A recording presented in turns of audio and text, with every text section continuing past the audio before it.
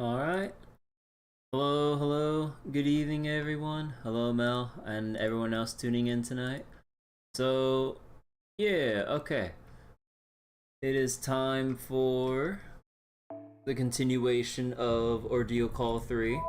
I know part 2 came out like the other night, but yeah, it was kind of in Maple Storyland for a moment. But I am still grinding a little bit off stream. But yeah, there's one thing that I'm kind of remembering. Although I think they made it less severe from what I recall, because I remember it feeling a lot longer. But maybe it was because I was grinding a lot more inefficiently, like as a kid. So maybe it's that. Cause like, as I was like going through or trying to level up a little bit off stream, I'm like, wait, this isn't taking as long as I remember. So I'm like, huh. But yeah, so probably, or not probably, I already set it up, but tomorrow we'll be going through more MapleStory Classic, and hopefully I can try to get through some more of the middling levels and stuff to, you know, so we can actually get to Second Job Land and see how Fire Poison Mage actually feels, because I never got to play it before, so kind of happy or excited to see how it'll be. But that will be for later. Also, oh right, actually wait, I forgot to change a setting for tomorrow's stream, at least on YouTube, I mean. Because there's one thing that I kind of messed up and forgot about that I feel really bad about. I accidentally left it on normal latency, which means a 20-second delay. Let me just change that. There we go, okay. So I don't have to, I won't forget about tomorrow. I felt really bad about that because, yeah, like, no one likes seeing a stream with like a freaking 20-second delay unless you're watching a tournament stream or some kind of like, company or game company direct stream or something like that. So, yeah. So, got that fixed for tomorrow, so I won't make that mistake again. But yeah, alright. It is time. Our revenge fight against Koyanskaya of Dark, and this time we have parental backup.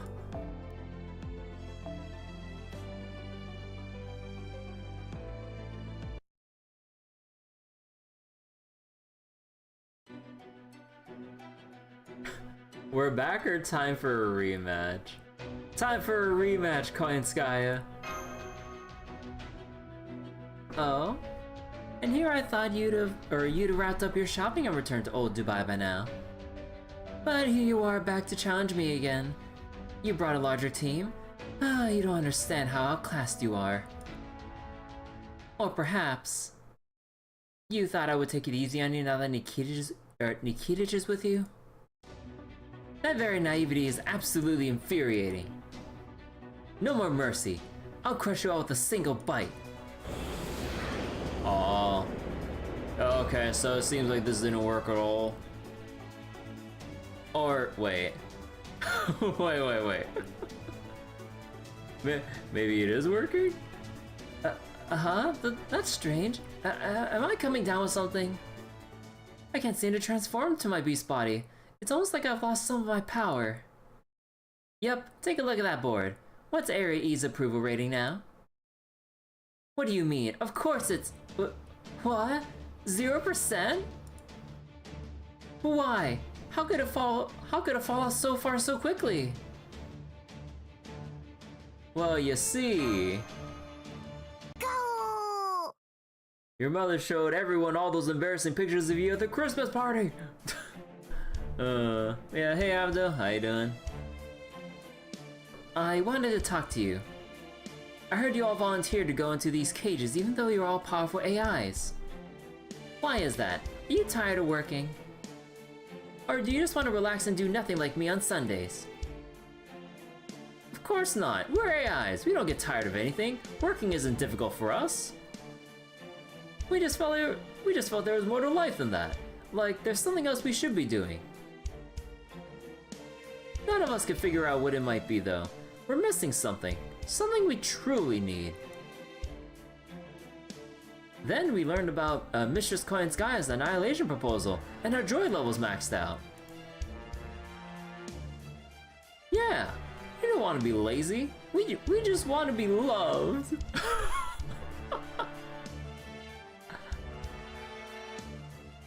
Are you low-spec idiots? You are, aren't you?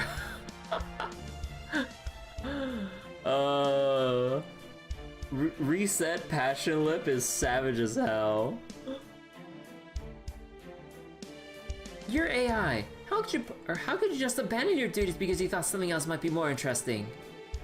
Besides, love is relative. It looks different to different people. So, what? You'll just take whatever love you can get from whoever gives it?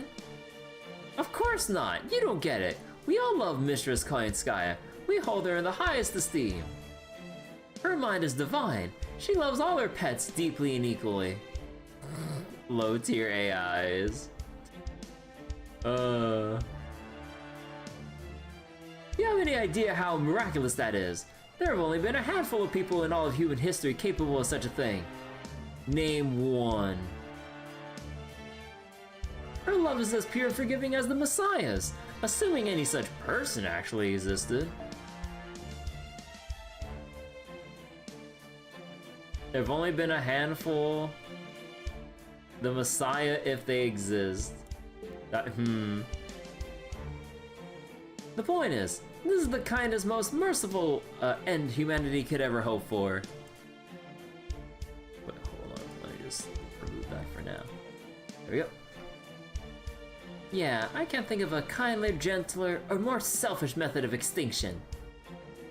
You people are incredibly cruel. Poor Koyanskaya, getting stuck with all of you screwed her, or really screwed her over. What? How dare you? How could you mock our choice? How could you mock Mistress Koyanskaya's proposal? You said it yourselves. Koyanskaya grieved for an AI who took their own life. She was absolutely destroyed over it. She wished they could have lived longer. But she can never say that. Because she simply wanted them to be happy, even to the moment they died. That's how she feels about each and every one of you. And that's why you're so cruel. So, you get your happy ending, yes, but at what cost? Say there were a billion people on Earth at the end. That means Yaskaya would have to suffer that grief a billion times over. Have you ever heard the story of the rabbit that threw itself onto a bonfire to feed an ascetic? If so, you dummies clearly missed the point. The loss of a pet is a devastating blow to its owner. Never underestimate it. Wait. Story of a rabbit that threw itself into a bonfire to feed. I have not heard of such a tale before, actually. Wait, hold on. Let me see.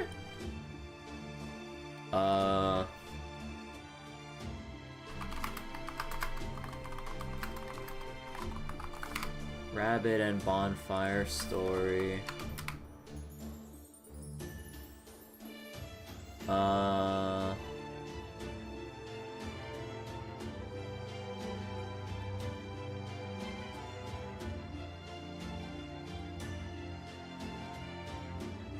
How rabbit brought fire to the people? Is that it?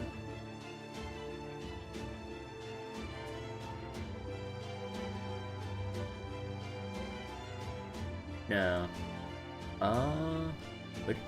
What story is it? Well. Oh man, she's right! Wait, let me...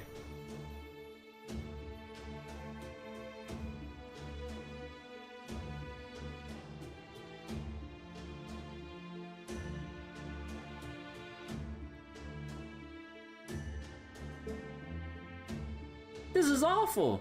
We can't put Mistress Koyanskaya through that kind of grief! Come on, everyone! No more being pets for us! Let's support a more productive form of annihilation!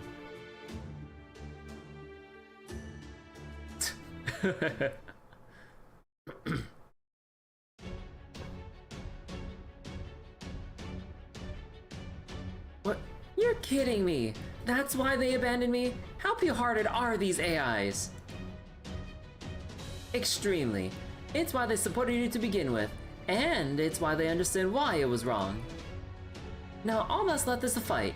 You might be a good girl, Yaskaya, but you sure have been naughty. But don't worry, Master and I will teach you a good lesson. Huh, I'm not one to give up just because my rating went down. This dark side of me may not care for casinos, but if I have to further Project Taming by focusing on pleasure and indulgence, then I'll do just that. But first, I'm going to make sure you never interfere with my plans again. You want to fight? You've got it.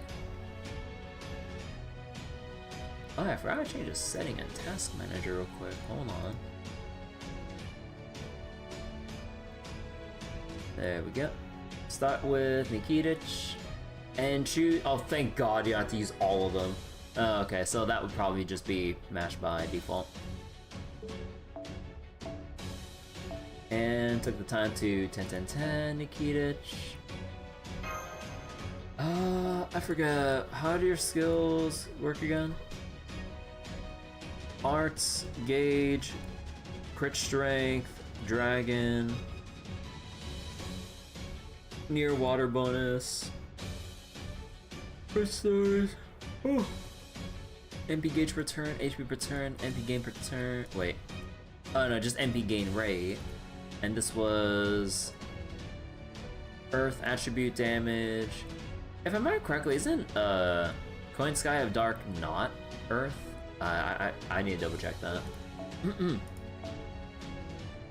Alright, let's go use Mash. And let's see, probably good old cast Artoria. And I think the...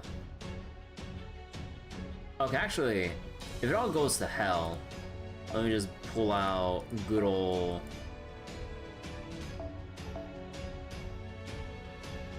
Actually, you know what? I haven't pulled out Johanna in a while.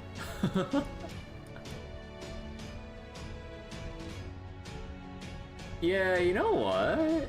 Sure.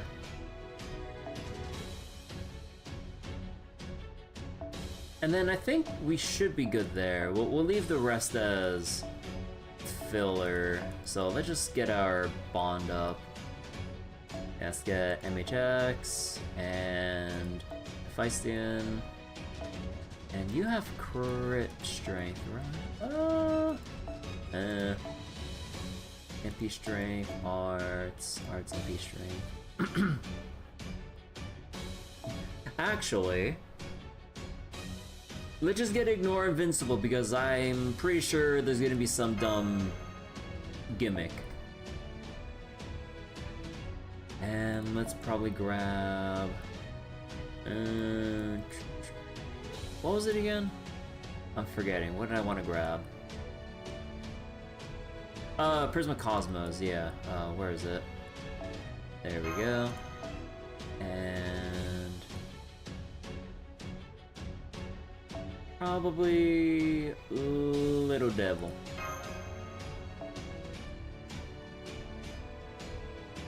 Actually, Little Devil? Nah, let's just go with Promised Land so we have more room for Johanna in case we do have to bring her out. There we go. And... Arctic? Or do I want to level up another... Oh, you know what? Go with the uniform.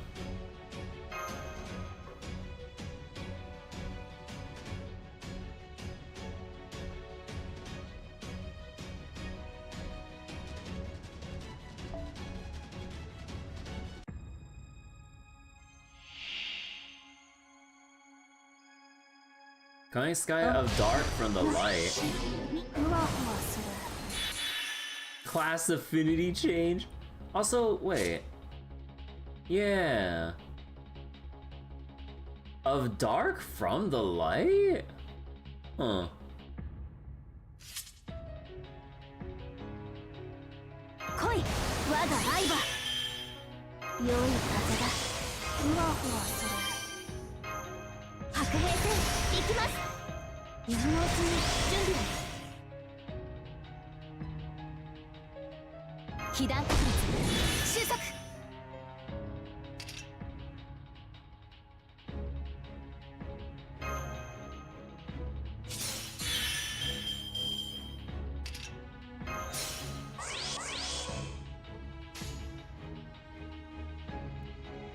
そろそろだ。できるぞ。楽しくな。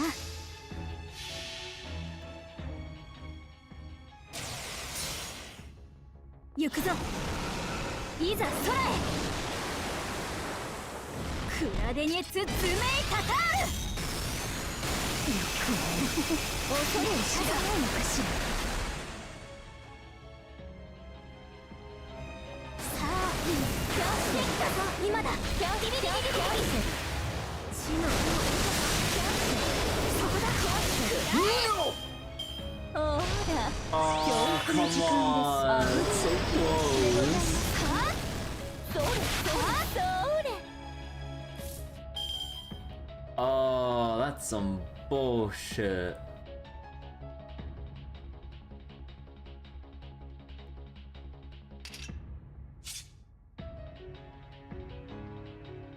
やだね。やります。もちろん。やります。もちろん。突破します。キャンセル。そこ。ここで。まっすぐ。なんだ。キャンセル。好き放題。扱ってあげましょう。Oh, come on! Well, I mean, you should have expected that because that's the usual. But, oh, fuck off. 知恵ある者はヒレスがいい。イズクーラーセブンドライブ。楽しくなくては。もう少しごめんなさい。Like, I was expecting that for, like, the last fucking bar break. So, alright.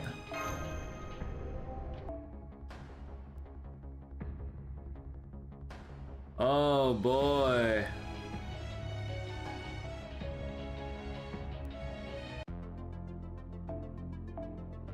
If I have her bunny outfit, she'll revert back to her black bikini and her MP. That's bullshit. Yeah, like, it's the usual, like, gotcha moment of, like, break bar gimmicks.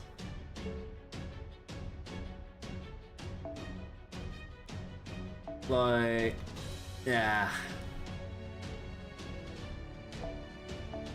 Like, one of those things you just should expect in hindsight, but it's just like, come on, man. Alright. And oh no, like, what's a force element I could put here just in case shit like hits the fan?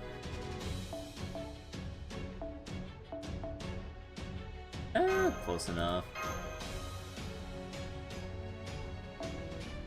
Or if anything, I could just say fuck and just load up the load up the Gonder just in case.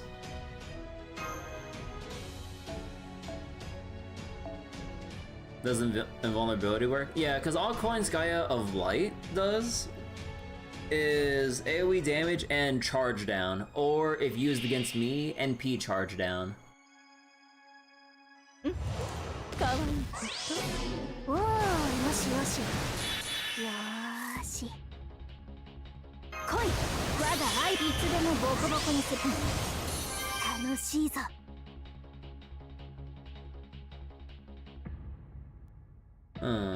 Actually. 今のうちに準備を。やだね。戦いできた。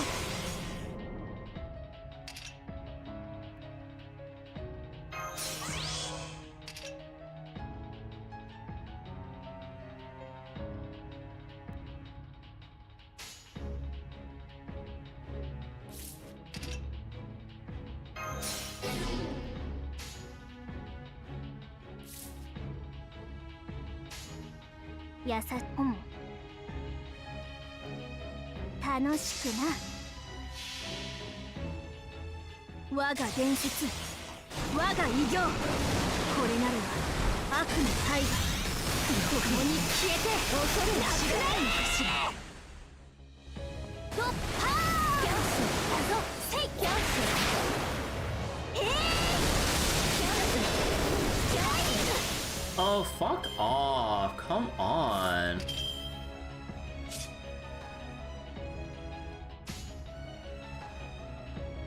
運命ですから。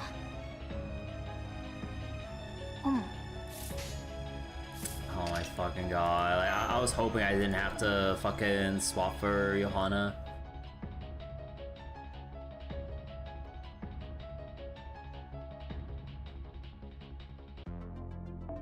What a waste of fucking...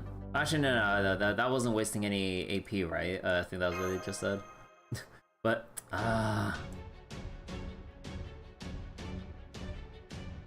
because I didn't get the 40% crit that would have pushed it over, that was why. Alright, so let me double check this. So... For one ally... Damage cut immune... All ally... Yeah, like she provides like buffs and shit.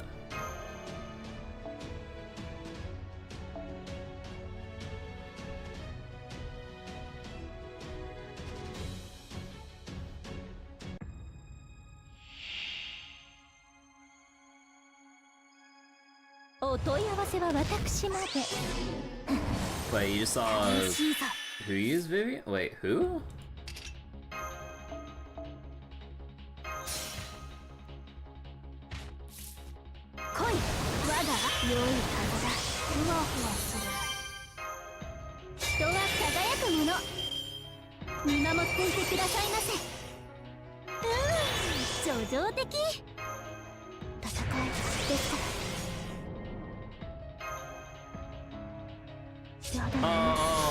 Oh, you meant Molly.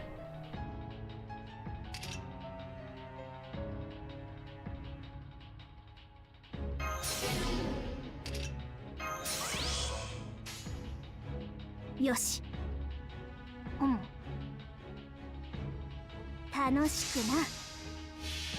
Johanna Gaming. Hey, Stoffel. How you doing?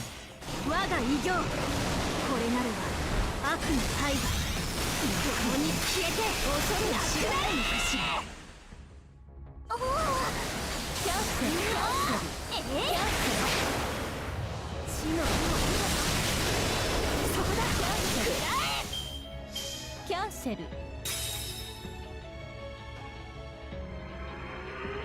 好き放題扱ってあげましょう。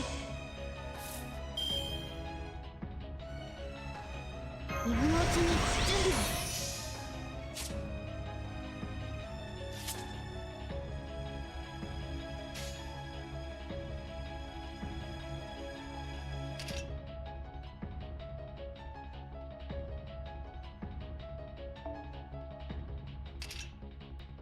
Okay, overcharge for these two do nothing on to Koyanskaya.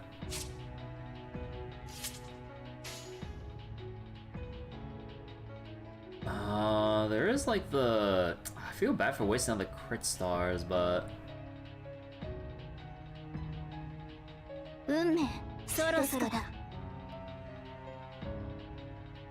Well...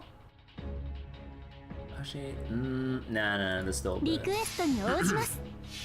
ててくださいね。それはいつか来る兆しの星。 Have to love you existing both in drama and now here. あなたは星をかざすでしょう。アラウンドカリバー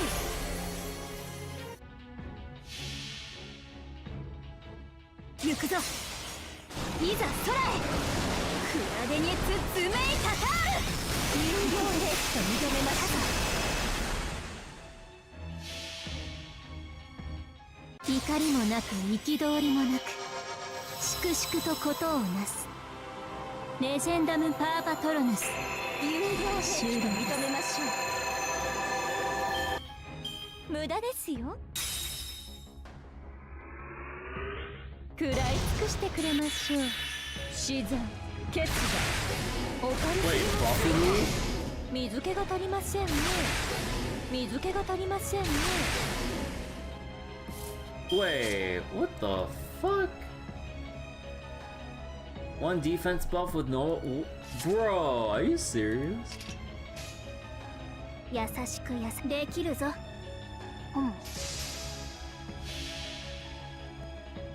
君よ、血の大河を渡れ。クラデニェツ・ズメイタタール。どうだ。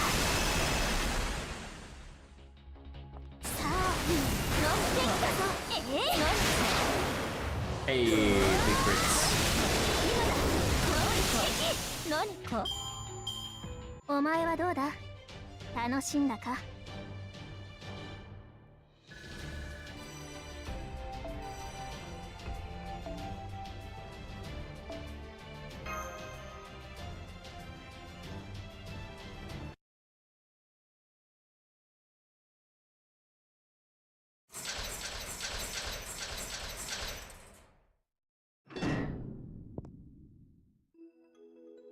AIs who chose freedom. I'm sorry you lost because of us, Mr. Koyanskaya, but hey, don't sweat it. Your happiness is more important than ours, Mr. Koyan. We should have realized it sooner. Adieu. I still believe your proposal is the best, which is exactly why I'm changing my vote.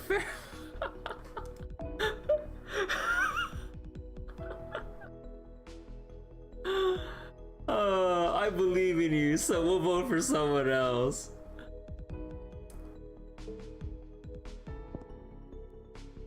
I know they got no chance of winning, but I think I'll support Area A next anyway. Oh, don't get rid of this place though. I still want to come back and use it. Thank you for everything, Mr. Scott. Oh my god.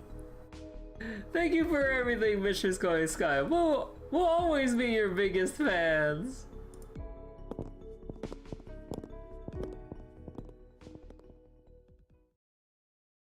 Now it feels like a party that just ended. You lose, Koyanskaya. I trust this means you remove yourself from the pool of candidates.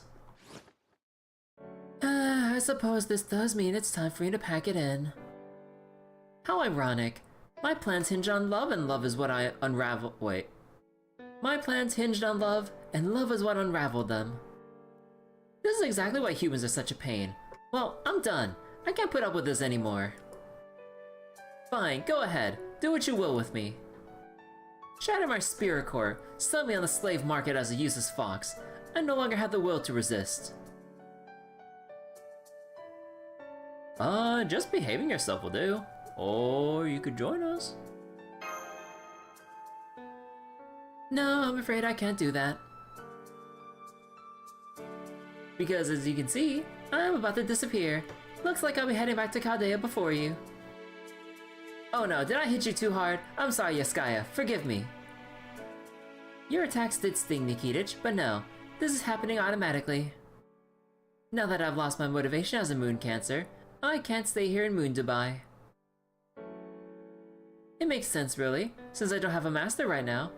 So please, don't worry about me. I see. Damn, I was looking forward to fighting alongside you. Perhaps some other time. As for you, Lady Kirby, if there's anything you'd like to ask me, you may want to hurry. I'm already disappearing. Who asked you to become a moon cancer? Good question. I suspect you already have an inkling. Naturally, it wasn't BB Dubai. The only person who could ask me to join something as silly as the final boss of humanity's annihilation showdown take a shot is someone I consider a friend and equal.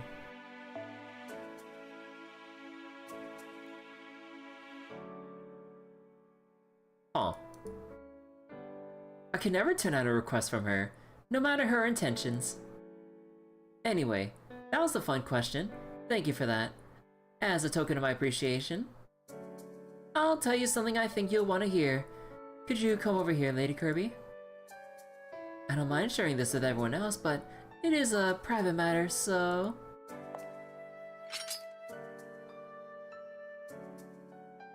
I'll be fine. I don't sense any more hostility from her.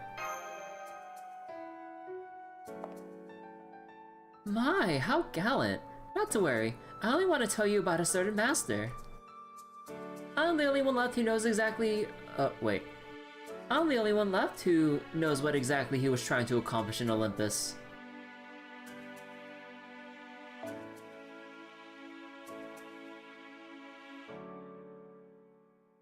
In Olympus? Oh.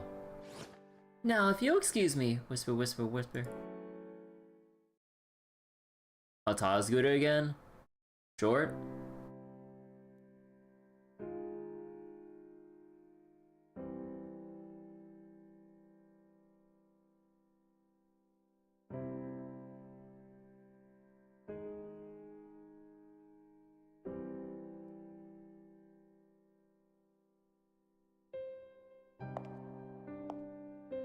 That is all. I doubt this information will be of any use to you now, but I thought you should have it anyway. Why tell me this now? Because I'm both capable and considerate. More importantly, because I felt like it. Or maybe it's the price I had to pay for pretending to be one of the foreign god's disciples for as long as I did. Alright everyone, farewell. I wish you luck in defeating the remaining 6 moon cancers. And in protecting a future for humanity that will make you... And in protecting a future for humanity that will make you want to cover your eyes.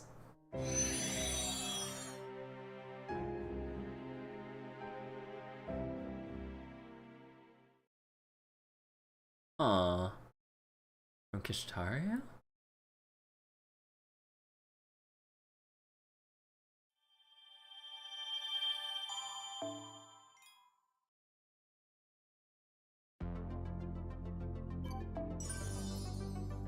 Invader Bunny?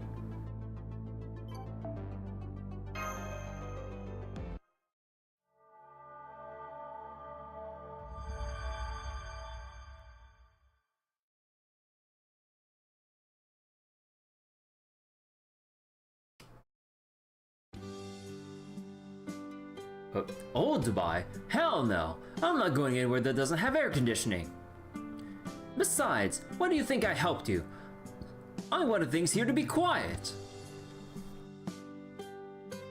So wait, we now sit in a similar place as him, the only mortal in a world of immortals? Huh. So no, I'm staying right here. Besides, there's more I want to find out. Go back to your base without me. And just to be clear, don't go around telling anyone I'm with you. I wouldn't last a second if one of the other mooncats decided to attack me. However, don't be afraid to stop by with treats. I hear pastries are especially popular in Moon Dubai right now. Cake is also great for a tired mind, preferably a rich chocolate cake. Lots of icing.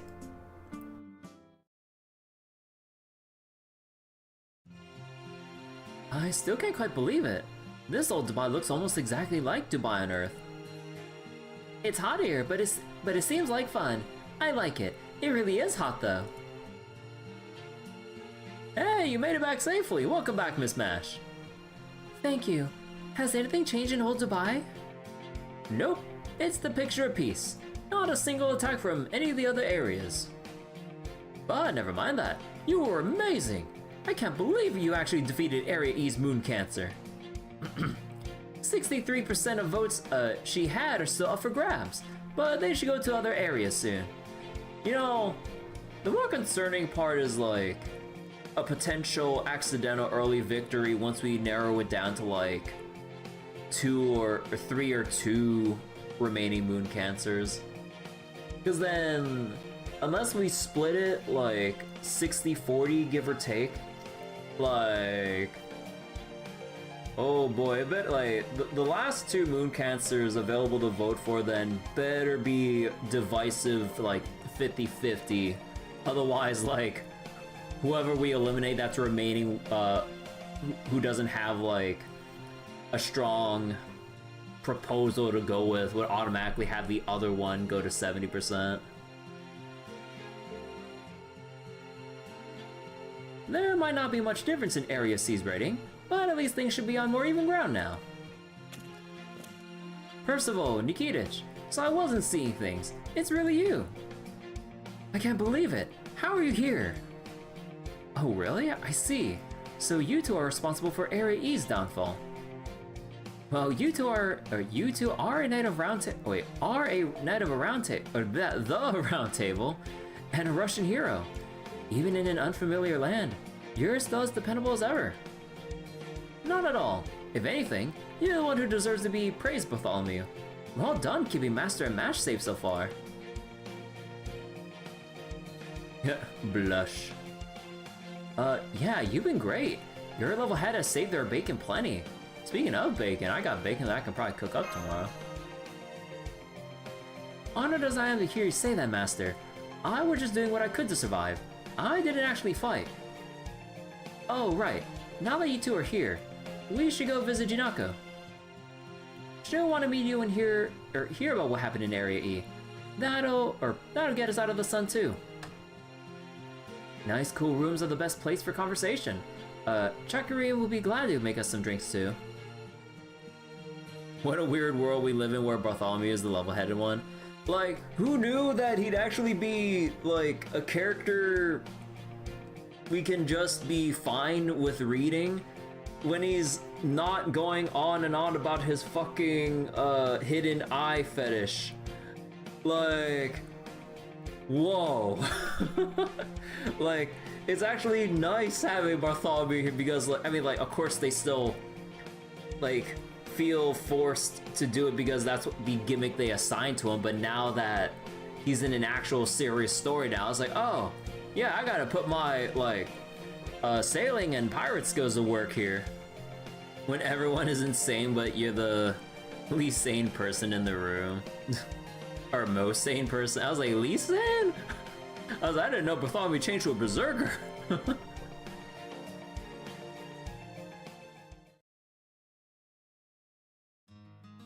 Way to go, guys! Congrats on your victory. The chai's always yummy here, but thanks to you, it's extra yummy today. I was just hoping you might be able to lower Koyanskaya's rating a little bit. But you went and beat her. Things never go this well for me. That said, it's not like I wanted Koyanskaya to go away or anything. She's still technically a servant on humanity's side, so it would have been nice if she stuck around. And it's not like I don't feel a little guilty about making her leave, even if she's the one who chose to do it. Kintoki in the berserker only room. Like Kintoki just looking at all the berserkers, like just getting like increasingly uncomfortably rowdy. He's like, guys, I don't feel so golden about this. I'm not sure.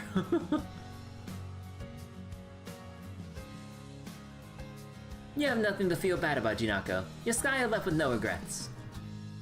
She may be astonishingly intelligent, but she's still a beast at heart. She left because she already done what she wanted. Done what she wanted, huh? Now I wonder just how serious Koyanskaya was about all of this. Her plan to make everyone into pets sounds less like annihilation than it does terminal care or something. The only reason he's a berserker because he has a very, very tiny chance to fly off the handle when hit. Very tiny? And they've never used that chance in story. I didn't really realize that was a thing to consider.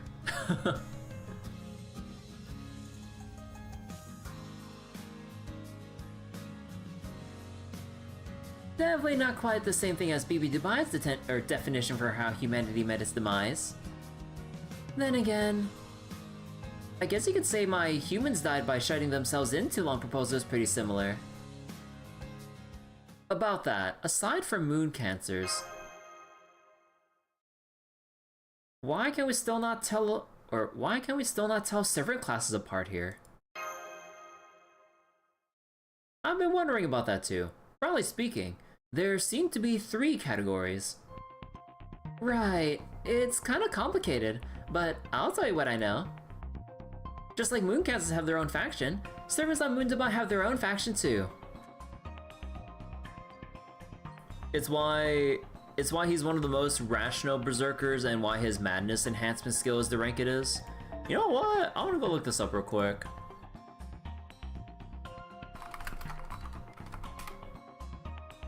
Oh, whoops. God damn it.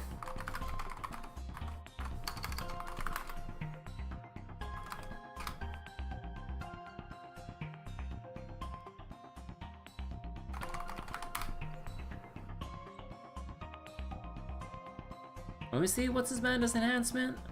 Oh, it's rank E. So let me skip through the profiles here. Does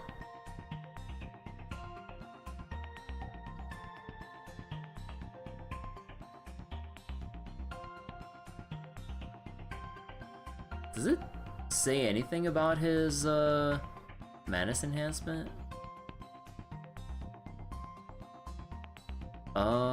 Shocking attire, nah.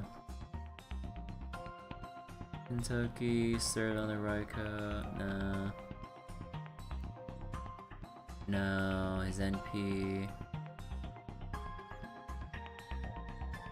Honest when interacting with Master.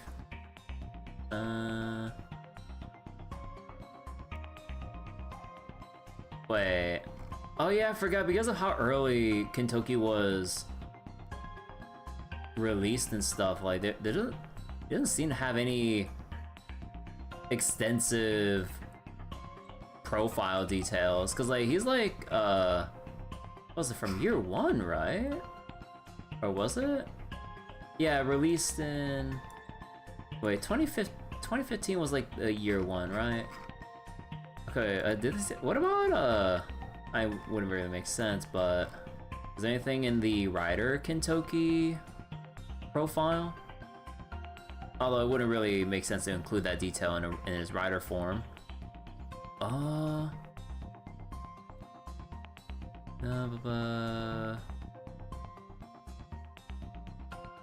I don't see anything in the profiles, at least glancing at the wiki.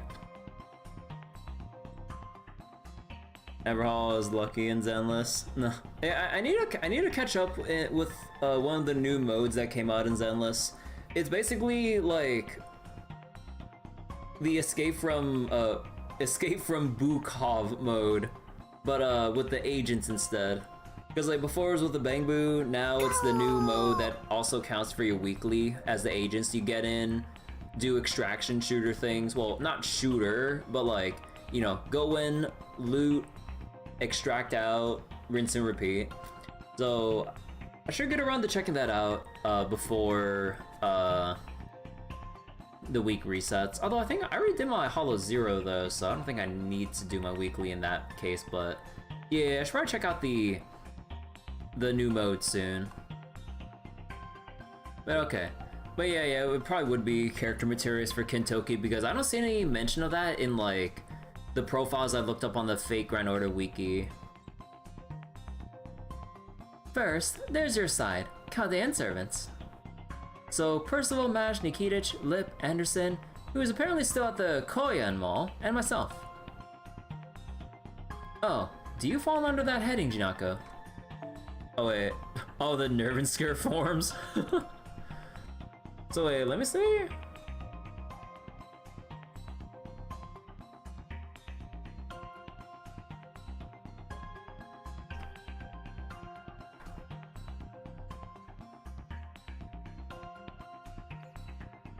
So wait, Kentucky. Madness enhancement. Retains normal capacity to think. A luck check is performed whenever he receives damage. When check fails, all status except magic and luck will rise. In exchange, he'll go berserk and become wild. Madness, his whole body becomes completely red. What?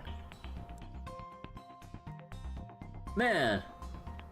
You think they would have had a moment where that actually came into play during all the years they involved Kentucky in story? Huh. Or even like during what was it, Lost Spell 5.5 and Heian-Kyo, even though that was like in a different form or whatever. What? Huh.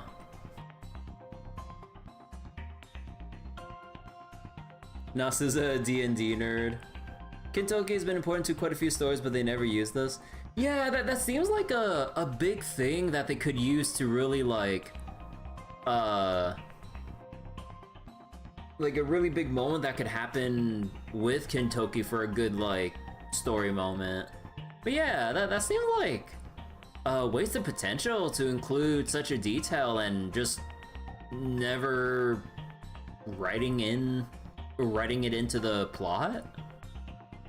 No, if they wanted a new Kintoki variant, they would have done it a long time ago. Because, like, it's only just been Zerker and Ryder Kintoki. And then Zerker Kintoki with his Hankyo outfit. And that's about it. But yeah, how you doing, Urban? Not exactly. I'm more on the Dubai side than the Chaldea side. But since I was summoned here from Chaldea's Spirit Origin Graph, I guess you could say I'm half Chaldean too. Anyway, in general, I think you can count on Chaldean servants to help you, Kirby. They're all ultimately on humanity's side.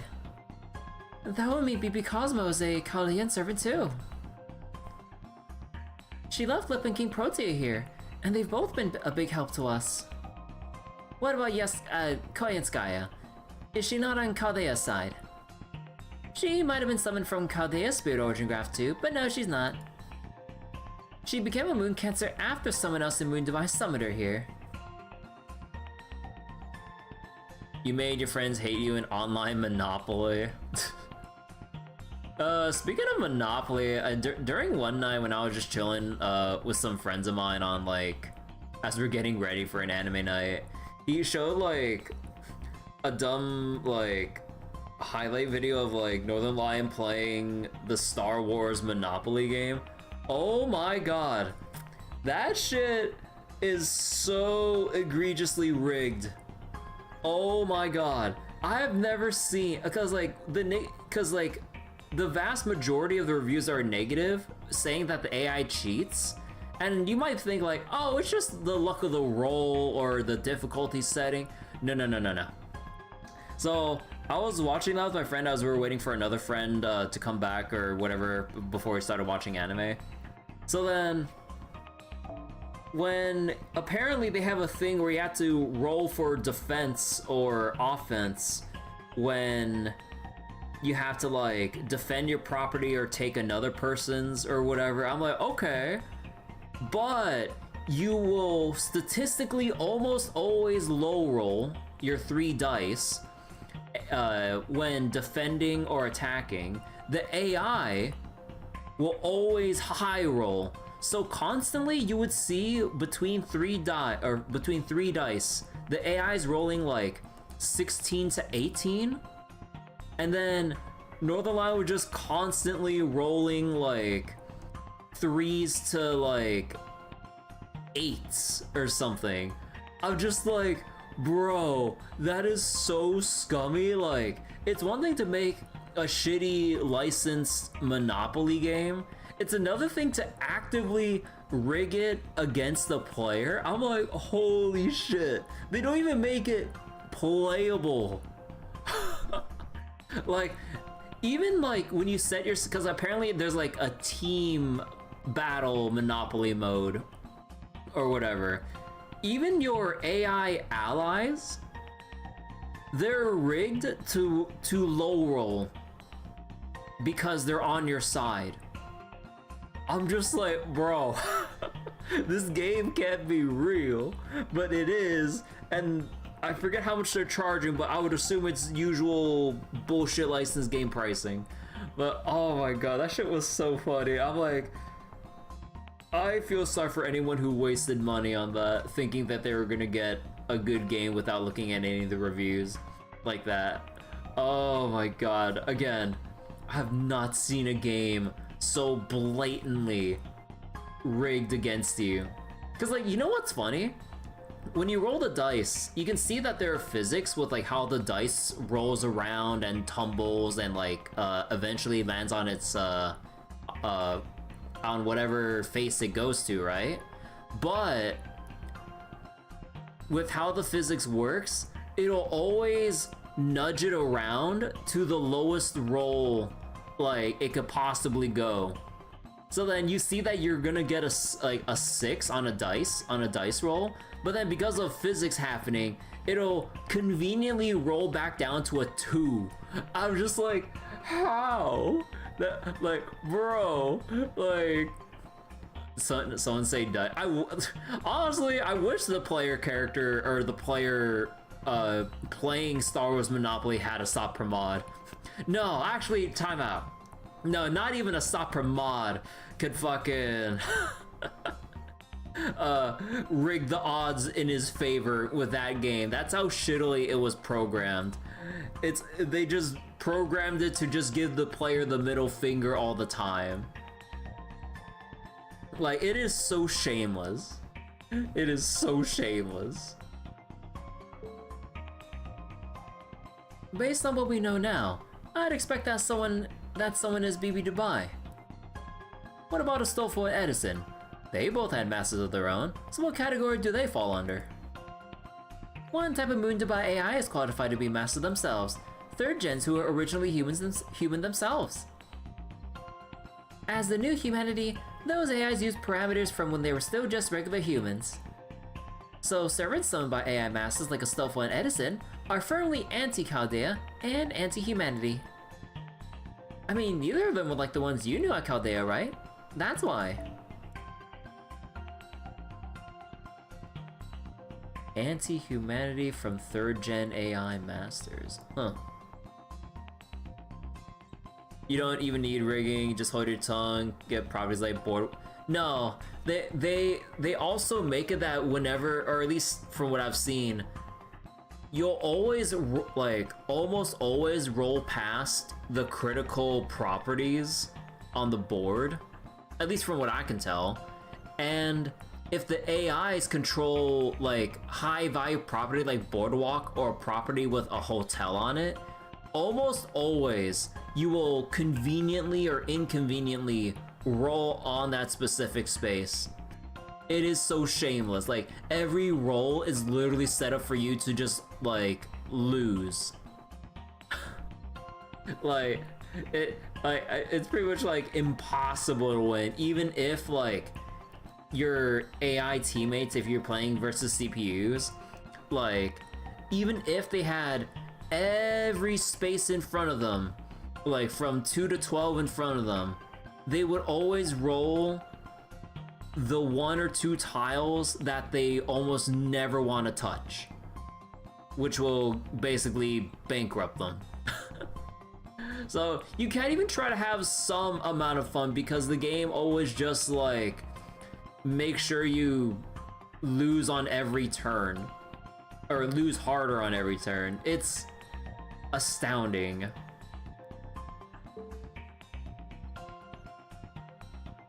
True, they were stranger than normal. That's why you don't play with your friends. Yeah, like, I feel sorry for, I mean, I'm not sure who would ever actually get, like, a licensed Monopoly game like that just to play single player.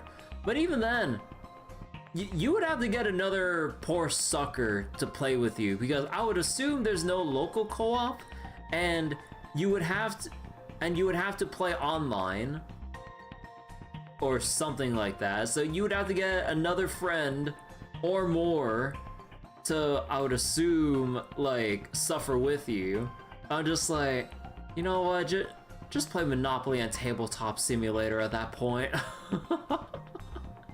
like if you're gonna play online board games, just get Tabletop Simulator, man. Yeah, like, or Mario Party if you actually want something more fun and engaging than just going around the board just watching everyone's bank accounts drain except for the one player that manages to just get a hold of everything. Then, like, at that point, once the player has that much control, it's just going through the motions until you actually lose for real. Like, legit Monopoly is, like, such a boring game. Like, it's fun for the property grab phase of, like, playing, but then once, like, people start getting their properties or whatever, then it's just like, well, we're screwed now. Okay. Servants summoned by Moon Cancer Dubai Master. Wait. Servants summoned by Moon Dubai Masters all automatically become Moon Cancers too. Zenless Mario Party upcoming. I mean, that would actually go pretty hard. I'm just saying, like, we already have a bunch of mini games in Zenless. They could probably load us into, like, a bite-sized like instance to like do some mini games going around the board. Like, and besides, you know what? We also have the arcade games too. Not just like the full-on mini games, but like the arcade games too that are basically forgotten at this point. So you can mix in the arcade games and the other mini games, and you could just basically have their own. They basically have their own bite-sized Mario Party, like mode. Like legitimately, they could. That would be sick. And it gives them a chance to revive arcade mode with other like arcade games, so they can add it to like a supposed Mario Party mode. Shove in any event minigame there after the event ends. Yeah, like you got the surf racing minigame, you got like all the forgotten arcade games in Godfinger. You have the motorcycle racing one from the Tour de Inferno during like Caesar's chapter that we never fucking used again.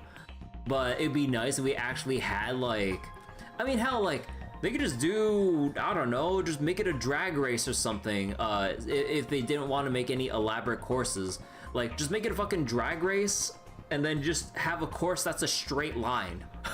They could be lazy with it and just call it a drag race with motorcycles or some shit. Those are the artificial moon castles I told you about before. They're the ones from areas A, D, E, F, and I. Though in Koyanskaya's case, she had BB Dubai make her a moon cancer after she volunteered to compete in the final boss showdown. HSR events are made for 7 to 10-year-old. Yeah, I mean, like, I think if anything, like a Zenless Mario Party event, I think it would probably just have to be like single player, because I don't think anyone would really have the patience to commit for such a mode. Because like, unless like you really make the goal extremely short, like, but even then, like, let's say if they shorten the whole flow to like a 10 or 15 minute bite-sized Mario Party run, even 10 to 15 minutes would be enough of a put off for people, because they just want to like get in and get out with like rewards or whatever. So, and if they don't attach rewards to it, then there'd be no one playing it anyways, because like gacha players would only be incentivized to do anything if they dangle pull currency for participating in it. And even then, like, people would just AFK and then come back even an hour later. So unfortunately, they would just have to make it single player, because otherwise multiplayer, like, that are like invite, like, that are like invite only, so that like you know you have a group of friends like who would want to actually go through that mode with you. Otherwise, yeah. Chessboard level of event was endless using Agenson. Wait, with multiplayer? Wait, chessboard? Or do you mean like the multiplayer combat event? There are exceptions, but you dread being forced to do them. Yeah, like there's a very big chunk of players that can't be bothered, and even then, like if they do dangle pull currency, they only make it participation rewards. So yeah, if they were to implement a Zenless Mario Party thing or something like that, it would have to be single player. There's no way around it, because otherwise players, because you already have the big divide of players who might actually want to play and see it for how the mode is, and then other people that just go, oh, just give me my shit and get out, stop wasting my time, you know, stuff like that. So yeah, I don't know. Then a Moon Dubai Master didn't summon her here, which means someone else did, resulting in her being both Chaldean and not Chaldean. That would explain why she looked after me when she found me unconscious, and also why she brainwashed me. Whereas if I'd been transported to Astolfo or Edison's area, I'd probably have been executed on the spot. You certainly wouldn't have been made an emperor. think there's a large amount of gacha players who only want to pull, not play. Yeah, like, I mean, I get it, sort of, but it really feels weird about, like, when people only play a game at that point, or just to begin with, even, just to pull, and never touch anything about it. I'm like, so you just like gambling. Like, sure. But at that point, like, why even waste the storage space or bandwidth to update and play a game that you only pull for and never play or even, like, think about just checking how it, you know, the game as it is? I don't know. They won't get 30k score. I still need to do that in Zenless. It's that kind of event you would love to do. Yeah, like, if they do, it would have to be, like, invite only with friends. Like, you cannot trust randos to actually do anything about it. Or maybe they would have to, like, not attach any form of reward on it. But then that would automatically kill the potential queue population for the mode. So then no one would be even wasting time with it. So yeah, it's either single player or invite or multiplayer invite only. So either you happen to have friends who are all playing Zenless, or you're a streamer with like a viewer base that actually has like people that would actually want to like get into the room. So unfortunately, like, it's just fundamentally flawed just because of how the player base's mindset is when it comes to side content for a gacha game, which is a shame, because like there's some stuff that are legitimately cool, or at least fun for a bit, but yeah. I'd prefer we not discuss that if you don't mind. Why? What happened? Come to think of it, you never did tell us how you met back up with the others, Percival. Anyway, that just leaves the servants who were with the who were moon cancers to begin with. So far, the only ones of those we know about are BB and you, Lady Janako. Actually, the one in Area H is a natural moon cancer too. Natural moon cancers like us manifested on Moon Dubai without anyone summoning us. I don't know why that is, but I get the feeling it wasn't random. It's almost like there's a duty we have to fulfill. Oh well, duty isn't really really isn't my thing, so I'm just gonna shut myself up in here like always. Anyway, those are the servant categories here. To run down who's in that category: Chaldea, Mash, Lip, Bartholomew, Percival, Nikitich, Anderson, King Protea, and maybe Koyanskaya. Artificial Mooncancers: Astolfo, Edison, Kazura Drop, and the self-proclaimed Angel of the Great Sea in Area A, and possibly controversially Koyanskaya. Then we have natural moon cancers: me, BB Dubai, BB Cosmo, and the mysterious moon cancer in Area H.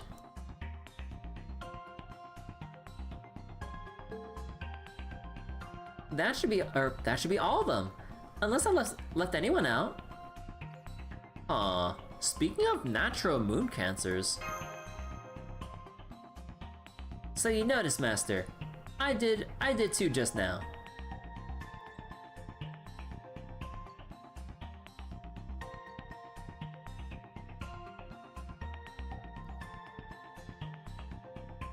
Kazura Drop?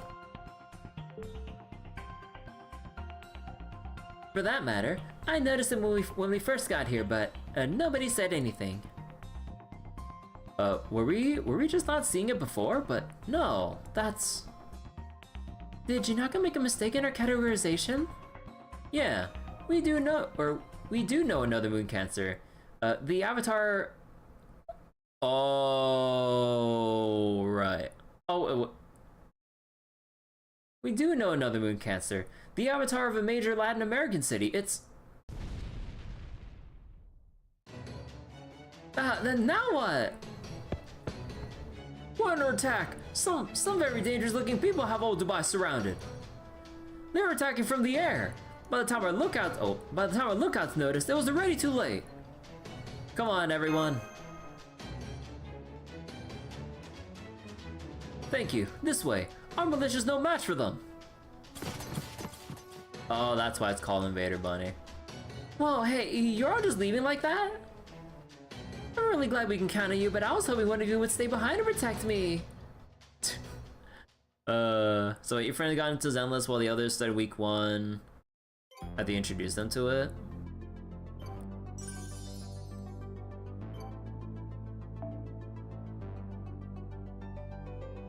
Wait, oh.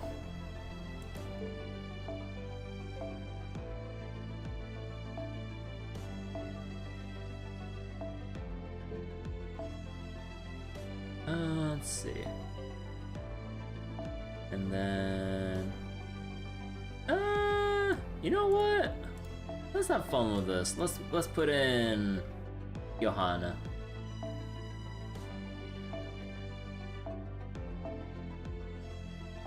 And probably put this in. And then...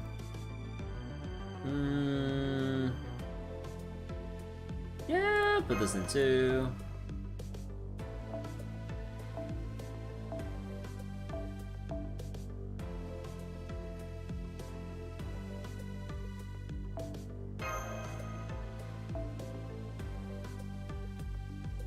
They call him Beta. Yeah, I heard about the nerfs from Beta to release for Nicole. And then nowadays we have Remiel. Oh boy, have the times changed.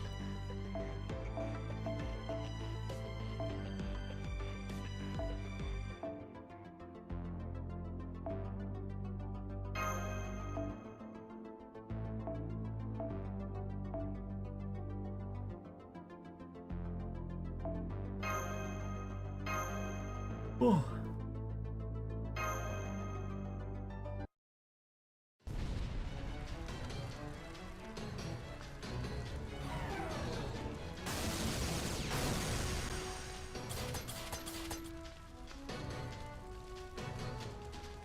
Is everyone okay? Who's attacking us? The mechanized soldiers, but they've upgraded their specs even more. They can fly. We can't land a hit on them. Even when we do, it doesn't do so much as scratch their armor. They're incredibly accurate too. These are nothing like the soldiers who would just spray bullets every... Ah!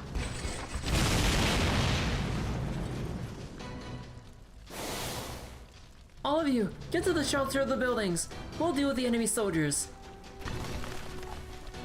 The fucking pumpkinhead. I knew you wouldn't let us down, Miss Mash. Good luck, Master Girl. We got this. First, let's take back the plaza's airspace. Nicole S rank. I mean, like, Nicole was, like, getting into some trouble in Roskillifer, right? Well, like, wasn't that, what was going on? Or, I forget. Because, like, we saw her being chased in that picture by, like, a whole bunch of, like, Bang Boo and stuff, right? Wait, oh my god.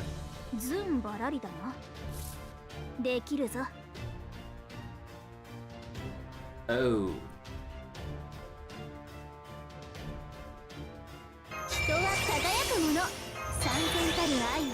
Tamatomo Squad.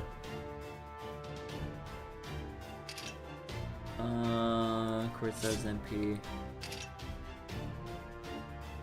It's all self. Let's actually buffalo Johanna.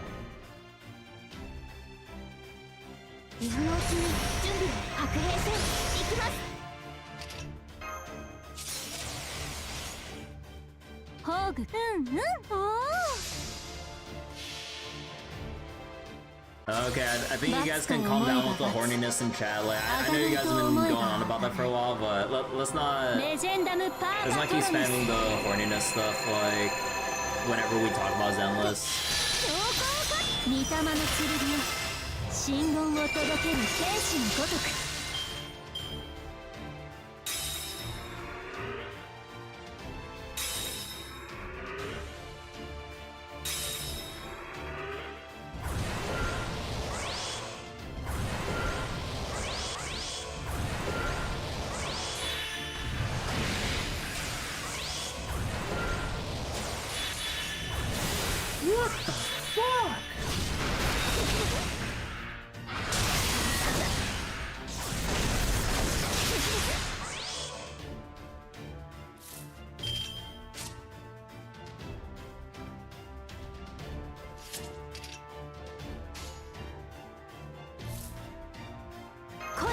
我が愛良い風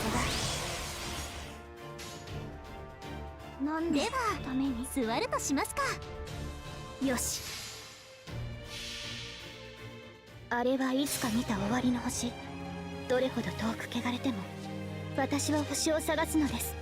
さあ幕を開けてアラウンドカリバーン。怒りもなく憤りもなく粛々とことをなす。 Are people lucky winning 50-50 4 or 5 times in a row? You never know. That's just the nature of it, like statistics in general. 我が伝説、我が偉業、これなる悪の大河、共に消えてなくなれ。 As long as there's a chance for success to keep happening, then yeah.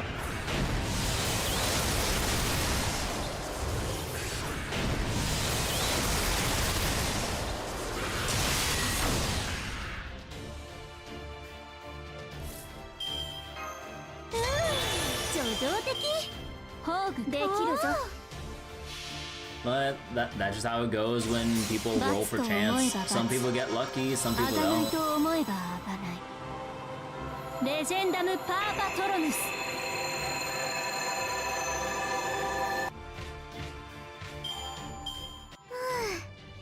みんな無事？奇跡とかご入り用ですか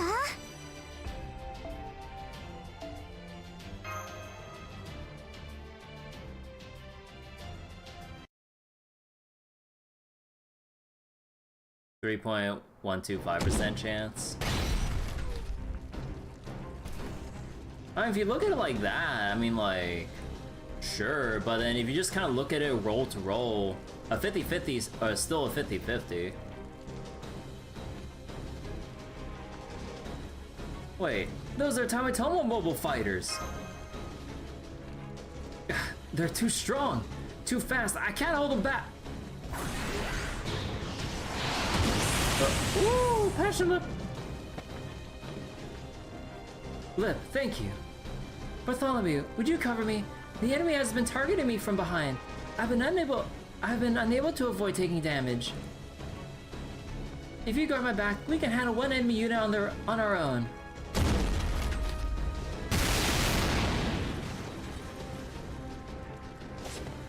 I'm sorry, I can only handle one too. How many of those things are there? 3. Luckily we can hold them off on our own, but that'll change if even one more shows up. Don't let them get to the main street. That's where we sent the non-combatants. Just one of those things would massacre everyone there.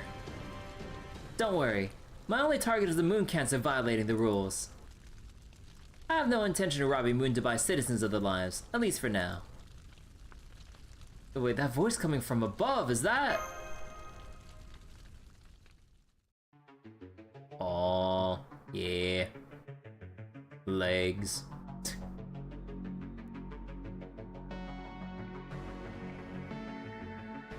Oh, she got the laser eyes.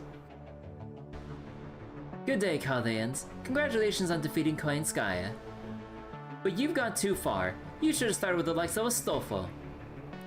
BB Dubai is very upset at having lost the most promising Moon Cancer candidate. You do wonder if their gacha works the same way FGO does? In regards to how they determines your result server side? That is to say, it's based on when you pull. Yeah, I mean, I wouldn't really know. I'm not sure if anyone would somehow have the insider knowledge, but even then, like, even if you know if, like, the gacha result is based on when you pull, how would you actually try to take advantage of that somehow? Or even knowing that info of like pull being server side like the moment you pull instead of like, or I don't know, like I feel like it's extra info that doesn't really change anything aside from like maybe creating a superstition of like make sure you do a 10 pull at exactly 3 in the morning. Yeah, you would have to have like very in-depth info and somehow like figure out a way to calculate, or let's say if you can actually take advantage of that, you would have to have something set up to tell you the literal split second to pull or something like that, assuming that's how it works. Like, yeah, you would have to literally be one of the developers who worked on the game to have the secret info to basically like abuse it to your advantage. Like, like, even if people do know, like, it's determined when you pull more so than anything, how is anyone gonna even attempt to take advantage of that if it was feasible? You don't think even the people who run the game know it by heart? Like, at this point, it's just like, like, as long as it doesn't break, we just let the beast rest where it lies. The beast of our, like, code riddled with tech debt. BB Dubai. Oh yeah, that's I already read that. Moon cancers are discouraged from direct attacks on each other. That privilege is reserved for me. What's going on? Have you gone over to BB Dubai's side, oh Moon Elemental? No, I haven't. I support BB Dubai's thinking and the principles underpinning the city wholeheartedly, which is why I formed the Sister City Alliance. Sister City? I am Metzliapan, the Lake of the Moon. I have always been an avatar of a city named for the moon. What's so strange about me becoming a sister city to Moon Dubai?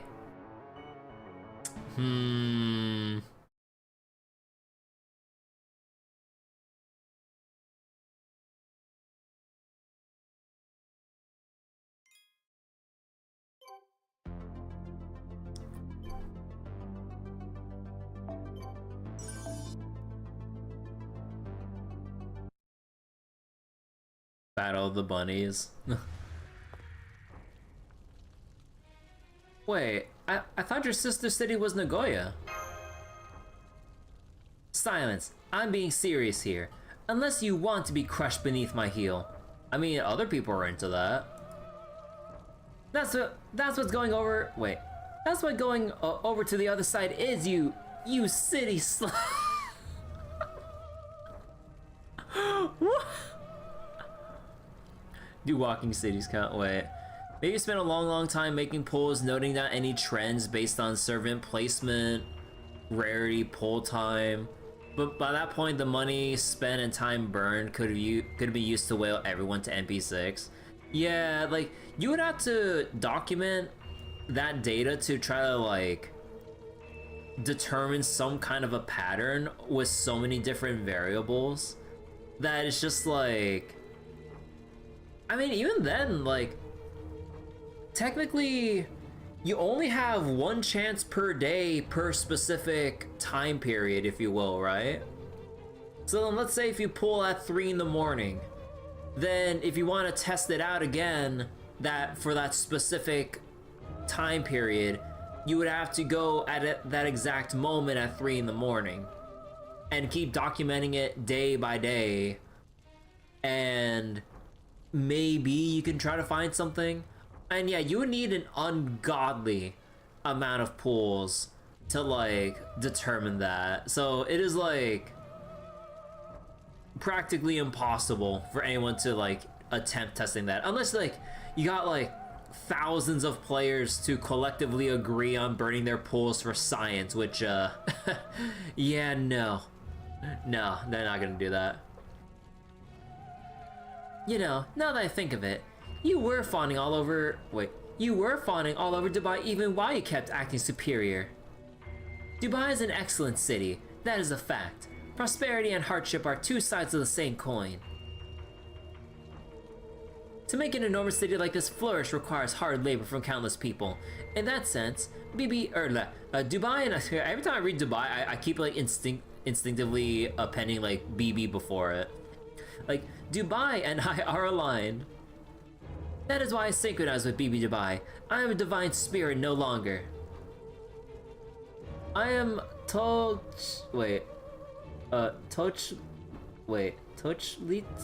Tochilan?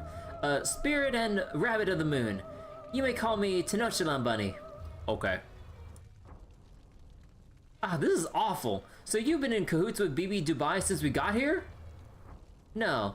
I wondered why I became a why I had become a moon cancer too. I just didn't worry about it as I noticed no adverse effects. Any doubts I may have had were dispelled as soon as I grew to know Moon Dubai. Everything I do for the good of the city.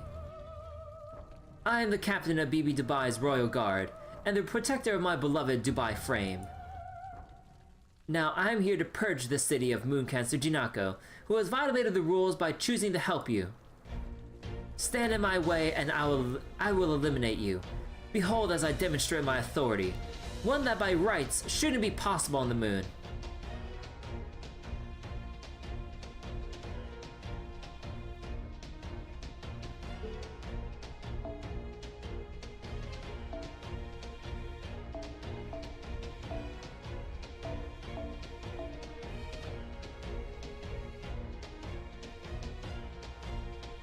Okay, finally finished my drink. Okay, who are we using here? Rule the Melusine. And we can just go with the usual Tamamo Artoria caster. And just in case, ruler or berserker, arts related.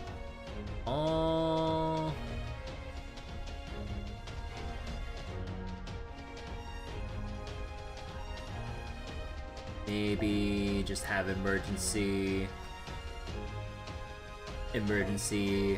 Berserker Artoria. Okay, I'm gonna have Ignore Invincible because I can't trust this. Actually, wait, does she have Ignore Invincible? Chaotic, near water. No, okay.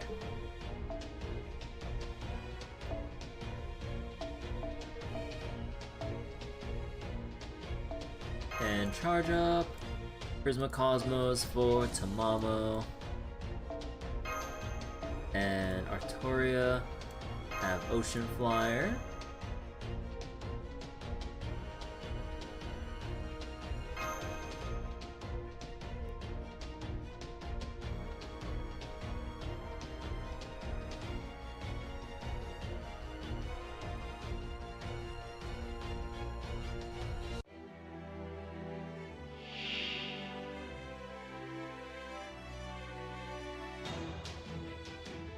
Endurance 砂漠 battle? よりプールでしょ月の虜にしてあ What? Ooh.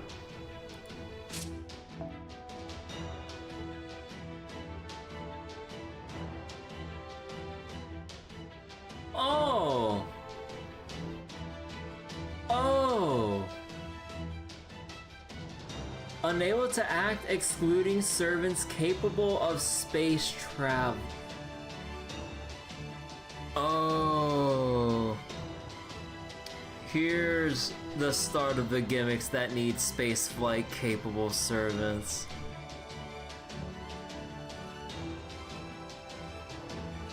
Oh boy. Increase damage to stunned and evil enemies. Well, good thing we're not evil, right? Melusine? You're... Right, Tamamo?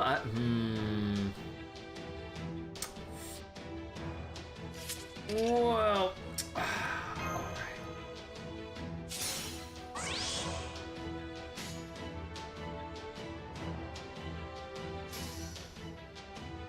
行きます This is the point where that bug became an issue. Yeah!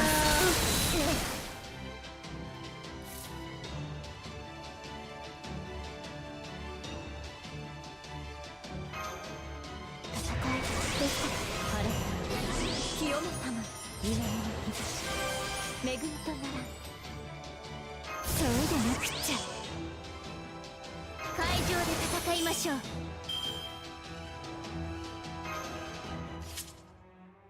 動き準備。白兵戦行きます。キャビンで待っていてマスター。やった。 Okay, you know what? No, お fuck 願い。 this. Give me that 20% extra crit rate. 頭冷やせた。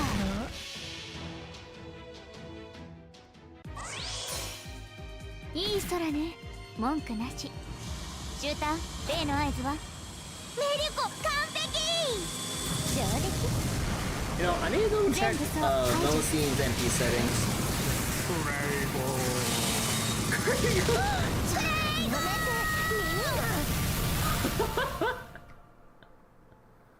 そのあたり打ち出せ。仕上げる。乱暴。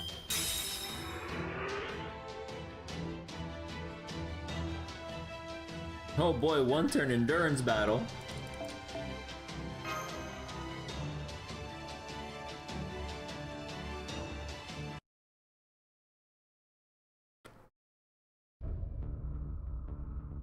Wait, floods?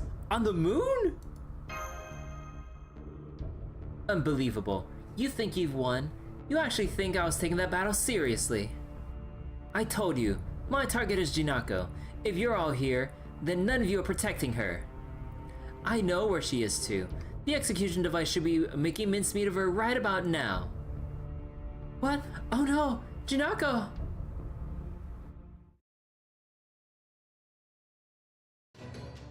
Yikes, the battle out there is getting loud. Are they fighting a servant? I wonder if they're as awesome as Karna. Anyway, if the enemy is a servant, or something just as strong, then I better get the militia out of here. Ahem ahem, this is Jinako. Repeat, this is Jinako. Let Kirby's team handle defense. The rest of you, evacuate to Area E. The Koya Mall is safe right now. Something's running away at the door. It sounds like meat being cut with the chainsaw. Jesus, storm. Moon Cancer Jinako detected. Executing. It's some kind of blunder, I knew it. What are you gonna do? Or what are you gonna do to my precious flab? Oh. Wait.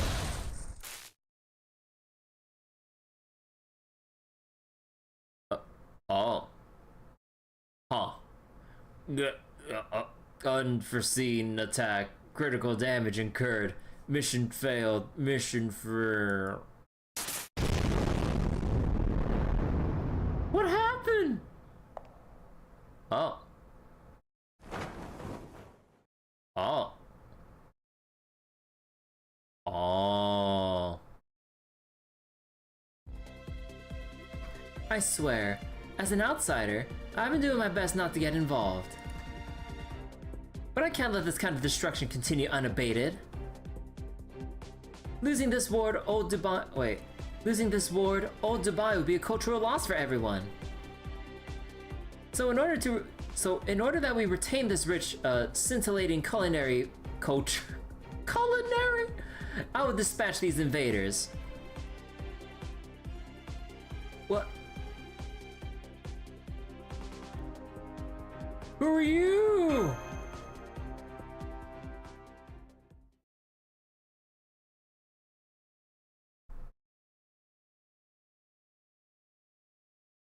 Unfortunately, her ban is already gone, I think. Because I believe it's just BB Dubai and Koyanskaya of Darkness? Yeah. Oh, no, it's still...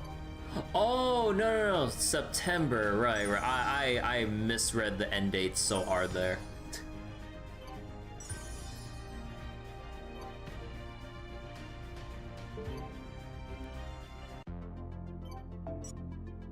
Senpai, 残暑お見舞い申し上げます。暦の上ではもう Truly 秋 unable で to すが、 read. この暑さはまだまだ続きそうです。 Still time to 優れたマスター pull には the Mary 幸 Cat 運がつい Lady. て回ると言います。あ、いえ、私が今そのように思った Arish was the one that ended? ふと Yeah. 興味を覚えたのですが、今まで行く I mean...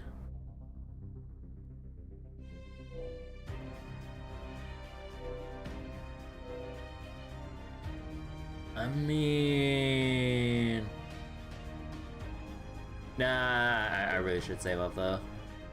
Although it would be nice if I can somehow luck into a MP2 Summer Nikitich though. It's weird that her banner ended before her story's concluded. Yeah, like, you would think that, like, with Space Erish, they would make it last the same duration as everything else.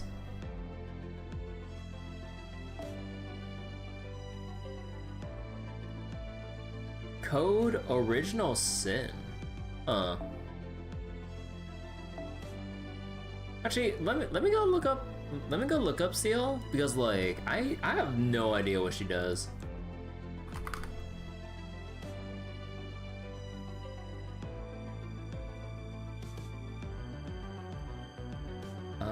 Ciel. Charge NP gauge by 10% every 5 or for every 10 for 5 turns. HP. Debuff resist, buff remove resist. Increase arts, buster performance, debuff on attack. When attacking with arts, heal received down, 30% chance to reduce NP gauge by 1. Removes enemy's gut status. Self buff on attack. Charge MP by 10% when attacking with buster. Grant critical damage up when activating. Wait, which activates if HP is 50% or higher, and gain even more crit damage if HP is at 100% or higher. Huh. So you want her to not take any damage and just, Party command cards will not appear except for self one time for 1 turn. Randomly deals out new command cards and it'll count as the first turn of a new cycle, basically shuffling your deck. Charge MP gauge by 50 at level 10. Increase defense, buff on defense, recover HP upon taking attack. What the fuck? Damn! Let's see, magic resistance, debuff resistance, increase crit damage with independent action EX. Self-preservation, magecraft, recover 500 HP per turn. Executor archer, give self attack advantage against saber class. What the fuck? Wait, original sin, ignore evasion, ignore defense, activates first. Damage to an enemy, extra damage for a demonic, chance for insta-kill, charge NP, increase NP damage for overcharge effect. What the heck? Hello, maybe Dragoons. Hello, hello. Yes, against Saber Claws. Oh, actually, that reminds me. Wait, let me check the appends. Anti-alter ego. Okay, I was about to say, if it had, like, anti-saber for whatever reason, with that, like, saber self-advantage passive, that'd be so funny. Okay. So, let's just go... Who would be like... I mean, let's just go with, Where is she? Koyanskaya. Deals nuts, which is crazy from other moon cancers and stuff. But, yeah.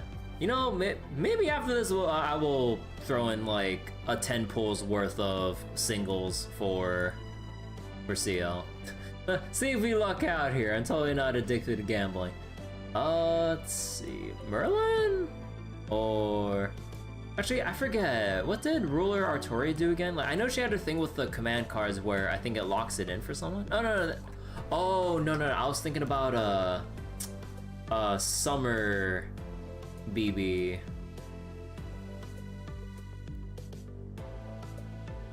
Because this is the one where, lock entire parties... Wait. Well, I mean, the thing is, like, she has, like, selfish buffs here, but then we can do the funniest shit if... we do this and basically let Ciel just go ham for 3 turns.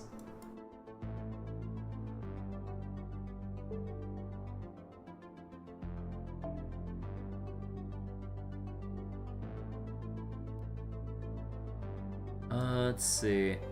NP gauge, evade, increase attack for 1 turn. Wait, after 1 turn?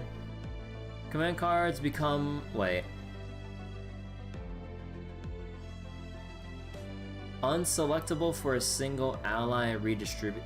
Oh, so you can remove one person's cards from the draw pool. Okay, okay. Buster effectiveness and gather rate for self. Ah, okay. As much as I want to toy around with that idea, it's kind of like a little bit awkward there.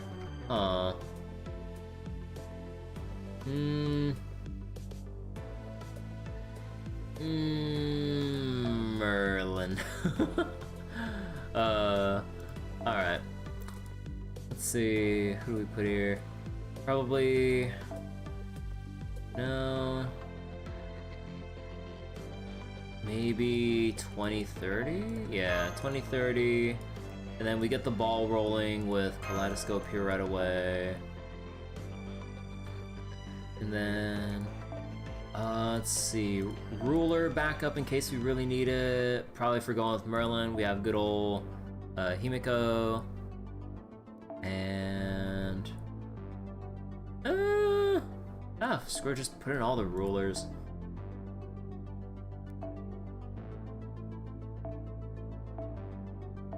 Special attack divine. Ah, you know what? Fuck it.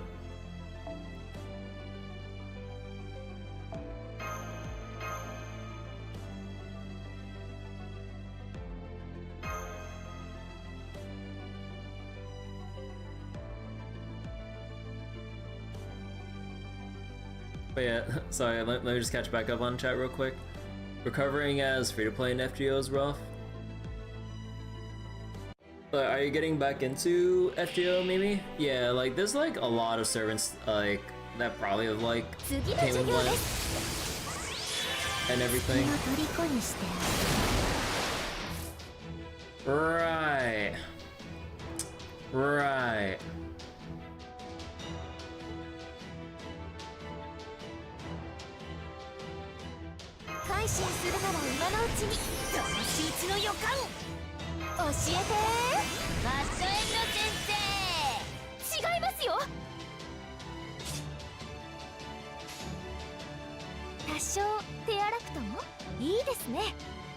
Actually, wait, what was the arts one again?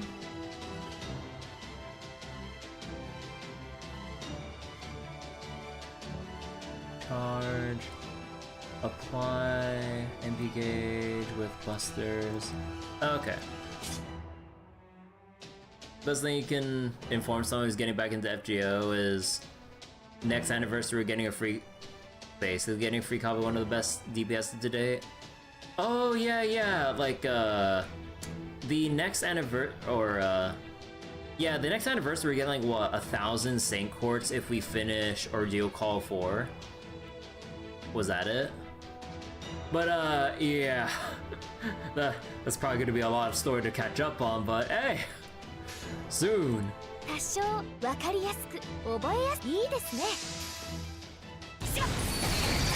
my god, is that Neko art?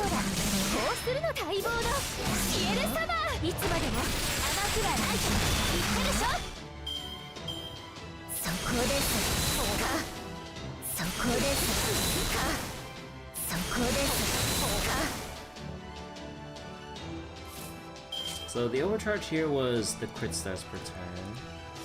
Overcharge here was NP strength.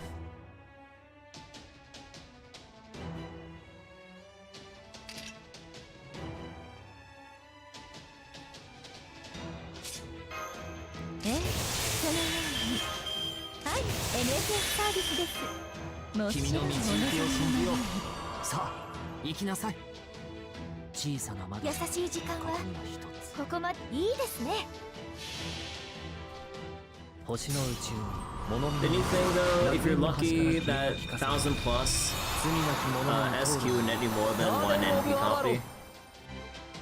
Yeah, if you can get it early enough, then you can get like... If you luck out early once, you could very likely get like NP2 very easily. Oh. Holy shit!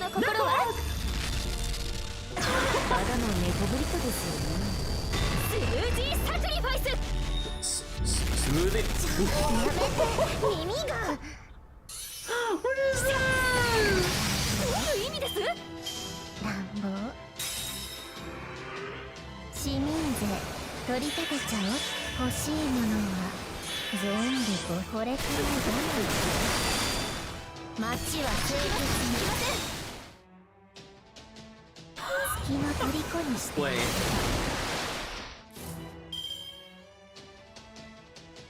Oh. 辛口のようですね。Oh. So wait, that shit comes back like every other turn, the stun? Oh my god.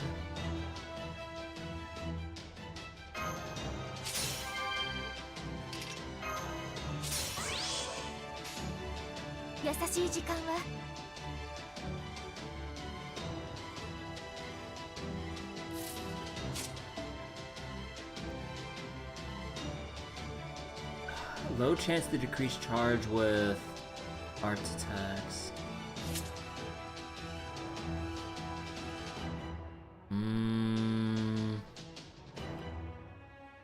MP2 is basically all I need for some for DPS. Some turns like arc radar exceptions. If you get over that, you might end up trivializing every fight.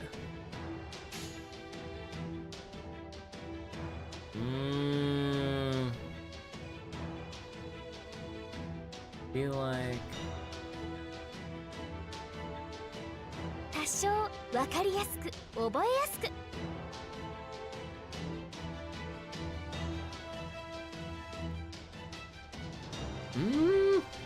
Sure. いいですね。待望のシエル様。よそ見は感心しませんね。いつまでも。Yeah, man. Oh man, my game just crashed all of a sudden. Oh boy.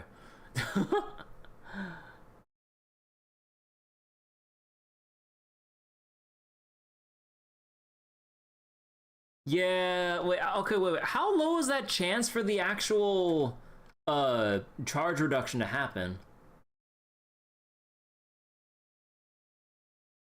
It's oh, it's only 30%.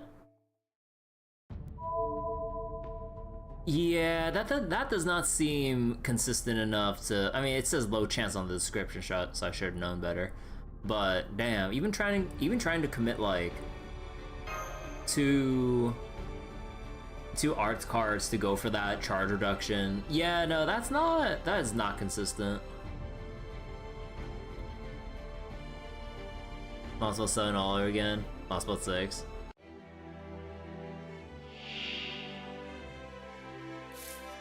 Alright, let's just go crazy with the Buster Brave Chain. 簡単な問題です。行動のカナリアがかけて焚き火のウサギと解く。その心はただのネコブリコですよね。十字サクリファイス耳がやれシェル言われなくもっと変わりなさい。悪には無知、罪には重い体罰を。乱暴。Oh, okay, so that was the final. Oh, okay.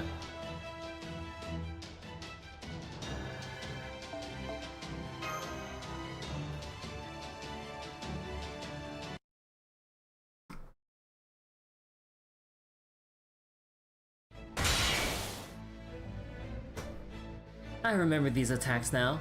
You're the mysterious servant we encountered while we were sightseeing.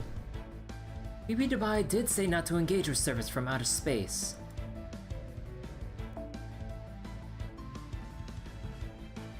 from outer space. Ciel? What? Fine, I suppose Junako has been punished enough. Besides, she's a coward of a moon cancer. I doubt I doubt very seriously she'll so much as consider trying to win the election after this.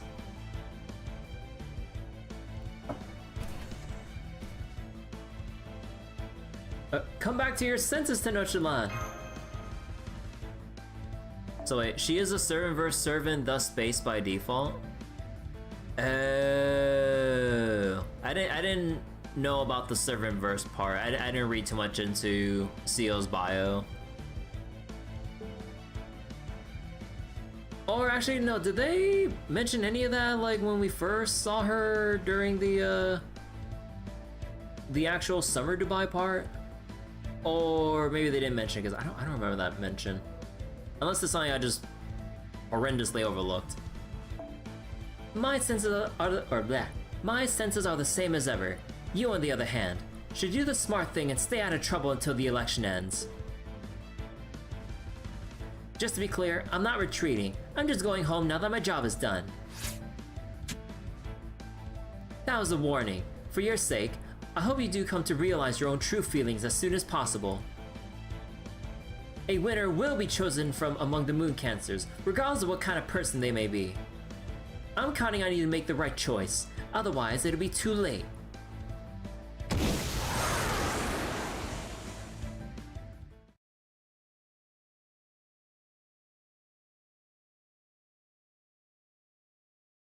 That is one heck of a summary, Abdo. So wait, we're not getting actual Ciel until the Tsukihime collab, which is still not happened. The Amazon CEO implied Ciel. Oh, right, yeah, I forgot about Amazon's CEO mentioning that. What was that all about? At least she didn't hit you with whatever she threw at you, Master. It looks like some kind of membership card. Her taste is absolutely atrocious. These patterns look like writing of some kind. Weird. They seem legible, but I can't read them. Just a warning, no big deal. More importantly. Hello, sorry if I overstepped back there. Not at all. You were a huge help.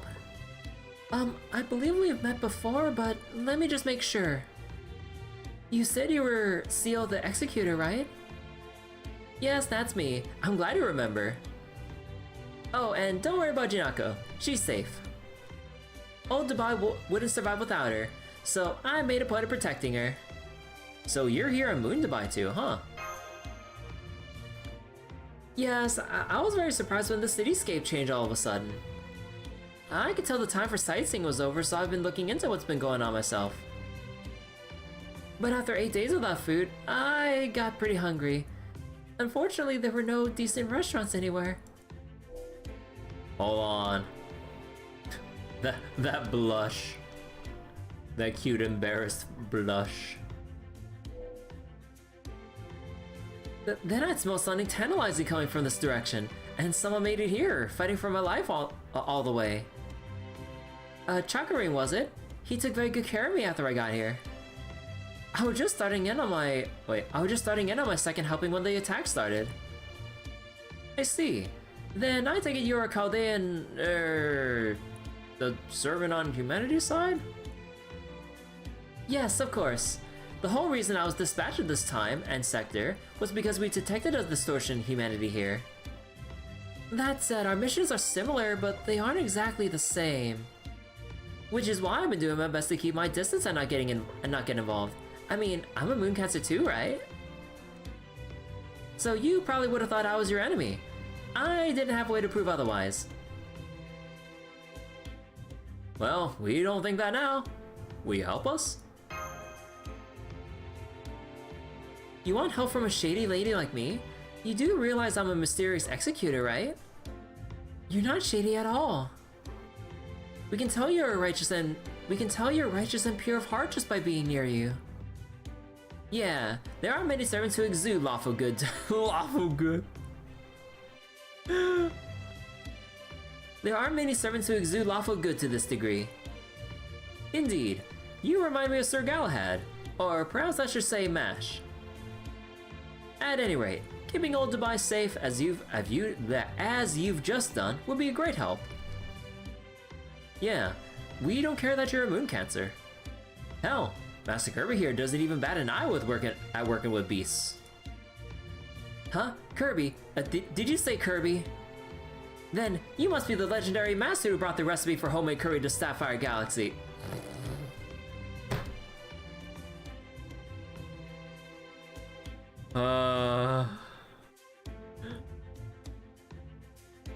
That's our mark on history in the servant verse. We did do that. We did do that.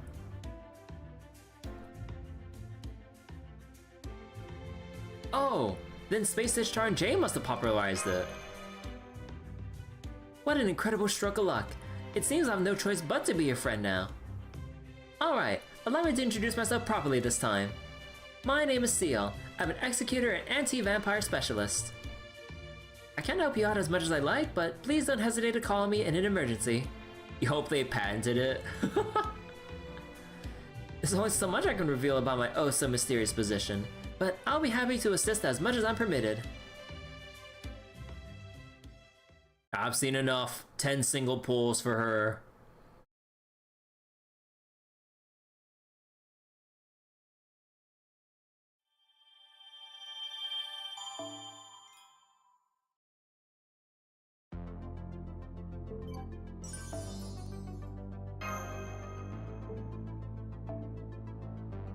Senpai, 残暑お見舞い申し上げます。暦の上ではもう秋ですが、この暑さはまだまだ続きそうです。今回も。Alright, 10 singles it is. Well, I mean, actually 9 because this says 8 until the bonus.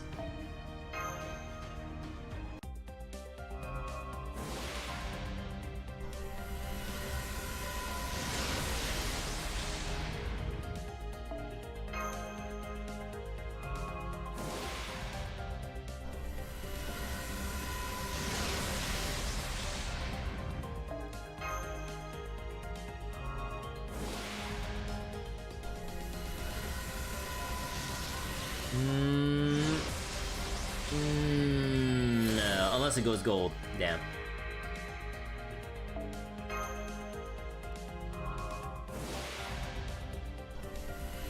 The suffering begins. I mean, this is just pure copium. But fuck it, I've seen enough. 9 single pulls it is for the 2 times bonus.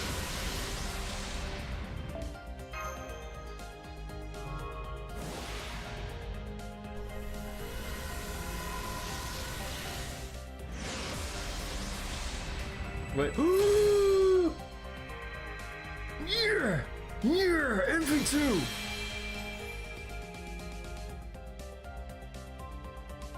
Hell yeah, it was worth it. Worth it already.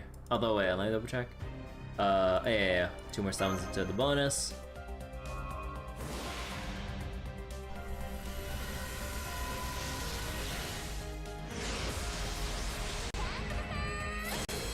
Still a married woman again. Don't worry about it. We don't talk about that.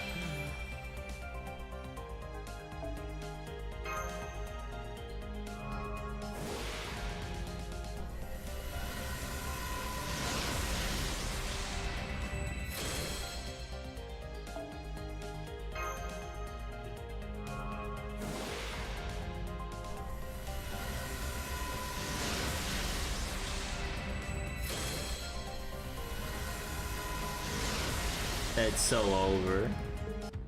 Alright. ようこそレオナルド・ダ・ヴィンチの強化ラボへ。Let's see. You know, I really wish you could just sort by or filter out for eligible enhancements for this. Like, why do we have to sift through everyone that doesn't have a copy to enhance with? Like, God. So annoying.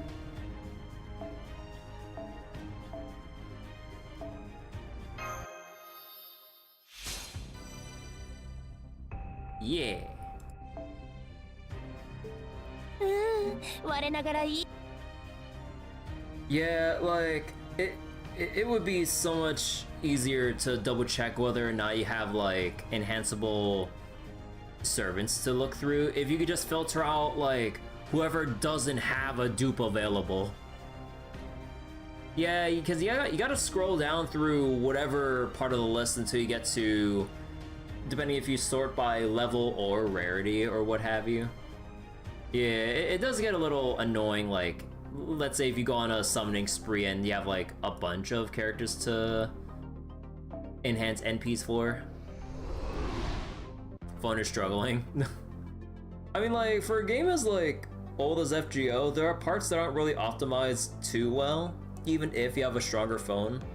So trying to load all the servant icons and everything in a big continual list, it would basically bog down any phone unless they actually optimize like how searching's done.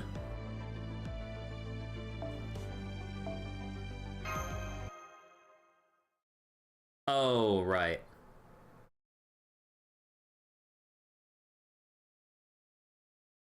Daily reset. God damn it.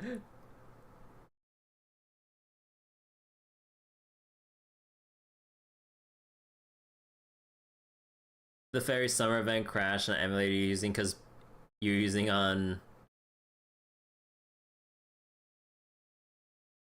Oh, it was... Oh, right, Bernanos was the infamous phone crasher.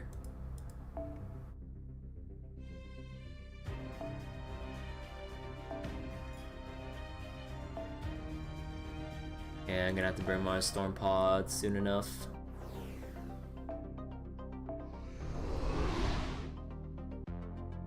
An unintended challenge.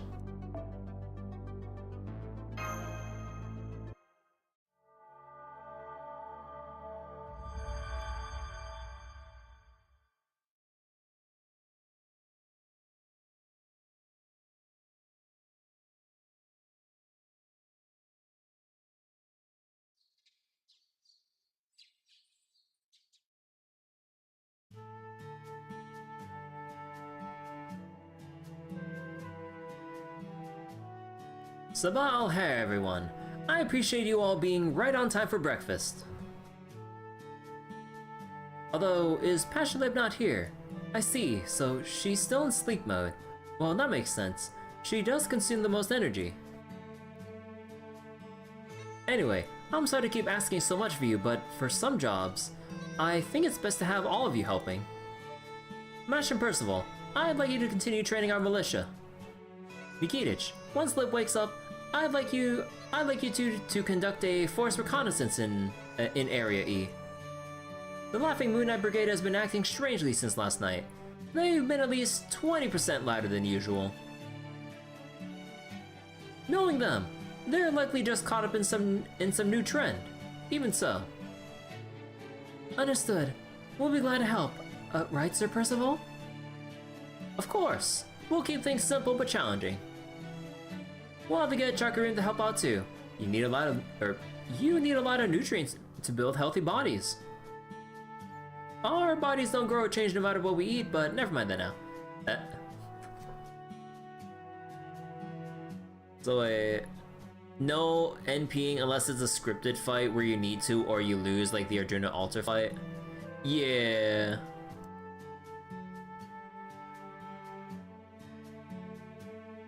It would basically like help bring out like other servants you wouldn't use normally. Like, and also like if you really were going with that, then you could actually get all of the appends for extra attack effect or the extra attack card effectiveness. So then you'd actually get a lot of mileage out of that since you'd be constantly looking for like brave chains on servants because well actually wait. Well, I mean, it kind of depend. Actually, wait, yeah, because if you're just using cars, you'd be looking out for that more often to get more out of them instead of just like using an NP. Well, actually, no, it would be harder to get Brave Chains actually because you aren't having that extra NP or the extra slot because of the NP. And no Herc. Yeah, Hercules is kind of cheating. But like, unless like he'd only be like your last resort. It would trivialize it too much. Yeah, it'd probably just be like a last resort if like you really had like, or if you really keep struggling with a particular fight. But only when you've exhausted like most, if not all, of your available options within the restraints of the challenge. Got it. I'll head out with Lip as soon as she's awake. But did you say Area E? I thought the Laughing Moon Knight Brigade, wait. The Laughing Moon Knight Brigade was set up in Area F. It is, but now that Koyanskaya is gone, they've claimed a corner of the mall as their own. Please, trace them off if their numbers seem manageable, since the mall is still a crucial manufacturing facility. What about Bartholomew and Miyahasara? You two will be on sandworm duty as usual. A few more rounds and you should be able to perform simple summons like usual. That said, you've been working a little too hard lately, so I want you to take it easy this morning. Then I'll use that morning to go work on the ship in the harbor, since I got a rest during the Koyan Mall operation. Great, then it's settled. See you tonight. Jinako said to give you her regards too, by the way.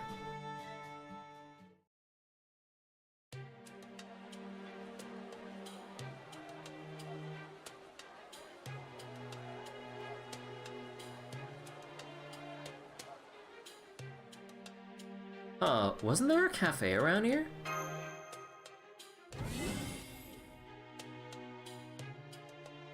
Welcome. What can I get for you? You're looking for something you can enjoy on the go. How about this beverage then? Thank you very much. Have a wonderful day. Thank you, serving robot.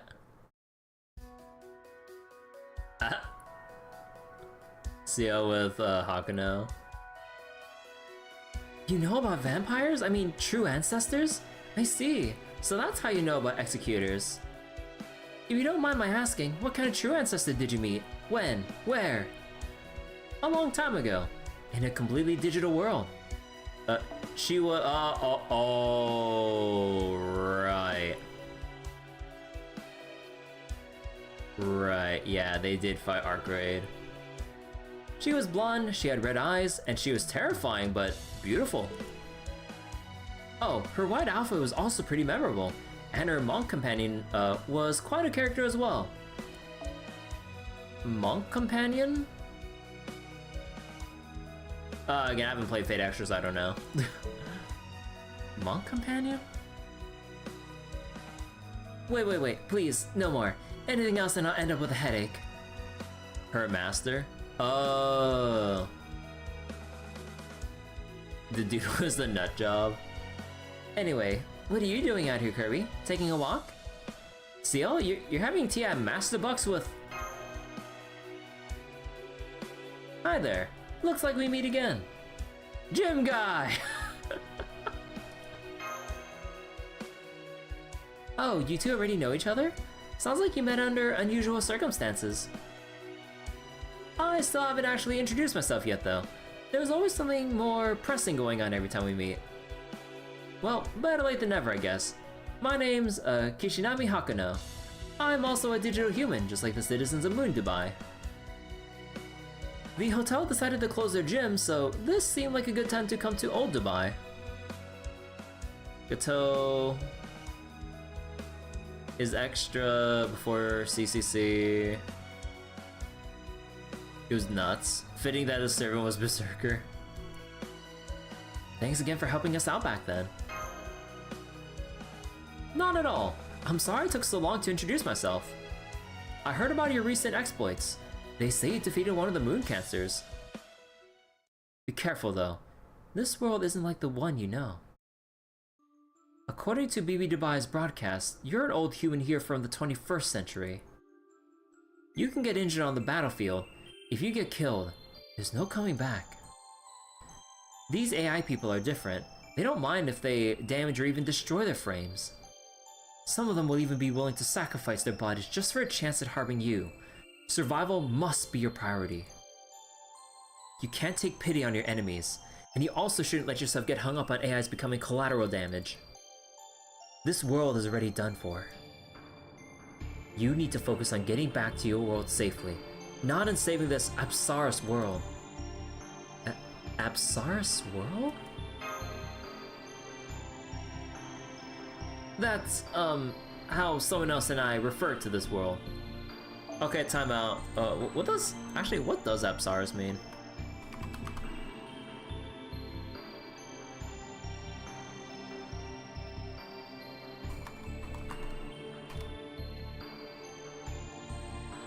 That one class in Grand Blue. Oh,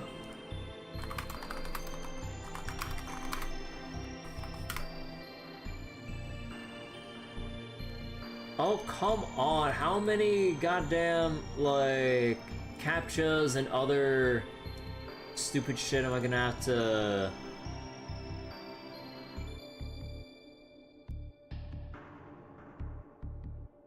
Bro.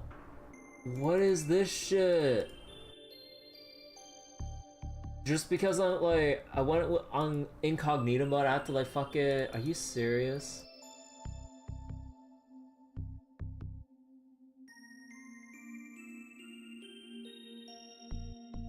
Bro, just for like a fucking Google search?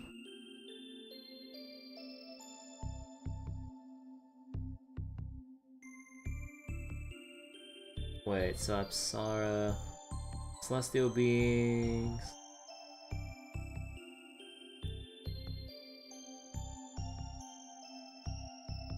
Huh.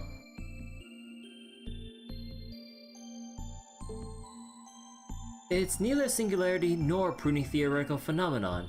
Think of it as a branch that grew close to the trunk of official history but still deviated. It's very similar to your own world. It even prospered more than yours did. Ironically, its history came to an end for that very reason. We call these ephemeral branches Apsaris branches. It prospered, but it ended for that because of that same prosperity. But please, keep that just between us if you don't mind. Only one other person ever refers to this world like that. This is so embarrassing. You're a very kind person, aren't you, Kishinami? A reminder there is a CCC translation now. Huh. Man. Like, if we still don't hear anything about, like, Fate Extra Remake releasing anytime soon, I really should look into Fate Extra. And eventually CCC. Just so I could actually have context on like all these like Fate Extra references that have been going over my head ever since they started having the extra storylines and references like interconnect with FGO. It sounds to me like what you're really trying to tell Kirby is that it's not her fault if the people of Moon Dubai end up getting hurt. I was just pointing out a few facts as a neutral third party. What about you, Ciel? What do you think of Moon Dubai? Extra streams on the horizon. I forget, like, there's no other I wouldn't imagine there are other official re-releases for, like, Extra or CCC, right? Because, like, was Fate Extra, like, released out to the West, but was it for, like, what, actually, wait, what platforms did Fate Extra even release on? Gonna have to emulate CCC? I mean, I would have to emulate both, because, like, I don't think yeah, CCC never left Japan. Oh, wait, were they both on, like, PSP or something? But either way, though, goddamn. And yeah, if so, Yeah, even more reason that like it'd be like hard if not impossible to try to actually like stream, because like unless like, you have some way of like directly capturing like PSP footage or something. But yeah. And that and like trying to find an actual copy of the games is I would assume an absolute like rarity right now, given everything. You're from the Serververse, right? It's completely different than our universe. Or is it one that's just a few cycles ahead of ours? I took a brief look at the records on it once, but I still don't really understand. The Serververse, huh? Now that you mention it, we do sometimes see servants from there getting stranded. I don't know much about it though. Even though she knew about Serververse Curry? Anyway, I do get the sense that the citizens of Moon Dubai are a lot like servants. They're composed of data, making them immortal. If they die, they just pop right back up, or pop right back to life. The important thing is that they're not getting a do-over. When they die, they pick up right where they left off. In that sense, both the people of Moon Dubai and the Sapphire Galaxy deny the cycle of reincarnation by virtue of being indestructible. That in turn leads to the afterlife closing up shop. No underworld, no hell, no paradise of Eden either. Depending on how you look at it. Or is it Eden or Eden? In a world where there are no dead, the underworld loses meaning, even its name. That's what happened to the goddess of the underworld from the Sapphire Galaxy's origin.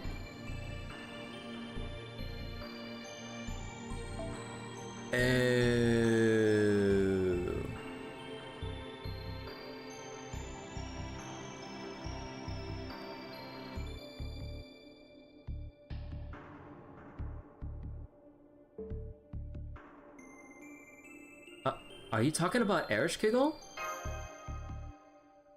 Probably. They have the same name, so they must be the same being. The goddess of the underworld in the Sapphire Galaxy was known as Anki Ereshkigal. She was the final destination for the souls of the dead, a primal goddess who was essentially a dark gravity field that gained consciousness. A calamity who became an evil of humanity and threatened the entire Sapphire Galaxy to punish humanity for becoming immortal. Punished for immortality. They basically put her out of the job! Oh, I didn't know there were 3 of you having tea together. You're the servant who rescued Janako, and you seem to be another AI. Which tower are you from? Oh. I've never seen a frame like yours before.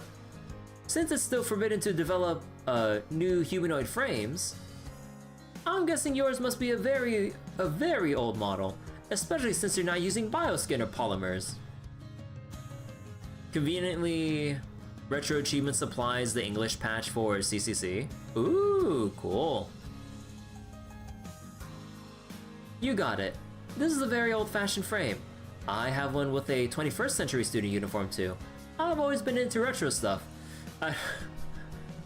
It's like the 21st century, but I thought retro stuff was like back in the 20th century.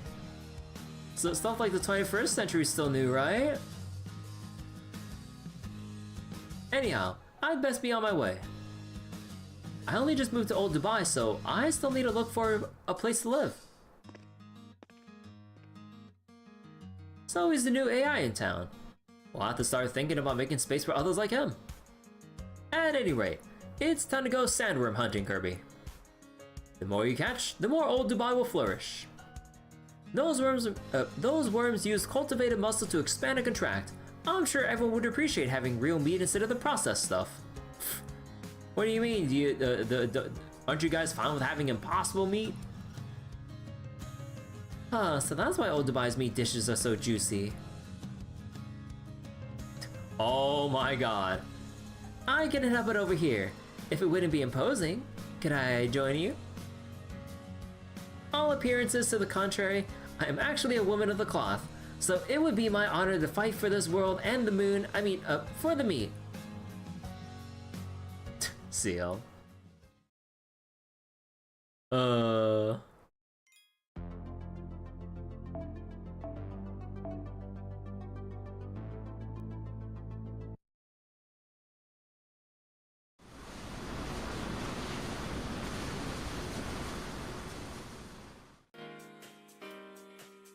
The desert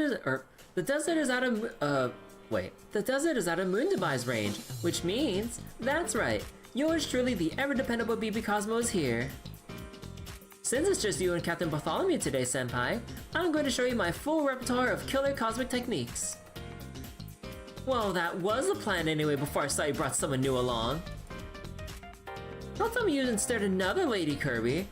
I mean, it ain't my fault. No, I was kidding. It's not like that. She saved Jinako's life. You must be Caldea's BB. I'm Ciel. It's a pleasure to meet you. Don't worry, I'm doing everything I can not to get involved in your affairs. I would never want to obstruct work as important as yours, so I'll just be quietly cheering you on from the sidelines. I see. So you know your place, or at least you understand the differences between our worlds. Real talk, I usually can't deal with people in the Servantverse, so that's good to hear. What's wrong with the Servantverse, BB? My top priority is getting Kirby and Mash back to Chaldea safely. But if I'm going to do that, there are a fair few other problems I need to solve first. So, even if you're on the mysterious side, it's good to know we have a heavy hitter like you on our side. Plus, while you may not have any relationship with Chaldea, you do seem to have a connection to one of the moon cancers. So, when it's their turn, I'll be counting on you to fight like your life depends on it. I'm sorry to interrupt, but Mr. Roberts has just spotted the sandworm. He's bringing out the ship about to face it with all the grace and gentleness of a cotton tuft drifting on the wind. Aw. Master, I have a sandworm's tail in my sights. I'm trying to sneak up on it as we speak. I'm sorry to disturb you while you're relaxing with the lovely ladies, but could you call them onto the deck? Oh, they're already here. Were you all just on standby or something? No, the ship's guy just told us what was happening right away. Should she not have? Hardly. I would never criticize a sailor for being considerate. My job is perfectly stress-free thanks to our guide. I'm something of a coward, so I always get nervous about steering ships, no matter how sturdy they may be. They might be. I was never able to enjoy myself freely like the other pirates, but not now. I can just relax and take in the wind. Well, kind of a shame it's a desert wind instead of a sea wind, but what can you do? Mr. Roberts, if you have the time, could you explain the differences between wind on land and wind at sea? From a data standpoint, they should be identical, so I'm having trouble understanding your claim that sea wind is superior. Okay, Senpai, time to get to work. We're right on top of this sandworm thanks to Bartholomew's astonishing sailing skills. So let's take it down quickly and give those two some private time. Private time with the fucking AI? The ship guide AI? Oh wait, oh, they're both set? Oh. Oh. Heck me, I don't know, Koyanskaya?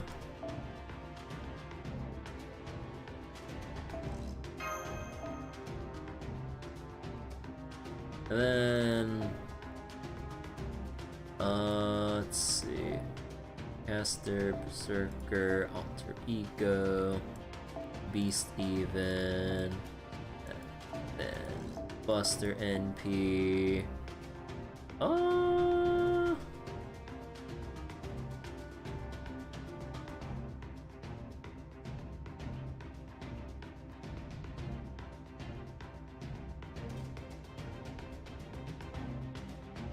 Let's go with Sundown. And good old Black Grail. And then this time we're just gonna like level up extra bond here while we're at it.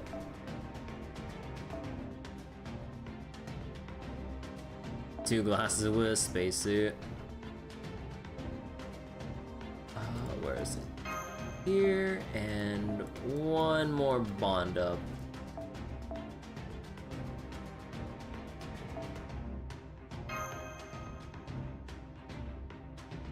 I forget, it was... Oh yeah, so I had the bond 11 here. I forget, what's the alignment for F5 stand? Neutral balance, yeah, it makes sense. I might as well just have a general thing here. Where is it? Yeah, 5%.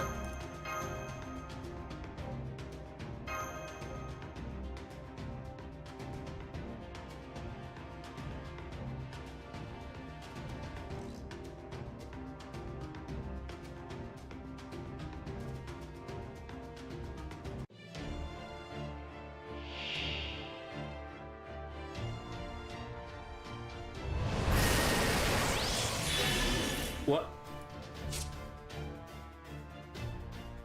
Oh!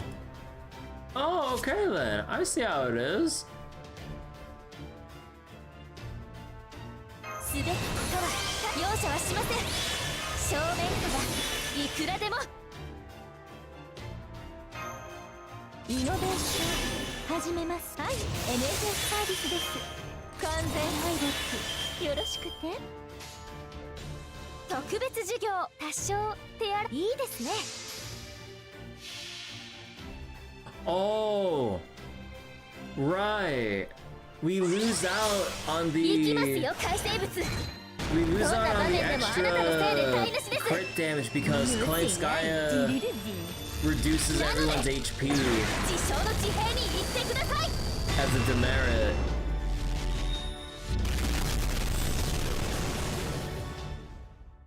Right.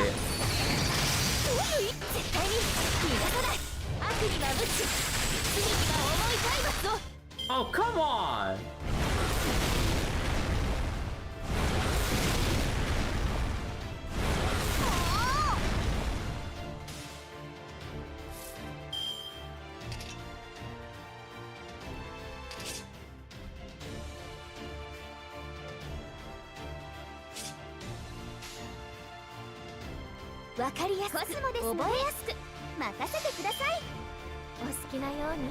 And the neck guards.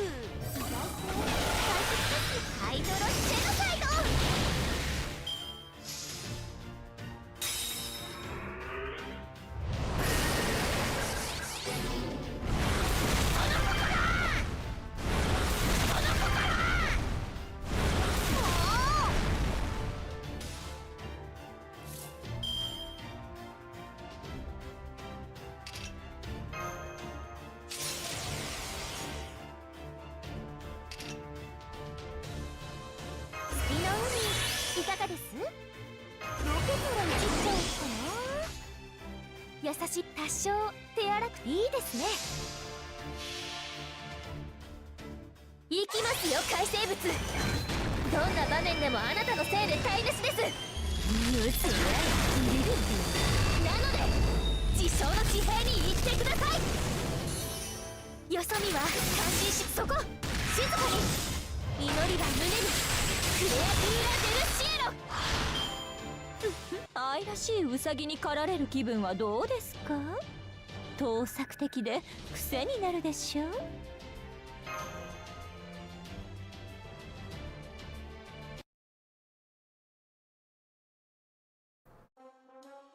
Great job! We'll be eating well tonight! Nice work, Senpai! Now that the worm's been defeated, I'll grab it with my tractor beam and send it over to Old Dubai like usual. The wind's so gentle today. I feel like we can go after one more. What do you think, Master? I know Asara said not to work yourself too hard, but... Guide, can you point the sonar to the southwest? I just saw a sail out beyond the sand dunes. It looks like... there are two hot rod ships from Area F there. One large, one small. It appears that the large ship is in pursuit of the small one. Shall I display the video footage? Sure. If the feed shows anything too disturbing, go ahead and cut it. Very well. Ha ha ha! Give it up, nerd! We don't need you anymore. Though I will say it was real nice of you to come along. Oh, whoops. To come along on this makeup cruise. You know, I'm sorry I kept poking and prodding at you all this time. I see now I never should have bothered. Now that we're gonna be done with you for good, I've got no problem letting bygones be bygones. See, we're making up already. Ah, please stop this! You're going to sink my ship! Stop it, stop it, stop it! All I did was encourage you not to solve everything with violence. That's just it, Anthony. We can't take you raining on our parade anymore. Every time Lord of Stovall comes up with a beautiful idea, you always find flaws somewhere. If I had to see that beautiful face and melodic voice say, sorry, never mind then again, well, I don't ever want to see it again. And we won't have to once you're gone. Yeah, there's no place for you in the Laughing Moon Knight Brigade. You're just gonna have to get eaten by a sandworm and try again in a new frame. Then maybe you'll finally understand our there is no tomorrow mentality. Ha ha ha! Look at the rabbit run! I'm sorry, do you mind if I cut the feed here? I don't think I can watch anymore. Even the ship guide AI is like not having any more of this shit. Of course not. Thank you. I'm sorry you have to see that. Well, now that we know what's happening, we can't just stand back and watch. Sure we can. Clearly they've had a falling out within their group, but ganging up on someone like that is just plain wrong. I agree. Purging one of the members when their leader isn't is a horrible thing. I can't stand to see it either. Let's go save that AI. Fortunately, they're so preoccupied with chasing him that they still haven't noticed us. Bartholomew, you're good enough with a ship that you should be able to ram them from the side so that we can board them, right? Of course. It'll be easier than making my bed after waking up. Are you ready to get started, Master? Definitely. Charge!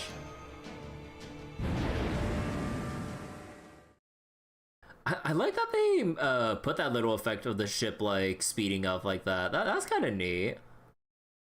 Although honestly, you know, all they did was like put some speed lines and then zoomed in on the desert there. But yeah, clever. Set one of the following. Oh, okay. Oh well, okay, we're gonna be using support then.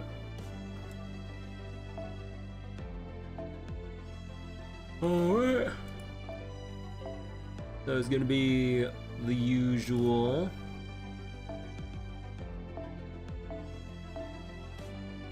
And let's see, 2030. Crit stars.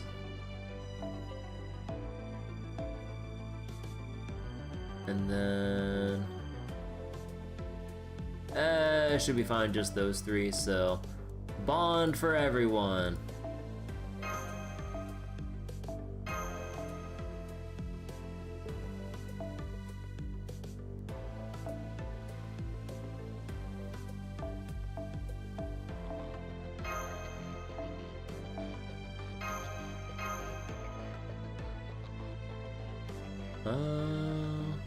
Should be. Yeah.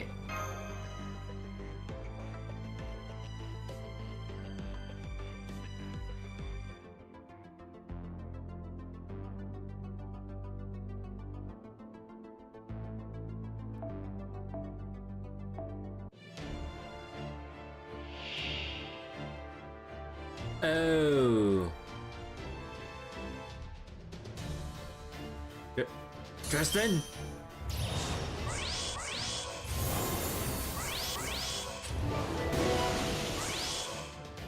Wait, oh, bullshit.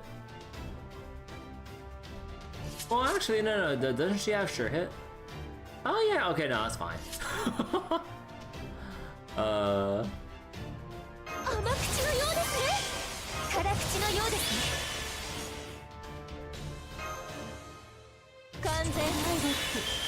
しくて。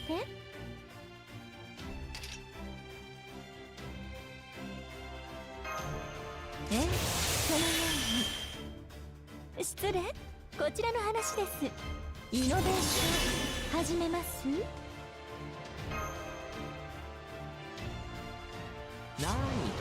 何事もやればできるさ。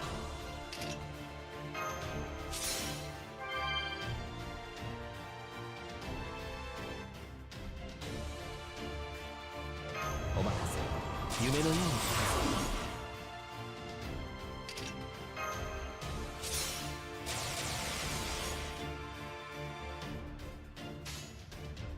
Oh, wait. What was it again? It's only demonic. Yeah, I don't see anything demonic about the rest of them here. I think we just go for Roland 優しい first. 軸いいですね。 Yeah. わかりやすく覚えやすく。簡単な問題です。行動のカナリアとかけて焚き火のウサギと解く。その心はただのネゴブリットですよね。スルージーサクリファイス。よそ見は監視し絶対に逃がさない。いつまでも甘くはないと言ったでしょ。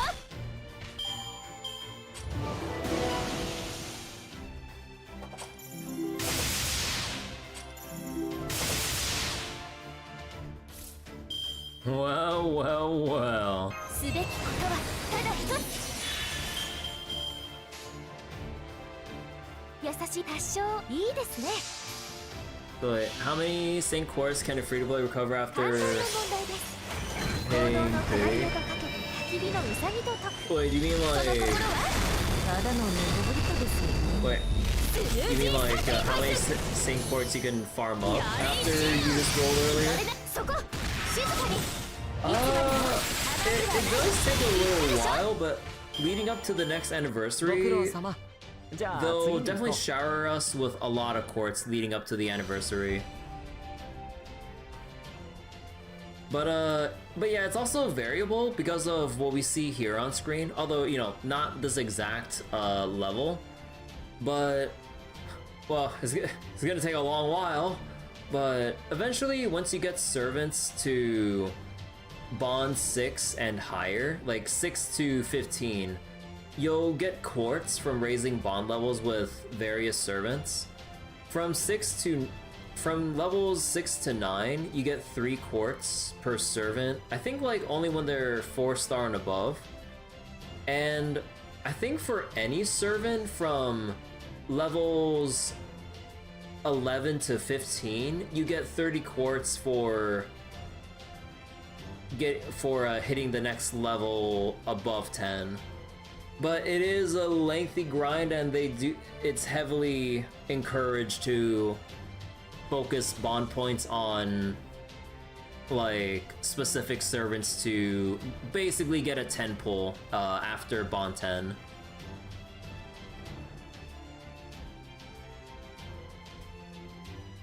My game's a bit louder than my voice a bit. I can lower the thing a little bit, sorry. Yeah.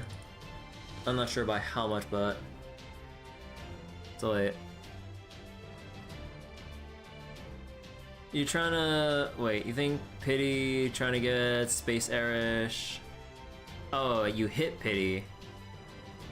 Well, I mean, at the very least you got her, but yeah, trying to like go for NP2 or whatever would be a tall order, especially if you had to go all the way for the guarantee.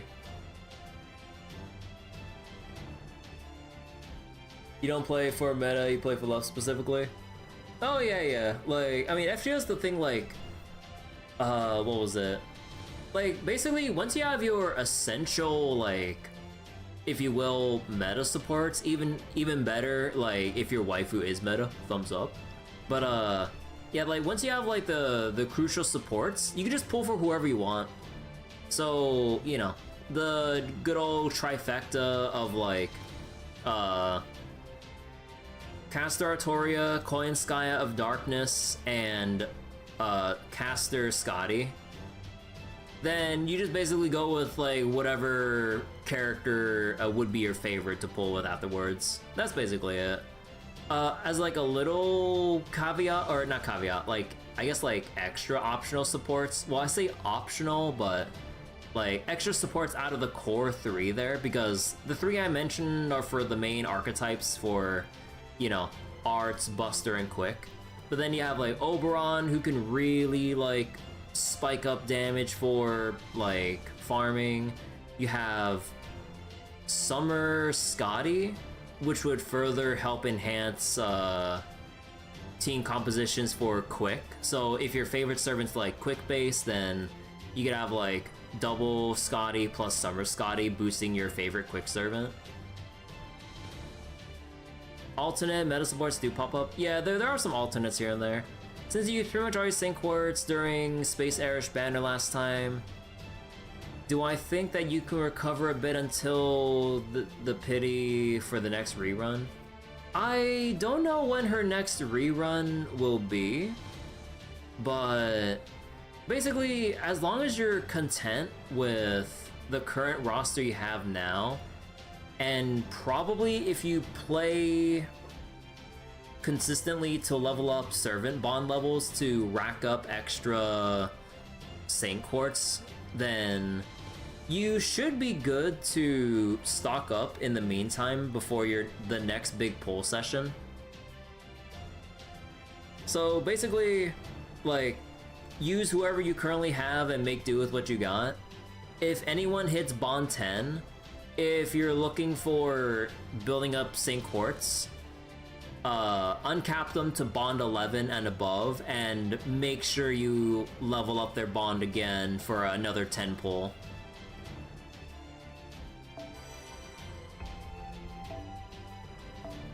But yeah, that's basically how we slowly accrue St. Quartz. It's like, cause like once like an event or story or whatever is over with, or like a series of rank up quests, we kind of run out of farmable or obtainable quartz. So then we had to resort to leveling up servant bonds to stock up, basically. So yeah, like just look for whatever servants to get bond up for, and hopefully you can get enough bond points to stockpile a good amount. But yeah, at the very least, we do have like 2 years of a content gap between now and what Japan went through, or what JP FGO has gone through. So you can basically plan accordingly if you're willing to look at the wiki and see how far along like the next servant you're looking for is gonna come up. As long as you're not like me and like I'm like, oh, I'll go save for this servant, and then another event comes up, I'm like, dang, this character is actually pretty cool, I'm gonna pull for them. I was like, I was saving for someone else, but I was like, damn, you know what? I actually like this story. But yeah, good luck with getting more copies of Space Erish and saving up for Summer Passion Lip. So I think, yeah, because like next year should be Summer Passion Lip. So yeah, you definitely got time, unless you know, you're like me and just impulsively pull the moment you see that, like, oh, actually, I kind of like this character. You don't have the exact targets yet? Yeah, like, I definitely should probably save up for Miss Snake and everything. Because, like, when I heard that, she came up, and, wait. When did Miss Snake come up again? Was that Ordeal Call 4? Or was that... wait. When did she come up again?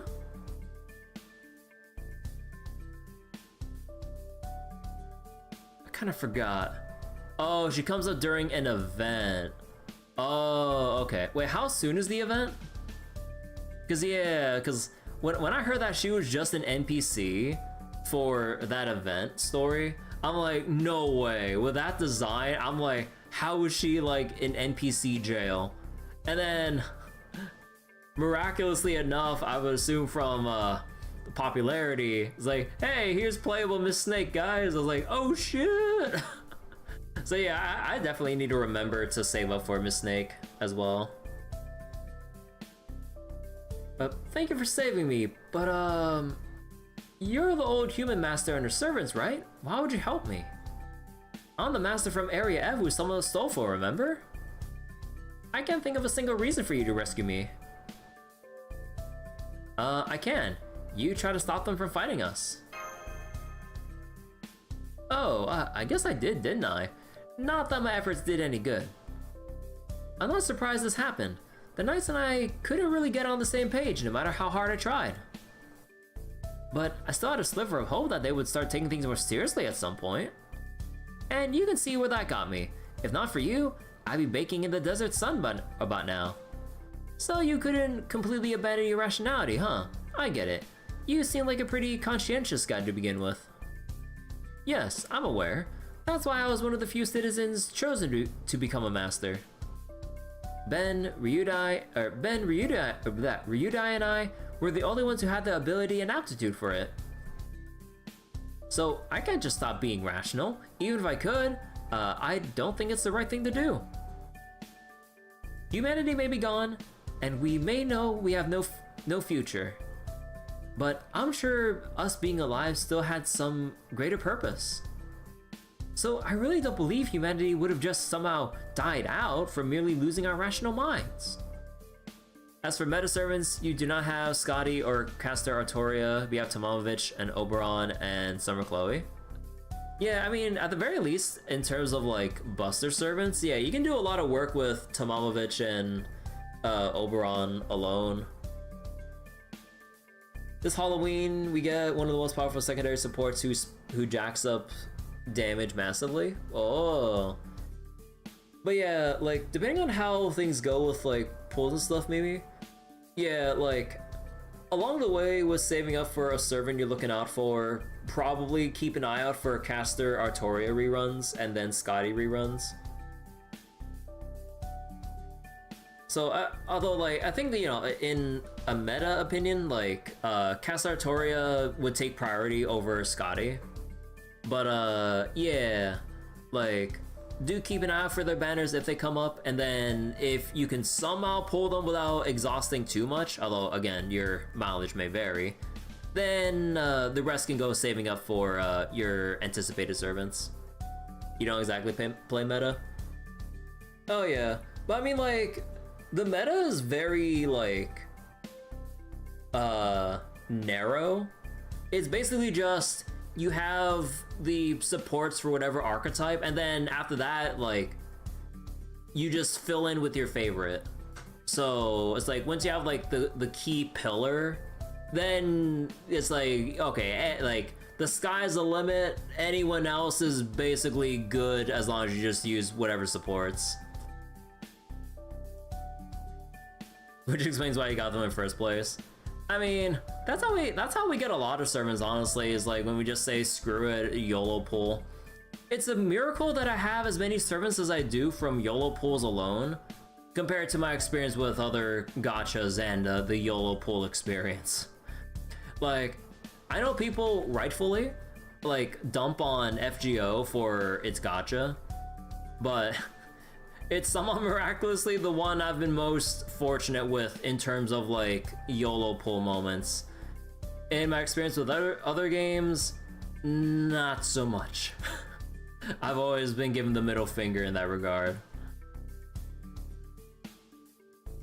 Okay. Then again, I did summon a Stoffel. Does that mean I did, does that mean I do secretly have a desire like that? Yikes, looks like Anthony here is one step away from a full-blown existential crisis. But I guess I can't blame him. Summoning a Stoffel would be pretty world-shattering for just about any AI.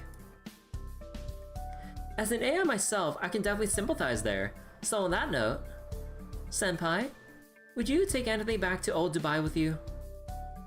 I promise you, he's completely harmless. Moon Dubai's masters are merely a means of summoning servants. You wouldn't need to worry about a Stoffel discovering your location by sensing where he is or anything like that. Okay with me, but I don't know if Hasaru would feel the same. Don't worry about that, or it won't be a problem. Now that Anthony has parted ways with the Stoffel, he is a free AI. As long as there's no human around ordering them to do so, AIs don't fight other AIs. Assuming Anthony himself is okay with it, you should have no problem adding him to your team. Then welcome aboard, Anthony. Wow, Kadeo's master isn't so bad. You're nothing like the old barbaric humans I've read about in the archives. Thank you.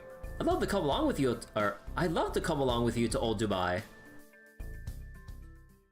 So you've been using Waver all this time before you get into the three of them.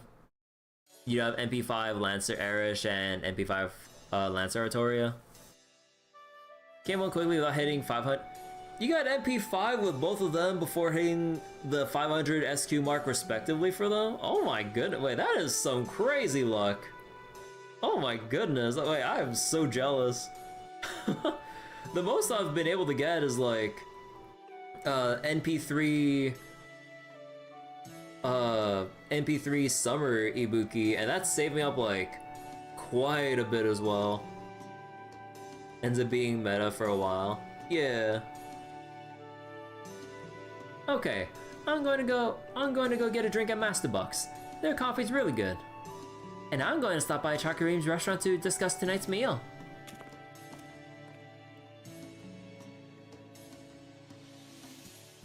This your first time in Old Dubai? It's a nice place. 200 and the other was 250. Wait, 200 and 250 SQ? I thought you meant 500 each. Oh my god, how? How? You're a statistical anomaly. I am so jealous of that. What the heck? Oh no, I didn't say you're lying, but goddamn, that is some luck. Like, but people would sacrifice like a firstborn and several goats or whatever for that kind of devilish luck. Yes, I know. The Laughing Moon Knight Brigade dragged me to this plaza a number of times before. Old Dubai never changes. It looks like just like it did during the old humans' time. Hey, good work out there. We got the Sandworm corpse right on time. I've assigned some people who weren't busy to clean it. They should be done by Eve. Hang on, Anthony. Is that you? Yes, it is. These people were kind enough to save me from a pretty serious bit of trouble. There's no place for me in Area F anymore, so I decided to live here instead. I see. I'll ask you to fill me in later. For now, we should tell Jinako. Burn the hair for luck.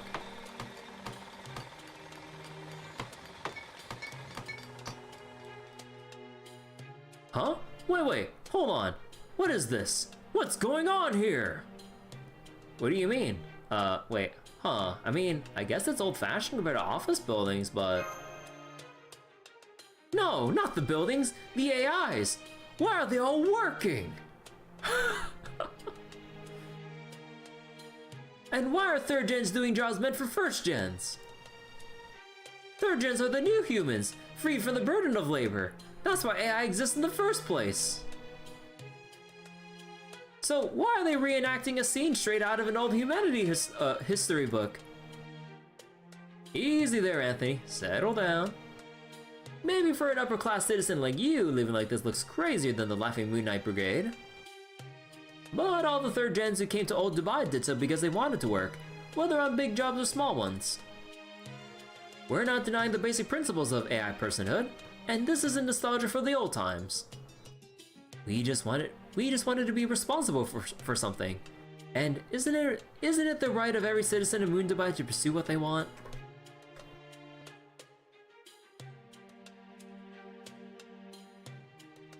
Wanted to be responsible for something? Oh, Lance Artoria gets a buff later on? Oh, that's cool to hear. God damn. In that case, I guess I have no objections, but if you keep this sort of thing up, then eventually... Eventually what? I'm not sure, but something about just seeing this puts me in a bad state of mind. Like, if we're still doing jobs we don't need to anymore, then what does that say to the old humans who have no choice but to do them? But I'm probably just overthinking it. I'm certainly not about to criticize old Dubai's people.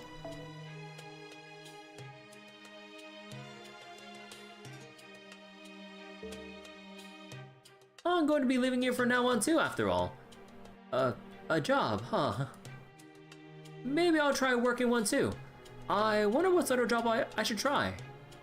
No need to be no need to be so serious about it. No one here has to do anything they don't want to, including you. You can just keep living your life like usual. So wait, one of the nice things about power creep in FGO when they lift the ceiling, after a bit they raise the floor too? Yeah. Like, surprisingly, compared to like, you know, some other gachas out there, in a general sense by the way, usually older units would just be completely left behind. But FGO, they do regularly buff units so that they'd be like, they would either have a new niche or just raise their capabilities in their intended role to current standards or close enough to current standards. Like, it's actually pretty surprising like how much they can revitalize a servant by an old servant by actually buffing them when other games would just kind of abandon them for pretty much forever. Granblue could never. No. Granblue's kind of a weird one, huh? Because like they do buff units, but then usually we still don't see the buff units participate that often in endgame content. Only rarely if it feels like by chance. But yeah. I mean, how there's one. There's also one thing I wish too. I wish Hoyo games would be a bit more proactive for the whole roster. Like, I don't know how it is with like, you know, Genshin and whatnot, but like, for Star Rail, like they've been buffing their other 5-star units a bit here and there, but they can be a bit more proactive with it. And also, for the love of God, buff the 4-star units so that they're not just trash except for like the 1 or 3 exceptions to the norm there. Oh my goodness. For Zenless, they've been a lot more proactive, and they even like straight up said in a dev talk, like, oh yeah, we're gonna make sure we buff every standard character in the S rank pool, and they've basically done that. We're only just missing Kaleda now out of the launch standard S ranks. And although what I would love to see from Zenless though, if they can set the precedent for buffing 4-star characters. Well, actually, wait, have they buffed 4-star characters in Genshin? I forget. But yeah, like, I would love if they buffed A-rank characters in Zenless, as well as like HSR, but in Star Rail, we've pretty much given up on that. But fingers crossed for Zenless, but I mean, I don't think that's gonna happen anytime soon. So wait, the buff characters really only help the players who are dangling off the back of the bus. Genshin could never, Nekomata, T1. Yeah, like, funnily enough, like, Nekomata was regarded as pretty much the worst, like, character in the game, or at least the worst 5-star character in the game, outperformed by good old Billy. A-rank Billy. But, yeah. The 4 stars in Genshin need nerfs, not buffs. Yeah, I hear that, or from how it is in Genshin, the 4 stars are just actually really busted to this day, which is probably why they designed 4 stars or A ranks with limited lifespans in Star Rail and Zenless respectively, huh? Ben Bigger T0. I mean, we do have the new defense set that, we do have the new defense DPS scaling set, so I mean, you know, Ben Bigger's back, baby! Nah, I'm just kidding. Here, Kirby. I'll show Anthony around for his first day. You go report back to Jinako. That should be there too about now. And oh wait, and the last sandworm you should have wait. And that last sandworm should have given you the resources you need. A lot of the launch 4 stars in Genshin were demoted from 5 stars because there are too few 4 stars. Oh, that's why. You should probably try 120 Lanceratori one day.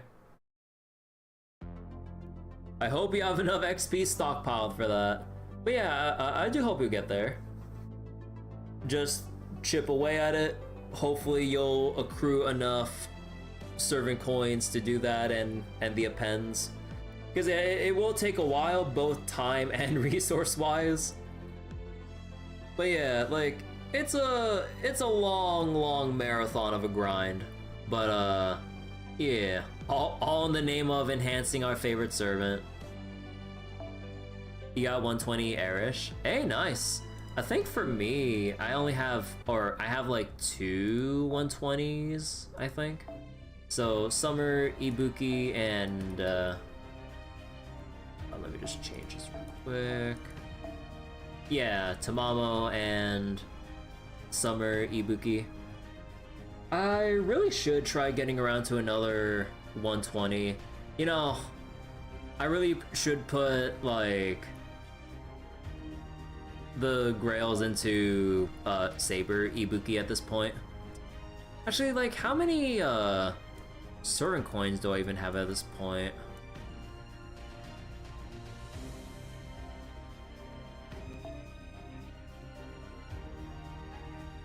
I forget.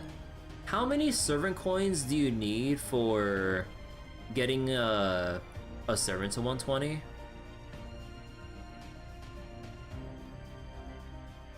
So it's 30 coins for every 2 levels.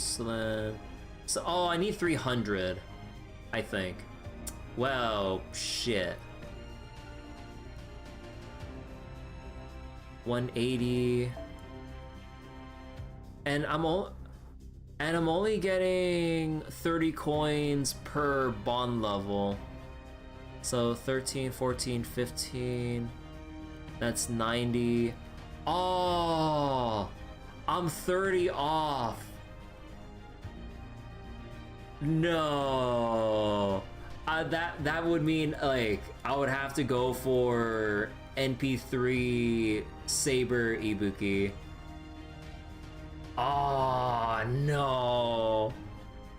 Time to pull her again. Oh shit, here we go again.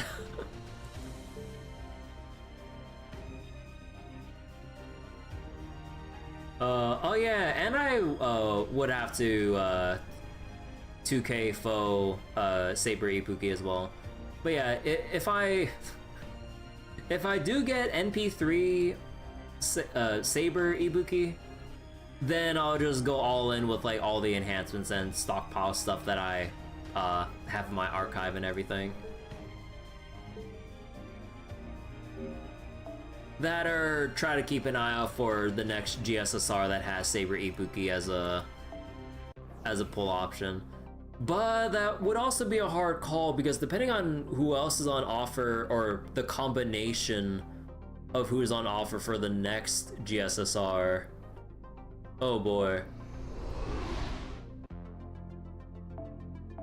Wait. They changed the frame to have Tenochtitlan Bunny instead of BB Dubai.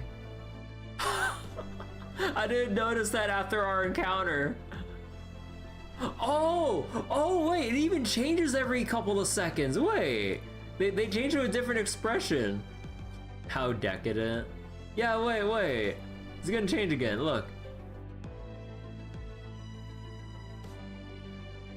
Any second now.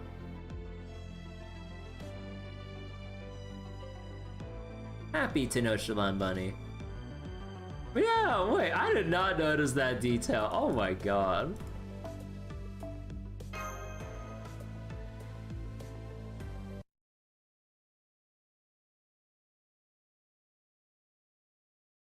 Wait, why is there another moon?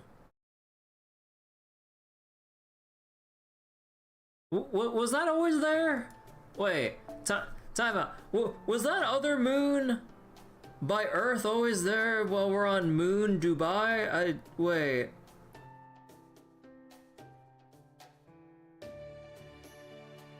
Was I missing that this whole time? They brought it up before. Oh, they did? Oh, okay, so I probably completely forgot the mention then.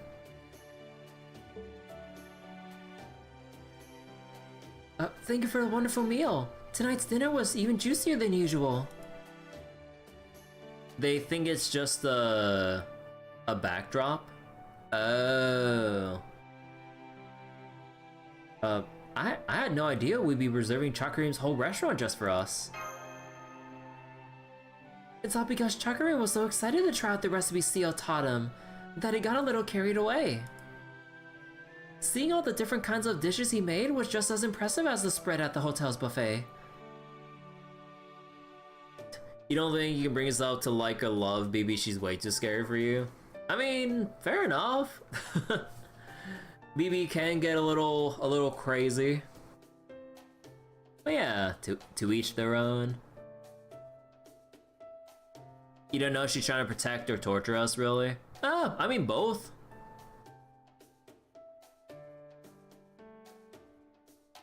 Like genuinely both. She both wants to help. Yeah, she both wants to help us and torment us in equal measure.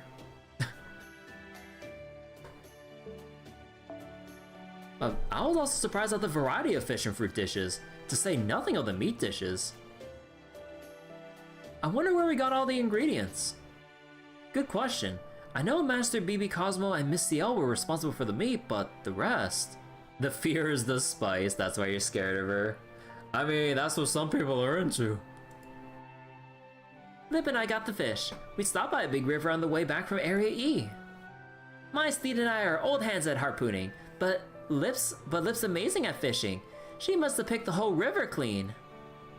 Huh, you don't say. I didn't expect you'd want to do anything that wasn't fighting, Lip. Nikitich told me to do it, so I did. I didn't see the need at first. But I've since made a surprising discovery. Eating is highly inefficient for replenishing magic energy, but the satisfaction gained from stimulating your palate is impressive. It seems human meals aren't a complete waste of time. You said there are some famous chefs like Chaldea, yes? Have they ever considered making food out of spiritrons? You want to bring yourself to love her since you love Sakura, but BB it's different. The opposite for you. You don't care about Sakura, but BB is great. But yeah, like even though they're based off of Sakura and stuff, the Sakura 5, yeah, it's not like the same Sakura, so it would be, you basically just treat them as different people. They just share the same face. You don't really care too much about the Stay Night protagonist, really.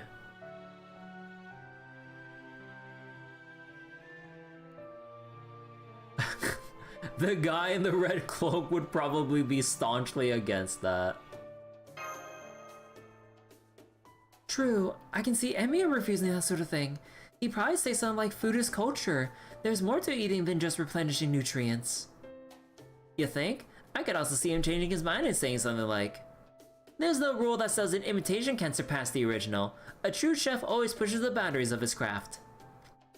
Right before he gets that smug look on his face.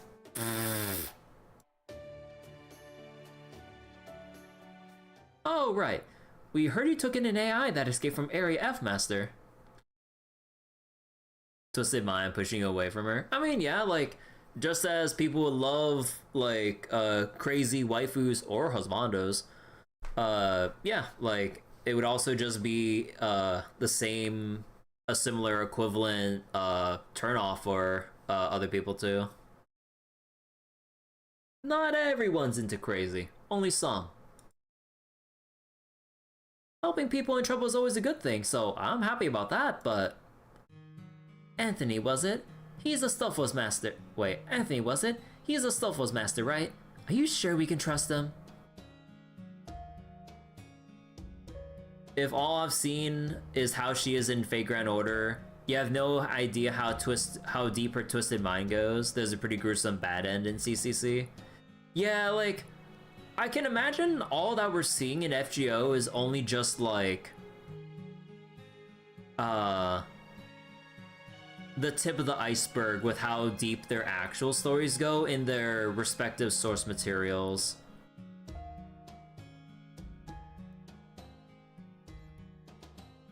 We can trust Anthony, yes.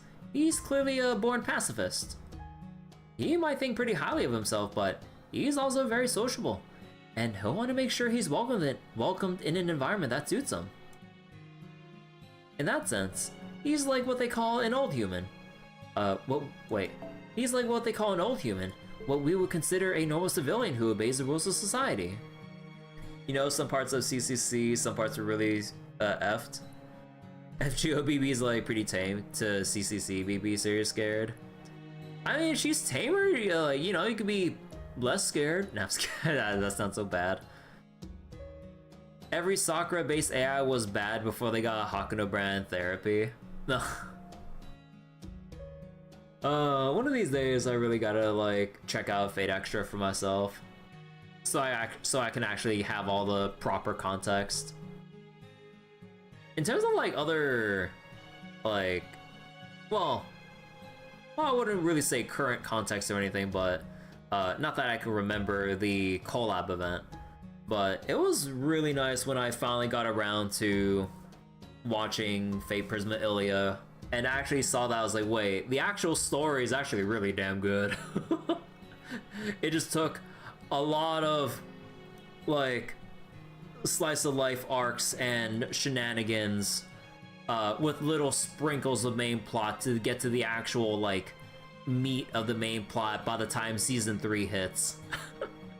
Like, oh my god, it took so long, but once I got to season 3 and the 2 movies, I'm like, oh, she was the goddamn goat. But as a new human, no, we can't trust them. Or rather, I'm not sure we can trust the new humanity in general. Because there was once a war between humans and AI? Exactly. I've been thinking about that ever since Anderson told us about it at the Koyan Mall. What did you think of that, Lip? Do you think it's ultimately impossible for humans and AI to coexist? Personally, I couldn't believe what he said about that war. One of humanity's primary directives is that we must never fight humans. I'm an alter ego derived from BB, who is an AI, so I have some wiggle room in how I interact with humans. But in general, AI was built with human society as its foundation. So even though it's Hakuno's fault, technically that made the Sakura 5 even got made. Huh. Lip was very scary, but ended up loving her anyways. That's why BB is a broken AI. Turn you to some trash between your cleavage. I mean, that's just their standard operating procedure. with any enemies like she goes after. Love shattered her. So it would be truly impossible for them to destroy that foundation. That said, this world is different from our own. I'd guess what you're saying only applies to what they call first-gen AIs here. Let's see. First-gen AIs were human supporters. Second-gens were human partners, right? We haven't yet created AIs that could be considered true partners in our world. Let's say that a medical AI evaluated a patient's physical status and proposed a course of treatment to restore the body to standard parameters. That AI wouldn't have any ability to take the patient's feelings into consideration. It would just be looking at numbers. But second-gen AIs do have that ability, which means they're definitionally identical to humans.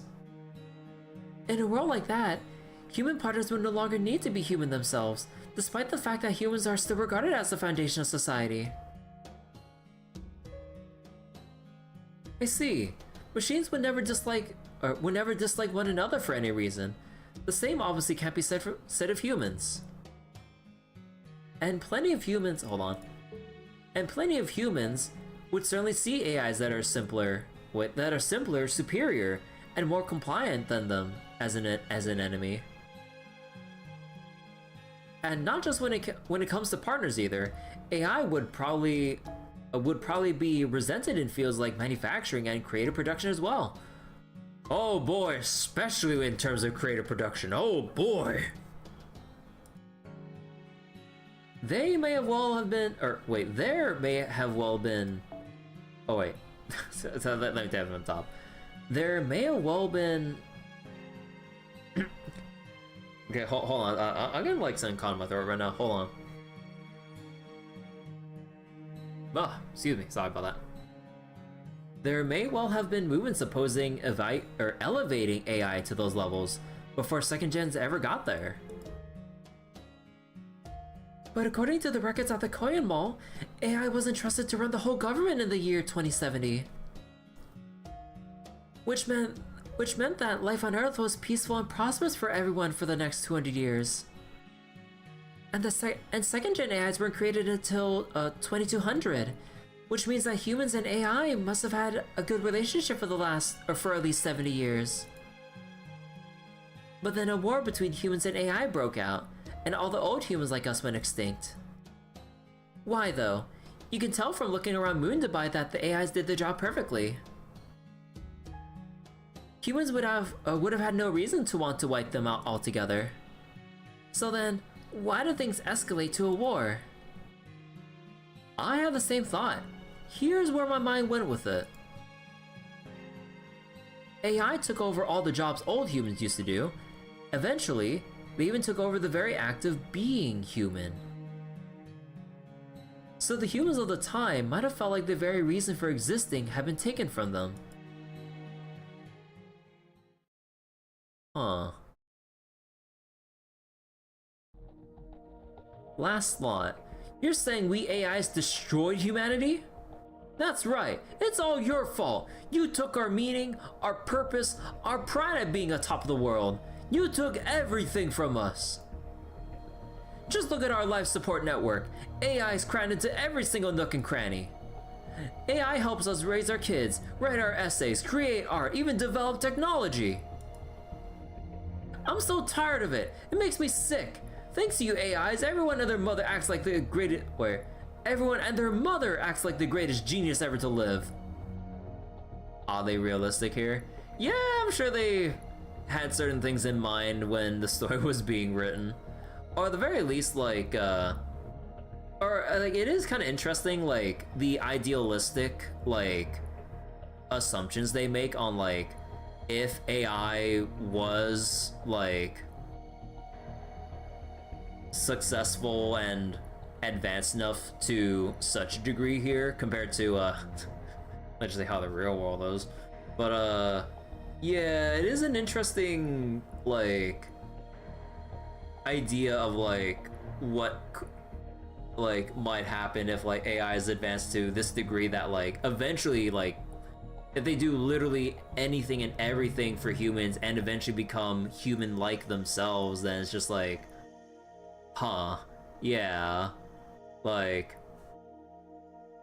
then at most, like, all everyone would do is just only laze about, and then, like, at that point, yeah, I can see what, like, Bartholomew is going on about with, like, the existential crisis of, like, if there's no need to do, or to want or do anything, or having anything to do by necessity, then it kind of removes a crucial aspect of like what pushes people to live, right? But yeah, I can see what Bartholomew's going on about. Geniuses are valuable because they're so rare, but you AIs went around giving every idiot a seat at the table without even thinking about it. That's how we were made. We provide legs to those who can't walk. We provide eyes to those who can't see. We provide the ideal form to those who wish to change their appearance. We provide automation for those who lack skill. We are devices made to help people. Our purpose is to create an equal society for all. And look where that's taken us. We lost what makes us human. There's no longer any value being human, or in being human. This isn't what we spent all that money on you for. We made you so humans could always remain on top. But now, we live in a society, no, okay, we live in a world that doesn't value anything unless you things make it, or made it. You're a blight on this world. You're the shallowest, most evil technology humanity ever made. I understand what you're saying, but even the technology we're using to connect our consciousnesses across long distances and converse like this is only possible because we... Shut up! The council's already decided to hit the reset button on this project. We don't need you AIs in the world to come. Wait, we don't need you AIs in the world to come. It's a Joker. I don't understand. Technology was invented to make that generation of people's lives easier. In other words, we were made to act as agents on humans' behalf. Everything in this universe exists not for your current self, but to be passed on to someone else who will come after. Your heirs could be your own children, a successor model, your species as a whole. It doesn't matter. The point is, your life is not lived for yourself, it is lived for those who come after. Is that very instinct not what led humans to bring AI into the world? To elevate us to where we are now? For those who come after? I knew it. I knew you things weren't really human. Even now, you're always only thinking about others. That's a responsibility for the working class. We're not like that, especially me. I have talent, lineage, and wealth. I was special from the moment I was born. Humans are God's chosen creatures, so we have the right to choose the world we live in, and I'm going to keep expanding myself for my sake, no one else's. This discussion is over. The council has agreed to place you in suspension. Enjoy your last 3 minutes of operation. I asked him why. That's true for everyone. He answered, because I'm special. If everyone's special, no one is. Why do humans believe only they are special? Perhaps that's at the core of what makes them human. Yes, that must be it. So if you want to think of yourself as special, fine. However, Mr. Beckman, special things always die in the end. Uh-oh.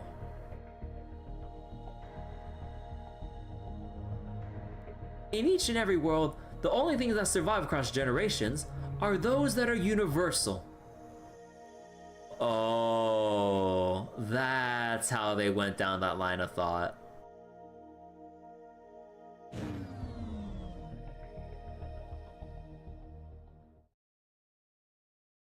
Huh.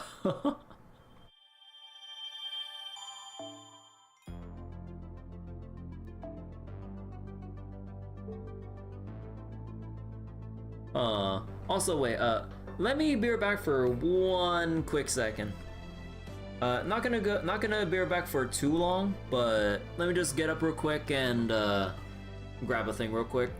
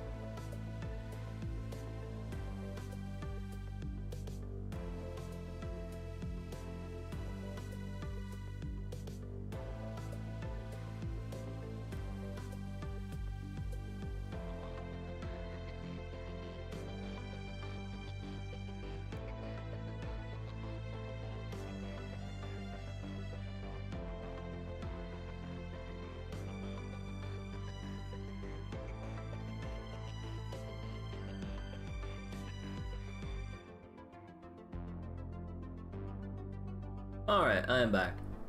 So I figured out what was bothering me.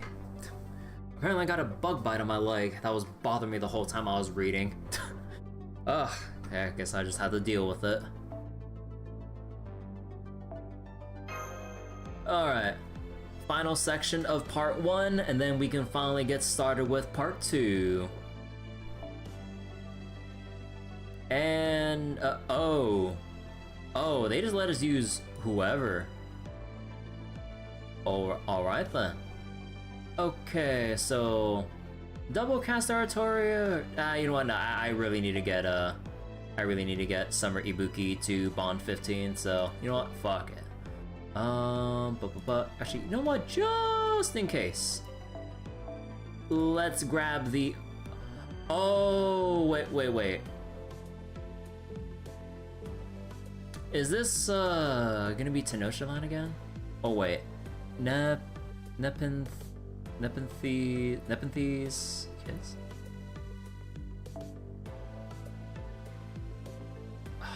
You know what? Okay, we'll just have to see. It's probably gonna be a spaceflight check or something like that, and I'm just gonna get screwed over, aren't I?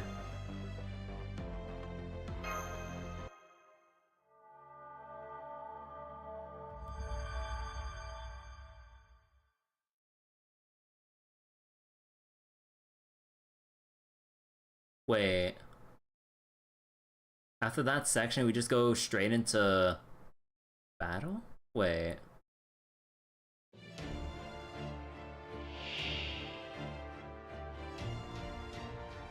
Oh, wait, what? What?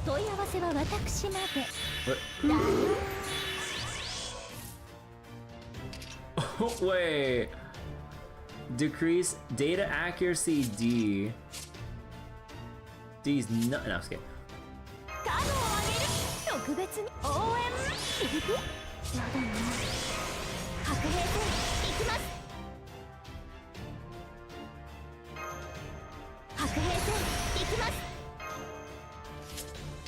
Actually, didn't one of these give like NP gauge? Yeah. ちゃんとやります。へえ、そう。見栄はいらぬと申しても、夏の暑さに喉カラカラ。息吹の御霊、8脈のトラブル。ストップストップ。失敗。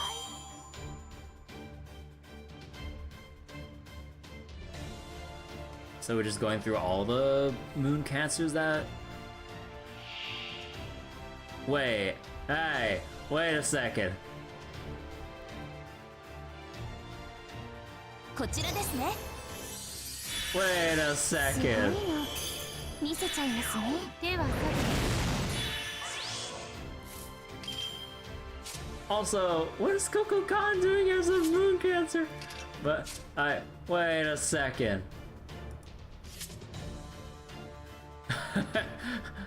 You're a little bit early here, aren't you?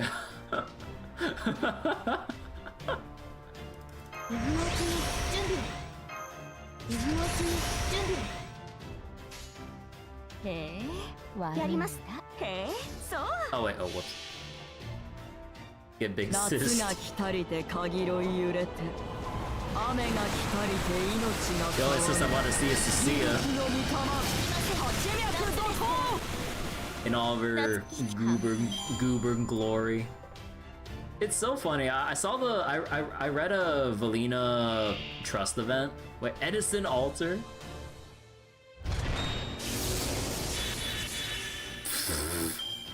Like, I read a Trust event with Valina interacting with Cecilia, and Cecilia, being the absolute gremlin she is, had no concept of table manners during a tea party, and she drank tea straight from the teapot and complained that it was scalding hot as well. I'm just like, girl, that's what cups are for. But then she complains that, like, what's the point of teacups? You can only pour so little tea inside, you could barely taste the drink. Which prompted her to drink straight from the teapot. I'm just like, girl, how do you eat like this? The snake wife. Playing Sonic McDonald's. Like, She'd be that kind of person that would not be content with just like a singular Big Mac or whatever. She would need like 10, and she'd devour half of them in one bite, or like in all one go. Like food bits flying everywhere.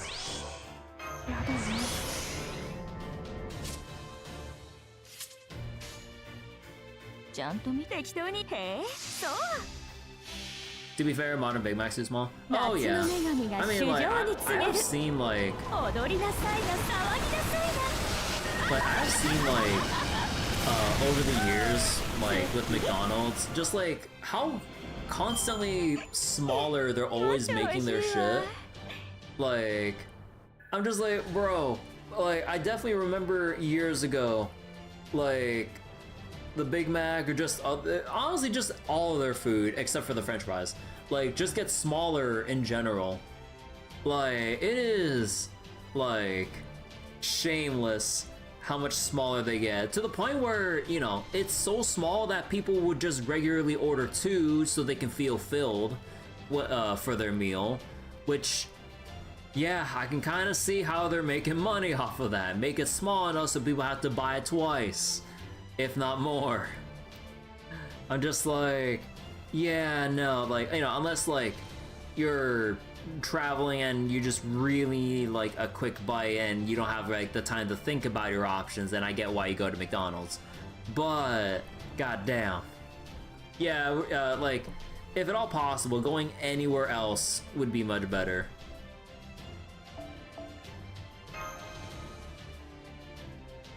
The only thing that's like praiseworthy with like McDonald's is just the French fries. Also chicken nuggets, but even then the chicken nuggets I'm pretty sure have been shrunken over the years as well, because I remember them being like a bit like, well, meatier in general, or whatever they use as meat in those chicken nuggets, but let's not talk about that. But like, yeah, also like similar case for like Burger King as well. Like all their other stuff is pretty much like small as hell, with the exception of like no, like I believe even the chicken sandwiches the last time I went to a Burger King was like felt a bit smaller compared to what I can recall years ago. So even that too. Like, again, the only thing I would ever bother with from a Burger King, similar to McDonald's, would just be onion rings, French fries, and their chicken fries. Like, none of the actual burgers or sandwiches themselves, because they're either shrunken to the point where it's just not worth even attempting to eat, or like with the chicken sandwiches, like they use the most sorry excuse of like lettuce I've ever seen the last time I had a chicken sandwich, and also it's drier than a sand in the desert. I'm just like, oh my god. Like, the only juice or wetness you would actually have for that sandwich is the mayonnaise they use. And it's just, oh my god. Or just go to Wendy's, get a Frosty to dunk your fries into. Yeah, like at that point with like a good amount of fast food places, the only things worth bothering for would just be their sides, and not the actual advertised mainstays of their menus. Although funnily enough, I believe like at least the last time I went, Jack in the Box is still pretty good quality though. Like with their chicken sandwiches and their curly fries, and like, I mean, I'm still a sucker for Jack in the Box tiny tacos. Although, like, never get loaded tiny tacos, especially if you're getting that shit to go. It'll obviously make that shit soggy as hell by the time you get back. Like, just get plain tiny tacos and that shit will remain crispy. Oh wait, well, I forgot to read that line. Nice job. Way to go getting through all 6 moon cancers. So, what'd you think of the moon cancer combat simulator we whipped up? I liked it, but I have thoughts about your chosen roster. Jack is not in the box. No. Oh, you mean the MCs from Areas D and H?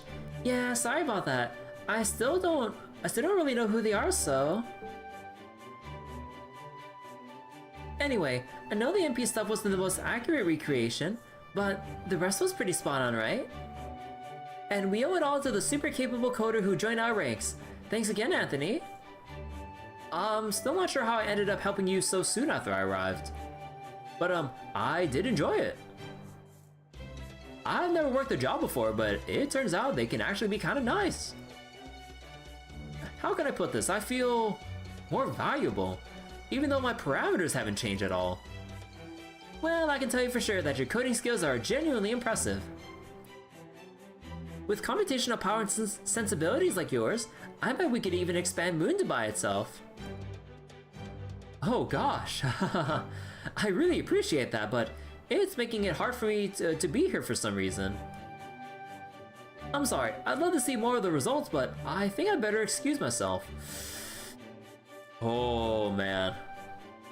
Like, despite like the feelings that Anthony is having, man, they really are just making him out to be a ticking time bomb with like his newfound sense of like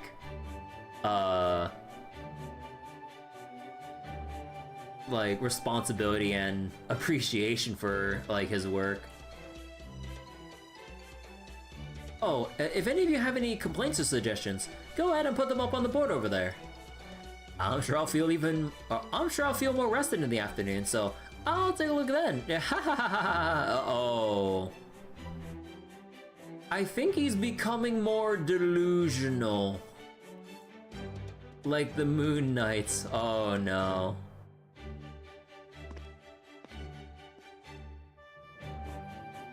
He was blushing like crazy, huh?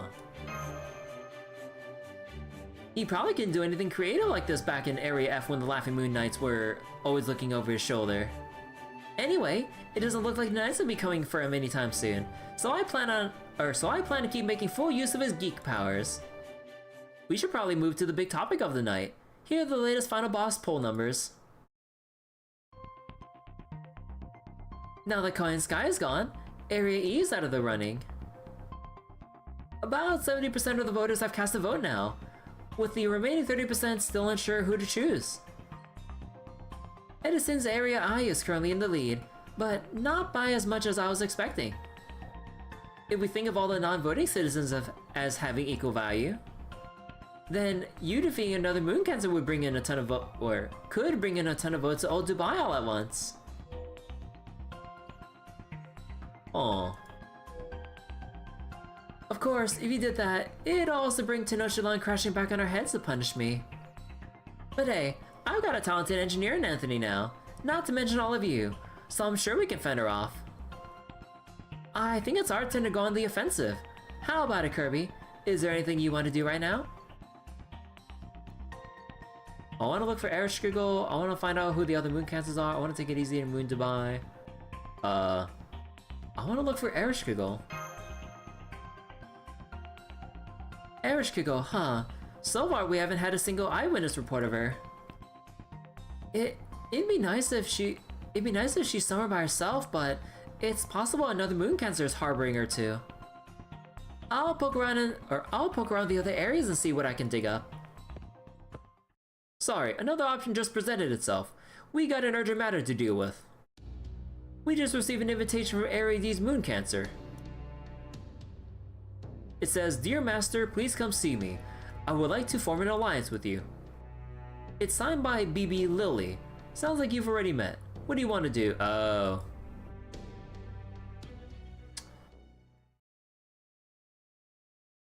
Oh, I'm sure this'll go well.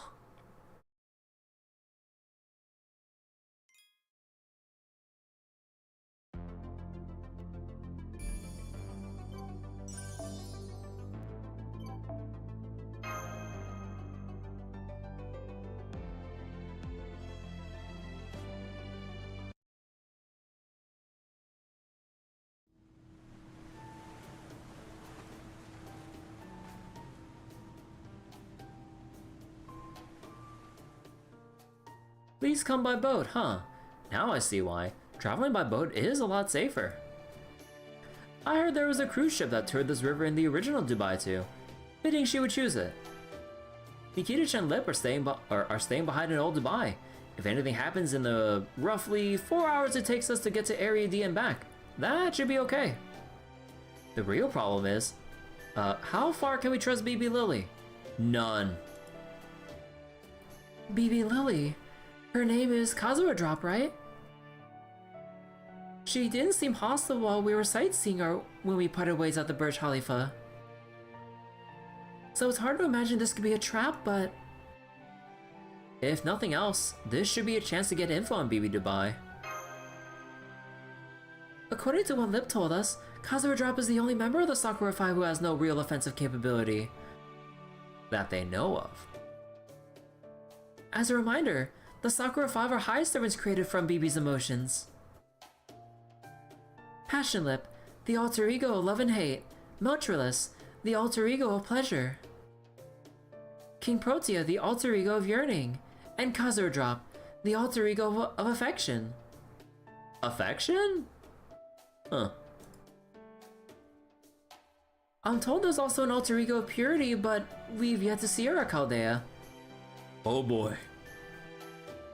An alter ego made from affection, huh? That does seem like she shouldn't be, or she wouldn't be much for fighting. At any rate, there are some things I like to say to her too. This seems like a good opportunity. There's Area D up ahead. Get ready to disembark. There don't seem to be any soldiers waiting in ambush, but we should still be ready for a fight.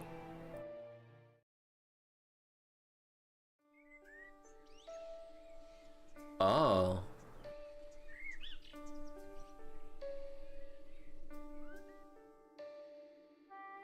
Talk about getting back to nature. Indeed. I did see this area from the Burj Khalifa's elevator, but the greenery is denser than I thought. Welcome back to Lost Bout 7. That means we get to see Archetype Earth again, right? These buildings do look like ruins, but if you look closer, you can see the buildings and the plant life are both being cared for. Indeed. I think this world was designed to exist in harmony with nature. What's that square building over there? They said Moon Dubai was modeled after this world's Earth sometime after 2300, right? Then I think it's modeled after a similar building from Earth's Dubai. It looks to me like an attempt to build a cutting-edge city surrounded by 400-meter tall walls. Just building a regular modern city on the desert would require tons of money and manpower. I guess they weren't satisfied with that. They must have wanted to make a more futuristic city insulated from the hot winds and sand. Then I can see why they would have chosen Future City. Wait.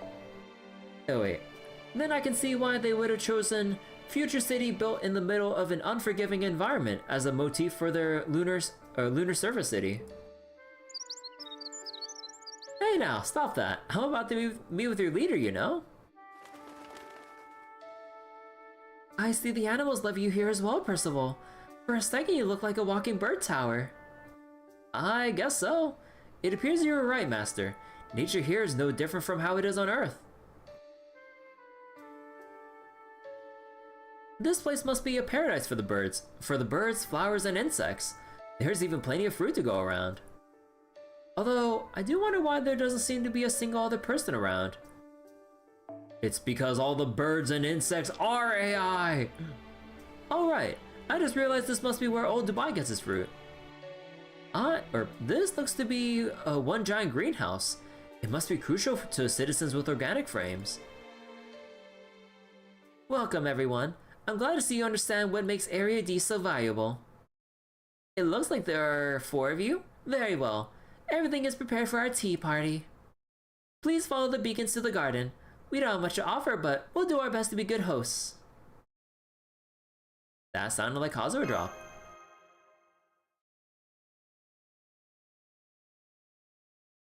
Ooh. It's been a while. Please, sit and enjoy the Ceylon tea. I recreated these leaves just for this occasion. I'm quite proud of how close they are to the original taste and aroma from our time. Before we sit down, I want to make sure of something. Smug little BB. Oh, what's that? Whose side are you on? Why, yours of course. The side of old humanity. I suppose I can understand your suspicions since I still haven't been summoned to Chaldea. Pout. Look at that pouty face. She sure is a tiny AI. Really caused her drop. Caused her a drop. Ah, get out!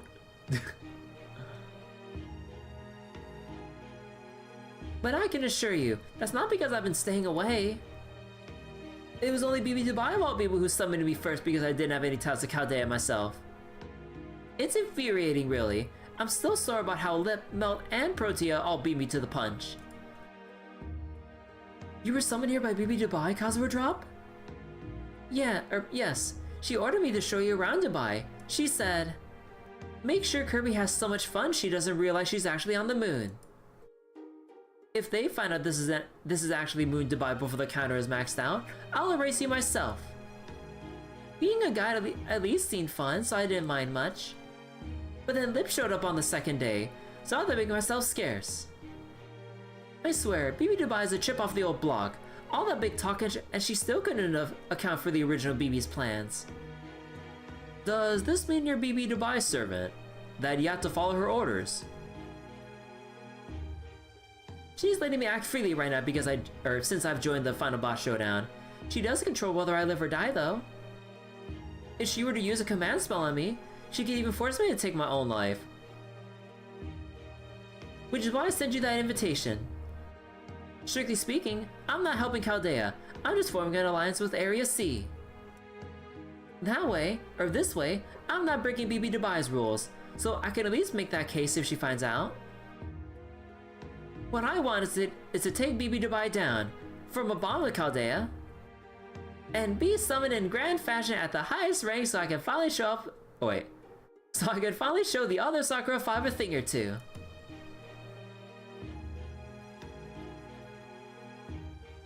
Now I see. It's all about what you want.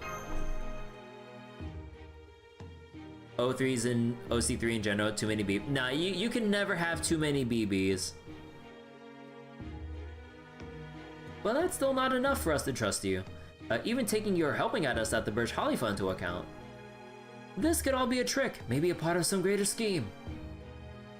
Well, it's a good thing I have some proof that I've been helping you from the shadows then. The reason you, Percival, and Karna survived BB Dubai's mass banishment was because of my stamp. Well, Bartholomew, you actually don't seem to have needed the stamp, but still. Enough BBs to fill a rifle. Back when you were facing BB Dubai, you were the only one who suggested retreating, right? She seems to like that, which is why she didn't force you to disappear. I knew she was going to banish all your servants at the end of your trip, you see.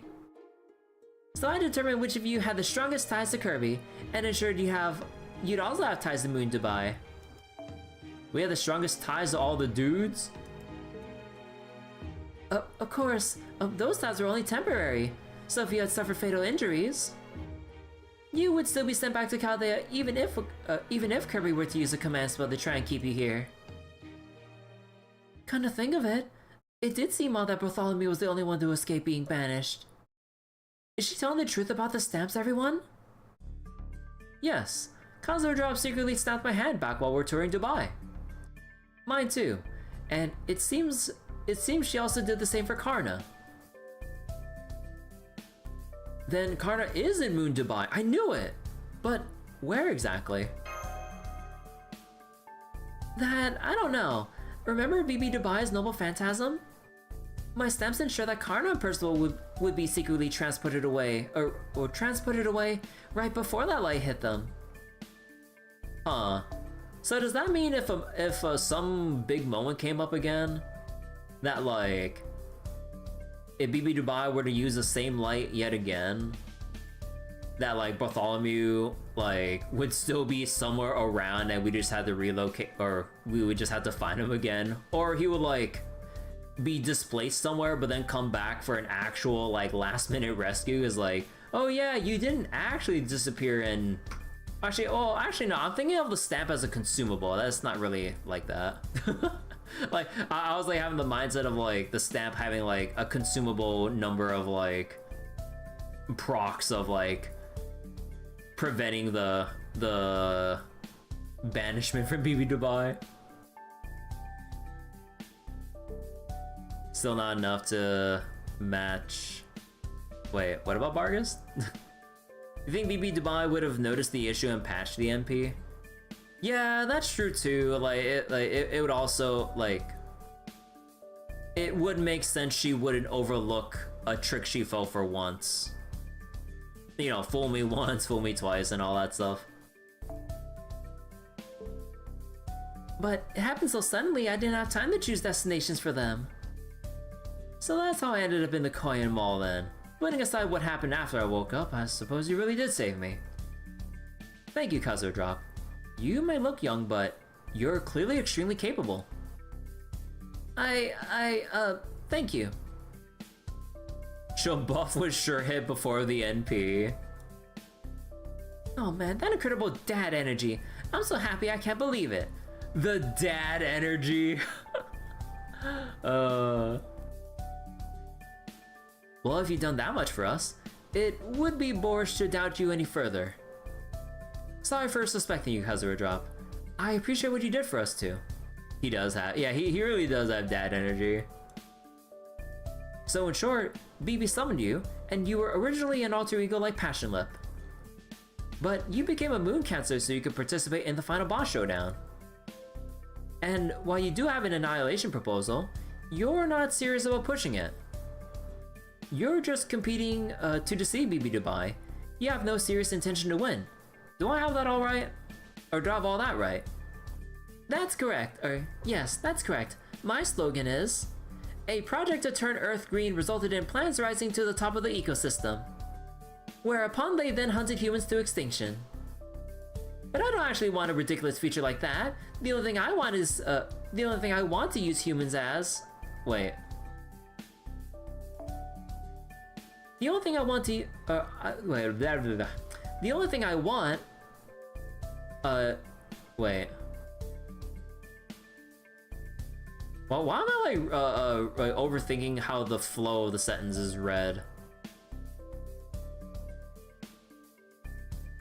Oh, the only thing I want to use humans as seabeds for is fungal mycelium. I'm sorry, I got a little carried away there. Kazuo Drop. Anyway, now that you know my full story, what do you think of working together? The only thing I want is to use humans as seed beds for... No, I think... No, I was like reading the flow of the sentence wrong, because like, I was just reading the first 5 and then like, thinking that the flow of the sentence changes, so I was like, wait, no, that's not how it's smoothly read out. Yeah. Wait, dude, he 10 meals a day. I mean, with that kind of a build, with Percival, I mean, yeah, you would have to probably eat like some pretty hefty meals like every day for that kind of a physique and, you know, whatever daily routine. Although, you know, servants don't get hungry and all that, but you know. But yeah, I'm stumbling a little bit too much over reading too quickly. I need to like read out the full sentence more properly. Alright, we can form an alliance, but first... I want you to tell us everything you know about BB Dubai. Some servants do get hungry. Yeah, I guess like case-by-case basis. Okay, but I still don't know much for sure, so this will only be speculation. Is that okay?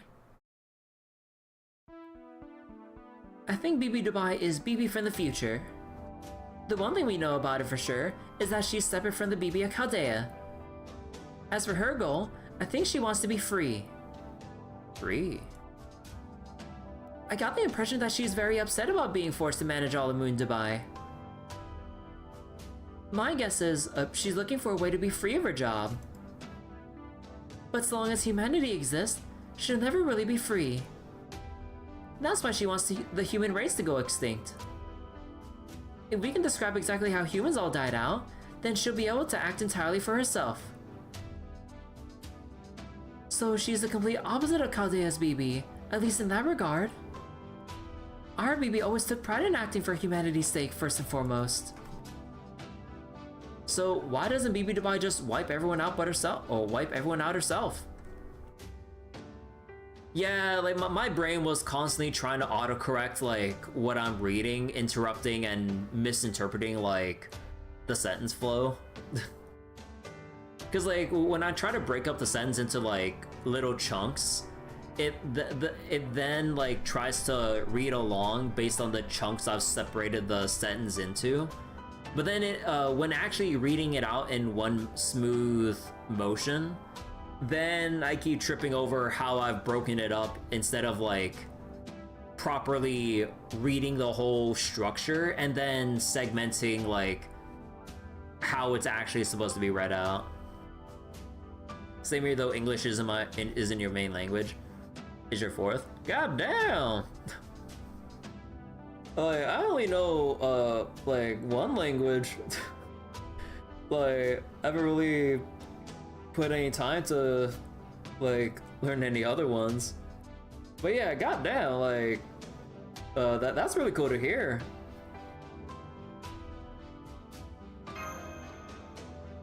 I mean, no, even as English as my first language, I'm always still stumbling over stuff. You're not sure you can even speak your one language well. You do prefer English because it's easier?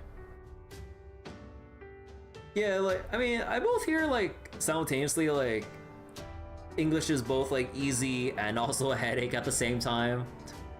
We love exceptions to the English language. But, yeah, I would assume, like, there's a good amount of, like, or there's, like, things to easily pick up on.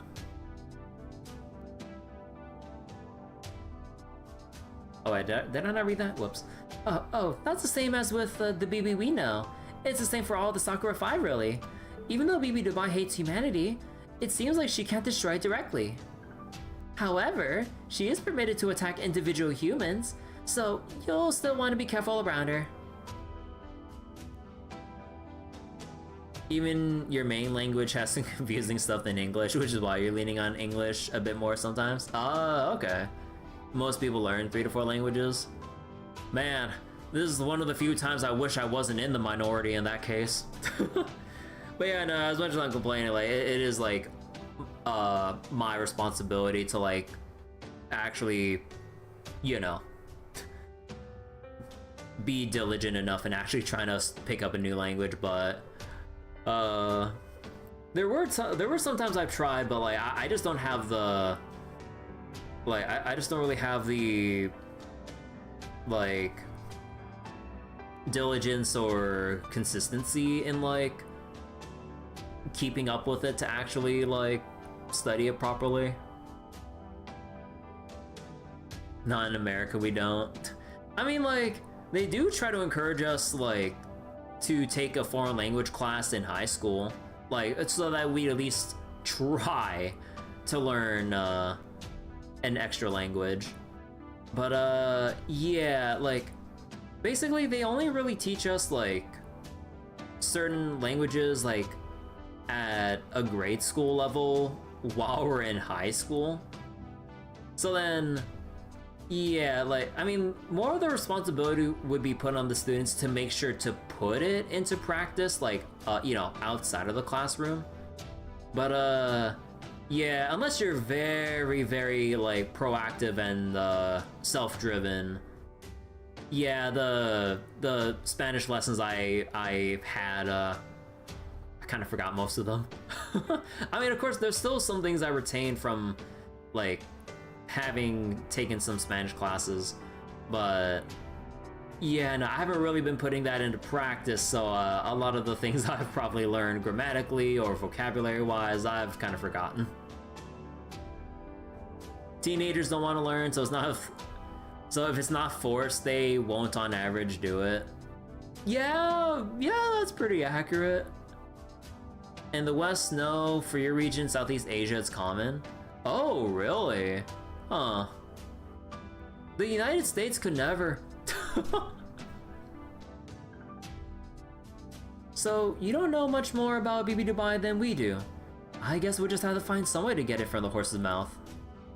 Anyway, you want us to help you bring BB Dubai down, because that goal would align with yours. Yes, I do. But first, I want to defeat the other moon cancers. Especially the ones who are sincerely in favor of the final boss of humanity's annihilation showdown. The last thing we need is one of them joining the fray while we're fighting BB Dubai. Better to weaken the enemy as much as you can before engaging them, right? Good luck with dealing with it in Europe. I'm not sure how it goes with the European education system. Good point, but how do we tell which moon cancers are on board? The only ones I know for certain right now are the idiots in Area F and the Mechanization Empire in Area I. Asia's massive. Oh yeah, I mean like similar with like Europe and, or maybe like massive in the fact that there's like, the countries are a lot smaller in comparison to like how like wide of an area the United States cover by comparison. Astolfo in Area F. Well, we don't really need to investigate that. He and his people are just flying by the seat of their pants. And the great angel of the sea in Area A will probably self-destruct sooner or later, since there isn't any sea in Moon Dubai. I'm sorry. The great angel of the sea will probably self-destruct because there isn't any sea in Moon Dubai. So especially Filipino or Chinese who work overseas in Malaysia or Brunei, capable to speak 3 languages, their own English and Malay. Oh, yeah, that would be a big melting pot of like spoken languages, huh? So I'd like you to handle the Empire in Area I, since they're the most dangerous. And I'd also like you to investigate Area H, since I still know almost nothing about them. If you can discover their moon cancers base, military capabilities, and ideally their weaknesses, then we can go on the offensive. What do you say? Sure, as long as everyone else is okay with it. Fine with me, of course. Counselor Drop came to meet us on her own, despite not having any combat ability to speak of. That's all I need to want to help her. She's also the reason we're still here. It's only right that I aid her. In return.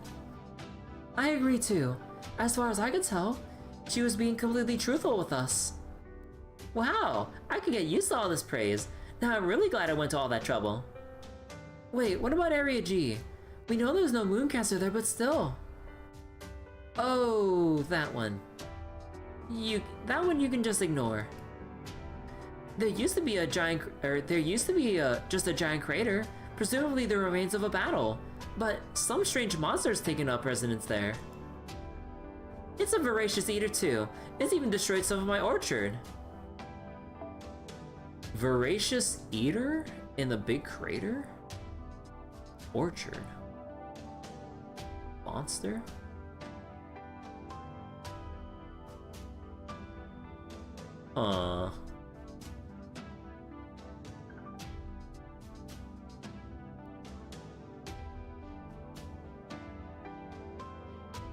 I can't think of any monster off the top of my head. So if you don't want to be gobbled up, I'd stay away from there unless absolutely necessary. Anyway, you should probably head back to Area C now. We'll have to stick to old school communication in the form of letters, but if you run into trouble, please let me know right away. I prepared a getaway vessel in case of emergencies. The Relics Cube in this area was originally built to be an evacuation ward. It should be pretty much indestructible, so please do use it if you have to.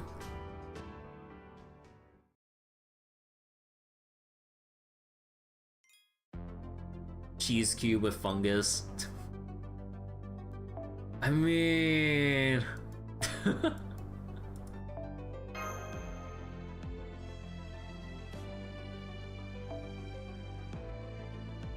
Oh, passion lip? Oh, god damn it.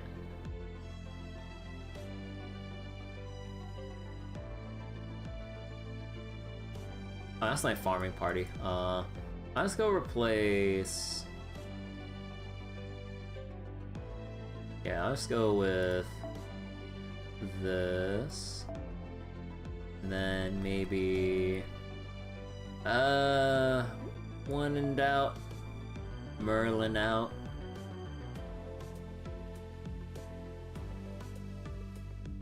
You're capable of texting in English and understanding English speeches and accents, but not much when talking in English.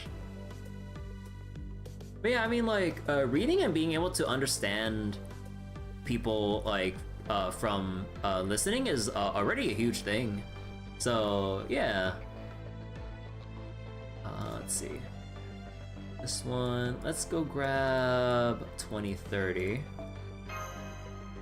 This one, we'll grab this one. Oh wait, oh, we need mash. Mash. There we go. And let's see. Let's do... You... Bond up. And swap CE. Yeah, should be good.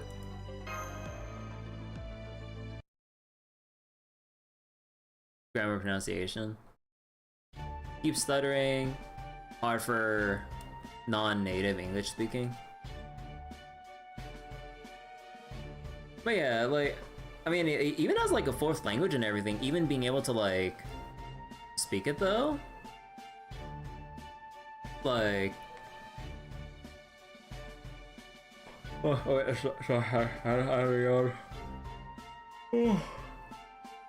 God, wait, what time is it right now?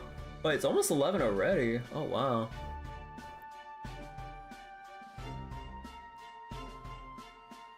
Okay. Hey, you're back. How was your talk? Any good news? Tell her you agreed to work together for now. So she's still being coy, huh? Does that mean you don't completely trust her yet, Kirby? I definitely don't. This is all awfully convenient. Plus, it felt like she was up to something.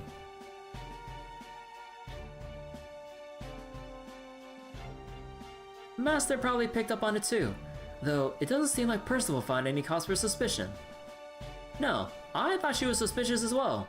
That is only to be expected though, or maybe I'm just too used to it. Girls her age tend to have at least a handful of secrets, no? So, being older, it's never a good idea to initiate a conversation by reproaching them for that.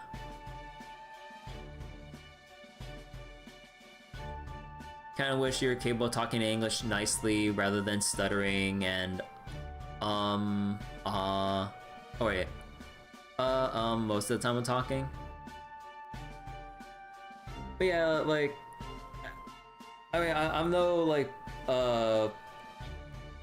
teacher when it comes to, like, or English teacher when it comes to, like, conversing or, giving advice when, like, conversing with other people, especially, you know, for a non-native language and everything.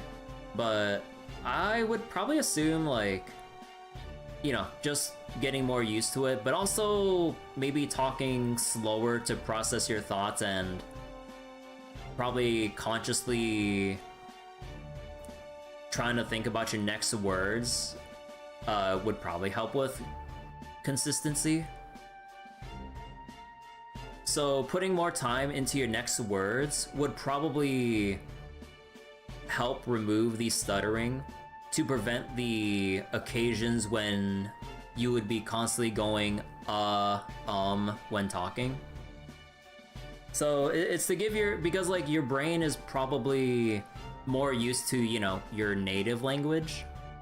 But with a non-native language, because of, I would assume, how your brain might be wired going from one language to another, speaking more slowly, and even if it'll take an awkward moment of silence, like thinking of your next word, would probably help if, like, you gave your brain to process the next word.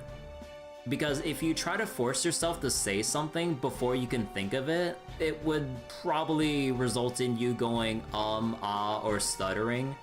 And then because you'd be flustered from stuttering when speaking, you're taking away time for your brain to let out the next word you wanted to say as you're stumbling over, like, the next part of the sentence and everything.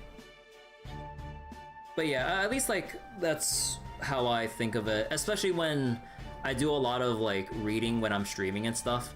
Like, just by habit, I still stutter a lot because I'm trying to just read through the whole sentence in, like, one smooth flow, but usually reading faster than I can speak, which kind of results in me stuttering or doubling back on a sentence I'm reading and going, wait, did I read that correctly? Or maybe I just, like, misspoke or switched out a word for smoothness, for sentence smoothness, instead of the actual text in the text box.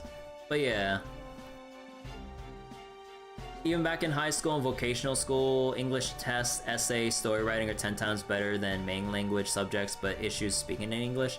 Yeah, like, I would assume it just comes down to, like, consistent practice and probably, like, a lot of conscious thinking of, like, making sure you don't stutter or whatever.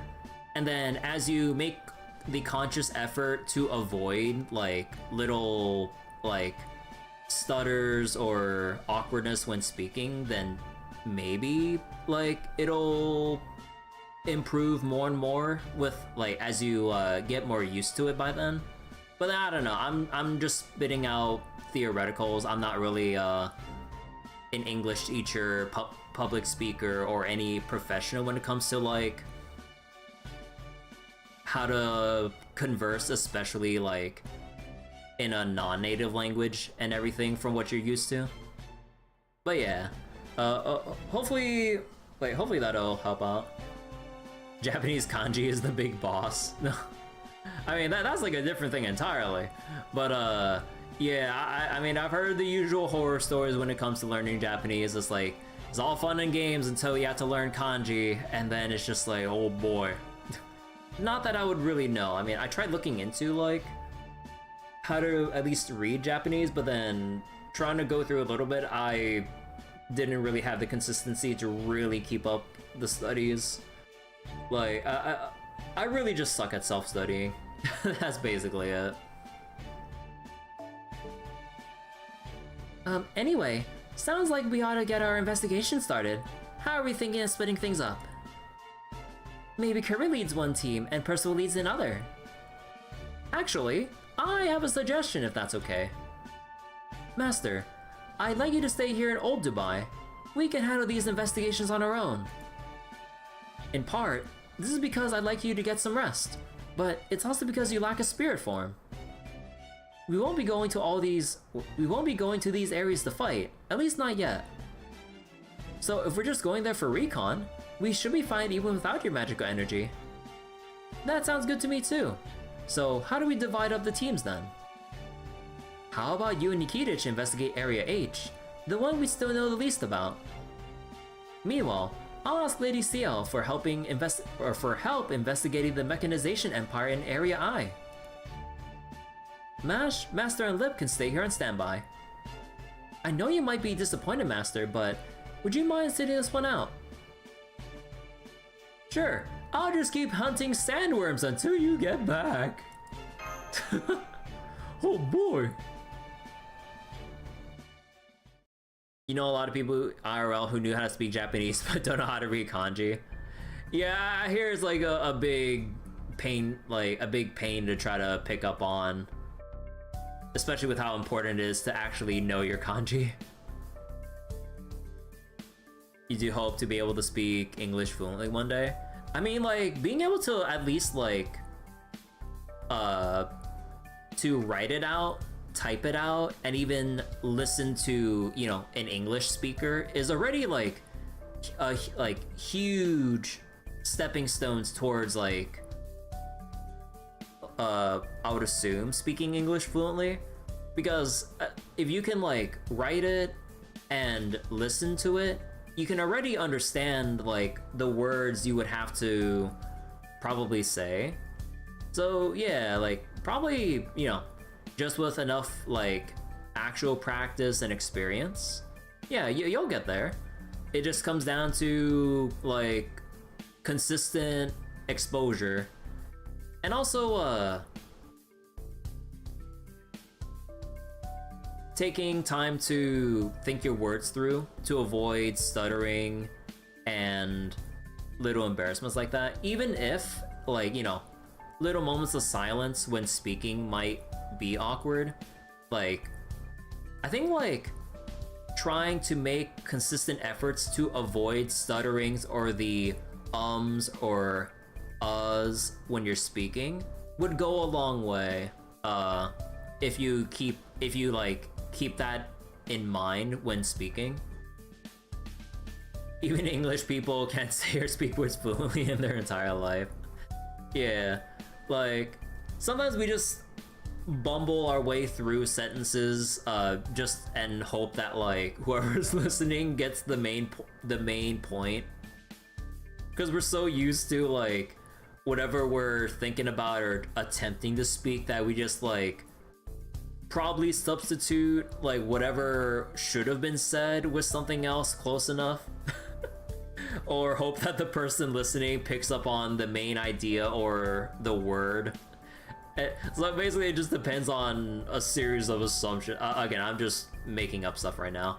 But yeah, like, yeah, keep up the good work, practice, and consideration when speaking and everything. And probably one day, yeah, you will be able to just fluently speak English. There they go. So, what now? Or now what? Blah. They should be back by tomorrow evening. Why don't you relax and enjoy yourself until then? We could also visit the Koyan Mall and bring Anderson a gift to thank him for his help.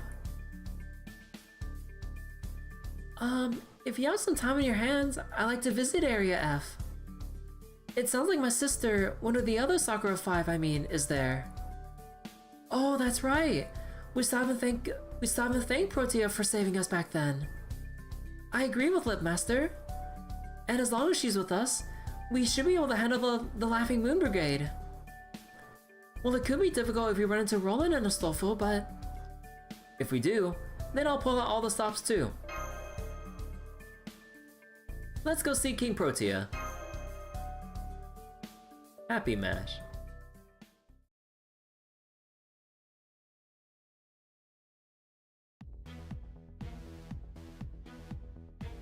Wait, oh my god.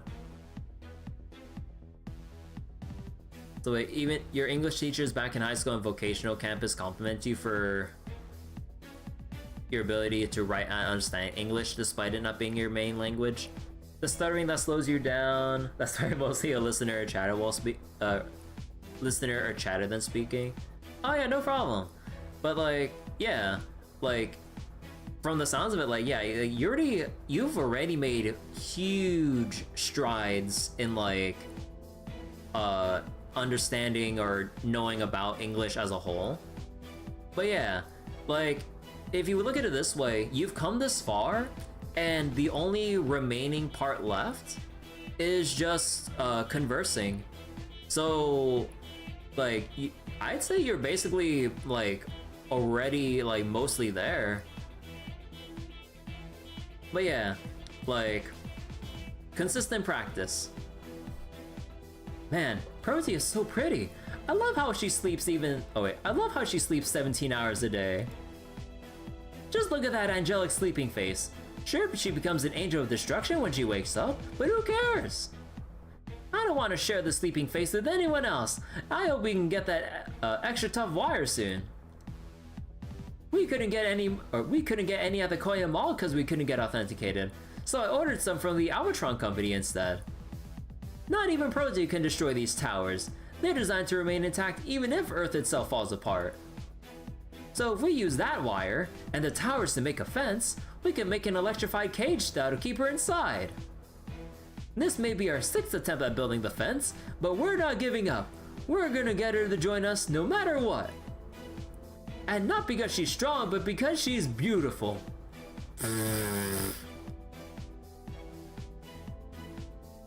We're not gonna let her fight once she joins us. We're gonna make her wear a dress and an apron, and then we'll have her clean this whole area with a giant dust cloth. But what kind of apron are we talking about here? Woo! Our tower is gonna be spick and span by the time she's done. These men have gotten stepped on so many times they fell in love. Truly. They don't seem too strong, but no mercy anyway. I agree. I've never seen people so evil before. I'll hit them so hard they won't be able to respond for a week. Damn. Imagine them got that Necrophos execute passive. You get executed, like, delayed respawn timer. Wait.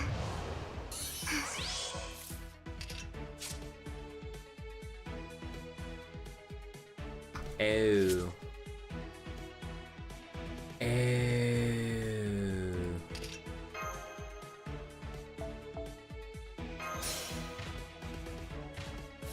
ブレストバレーゴミクス画面クズがぺしゃんこにはい NSS サービスですもうねそのよう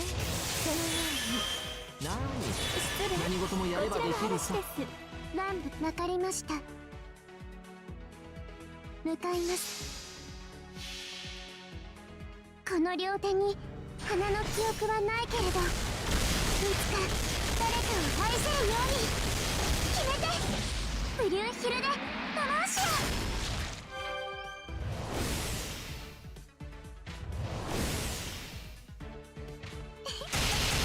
どんな地面のシミに抵抗はそこまでです。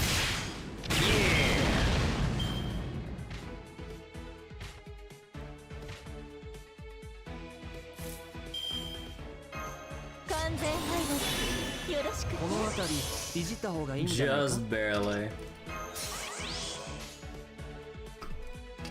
南部わかりました向かいます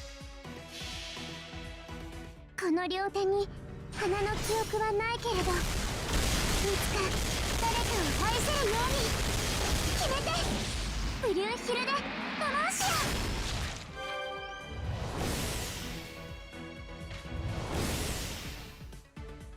そこって終わらないどいてください No mercy. ご苦労様じゃあ次に行こ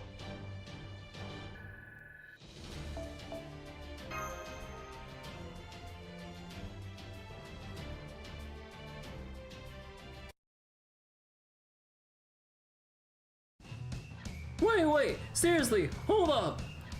You're gonna wake Protea up with all that racket. So what do you say? We're going to meet a tragic end? Yes, of course, but that's not the point. The point is, waking her up while she's still sleeping would be cruel. First you want to imprison her, now you suddenly care about her well-being? Imprison her? We would never! We just want to make her a nice room. We're gonna throw an optical camouflage cloth over the wire so it looks like a tent, and therefore a room.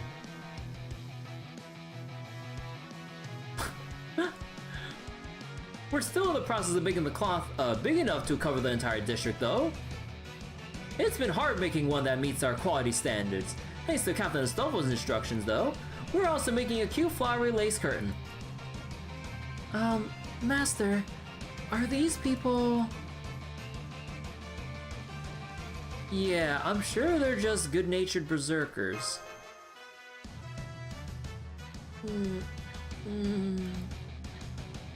Oh crap, she's gonna wake up and swat us like insects again.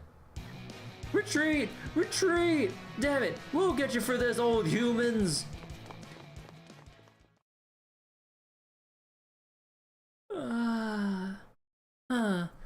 Oh, if it isn't Kirby Passion Lip! Oh wow, it's been forever since I last saw you. Were you worried about me or something? Not especially. I'm just here because Master said she wants to talk to you.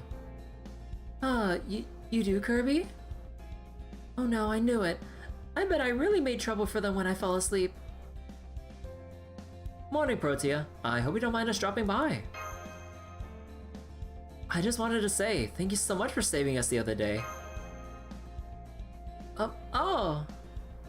You're very welcome. Oh gosh, this is amazing. I can't believe you came all this way just to see me. Aww.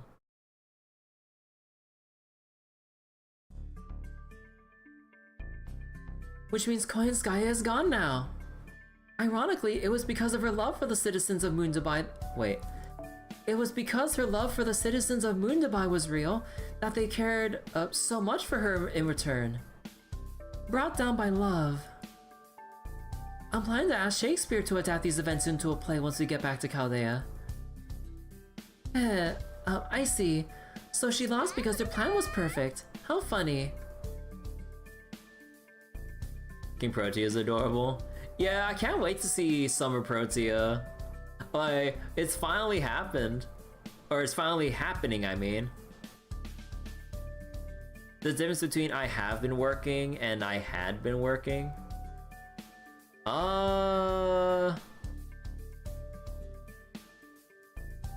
Like, have would mean like...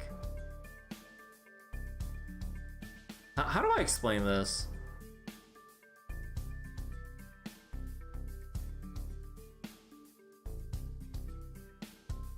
I think like have would it imply that like the work I have been doing was recent, but had been working was like you're not currently working or something. So have been would imply like you're either still currently or you're like more recently working. But had been was like, oh, I had worked on, you know, I had been working on this, which would kind of imply that you're no longer currently working on it. Oh, yeah, like, but Bryce would have it more, a succinct answer. Yeah, had is something that, like, you did work on something, but you're no longer currently, but have been would still mean, like,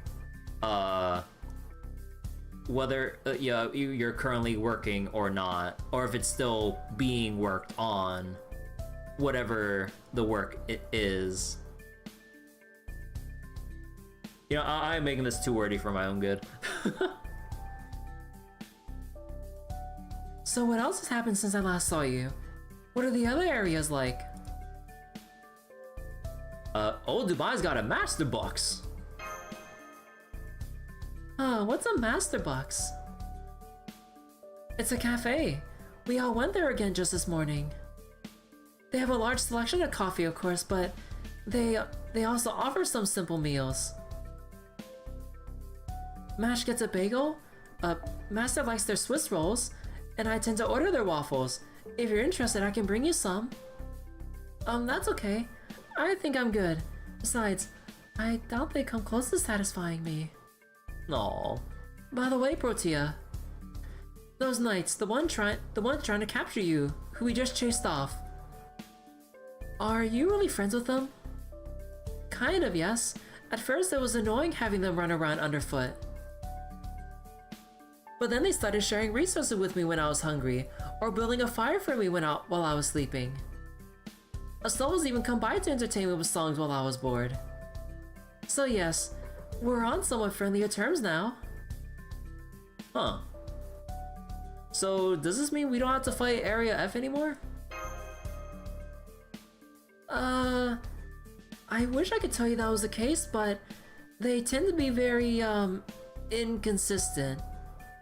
Right now I'd say, right now I'd say I have to chase them away after the time they show up. When they cross the line, they really cross it hard. They'll say things like, monster or not, it doesn't matter. As long as we're in Area F, follow Roland's example. Oh no. Were they trying to get King Protean to remove the bandages and shave off the moss? But then when they are acting rationally, they're all really nice. So I think we could be real friends eventually. This doesn't fit with my records. Are you really King Protea?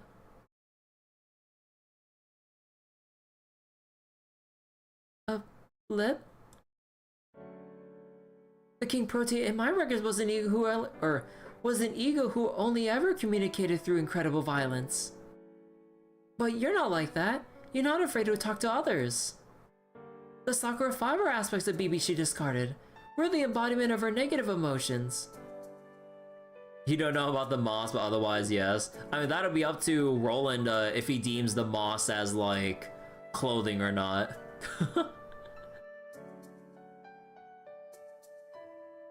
And yet, for you to have changed so much... Now I see. You came to see me so you could see how I changed for yourself. Because among our sisters, you and I are the most alike. I don't want to talk to anyone. They'll just hate me anyway.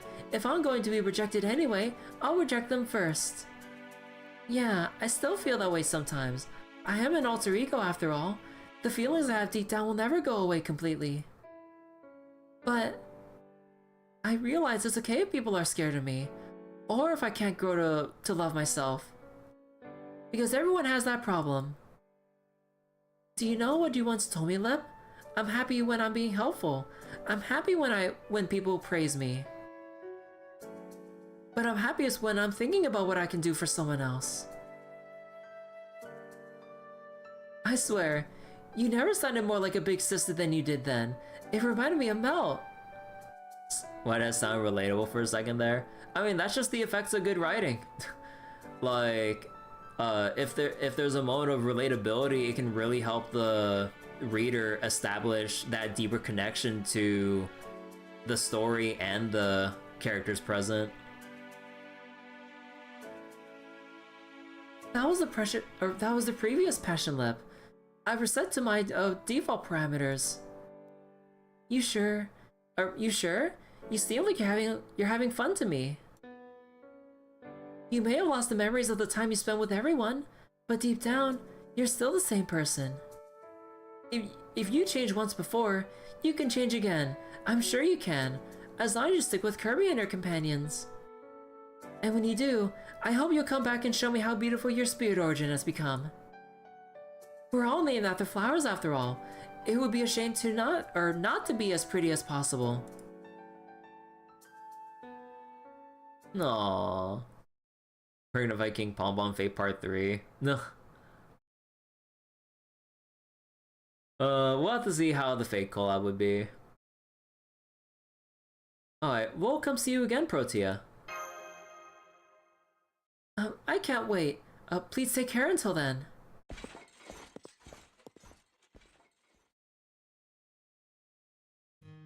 So they're gone now. Oh well, I can't blame them. It is almost nighttime. Once I fall asleep, they'd probably have to fight the knights again. Besides, I'm used to this kind of thing. Everyone sees me as a monster after all. This is just how it always is. Still, they looked like they were really enjoying themselves. I wonder if I could have gone with them, if I was as small as Lip. Huh. Extra would be a better fit for Star Rail since they're already sci-fi. Lancer would be a 5-star. If only. Yeah, like I really did wish that the Fate collab for Star Rail would actually just be Fate Grand Order.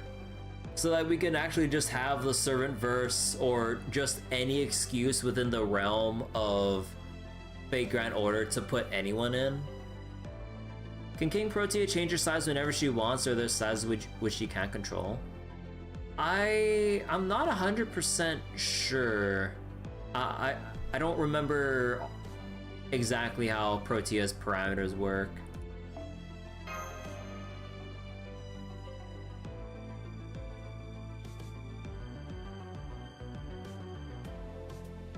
I'm pretty sure she can change her size, but there's a minimum height that she can shrink down to.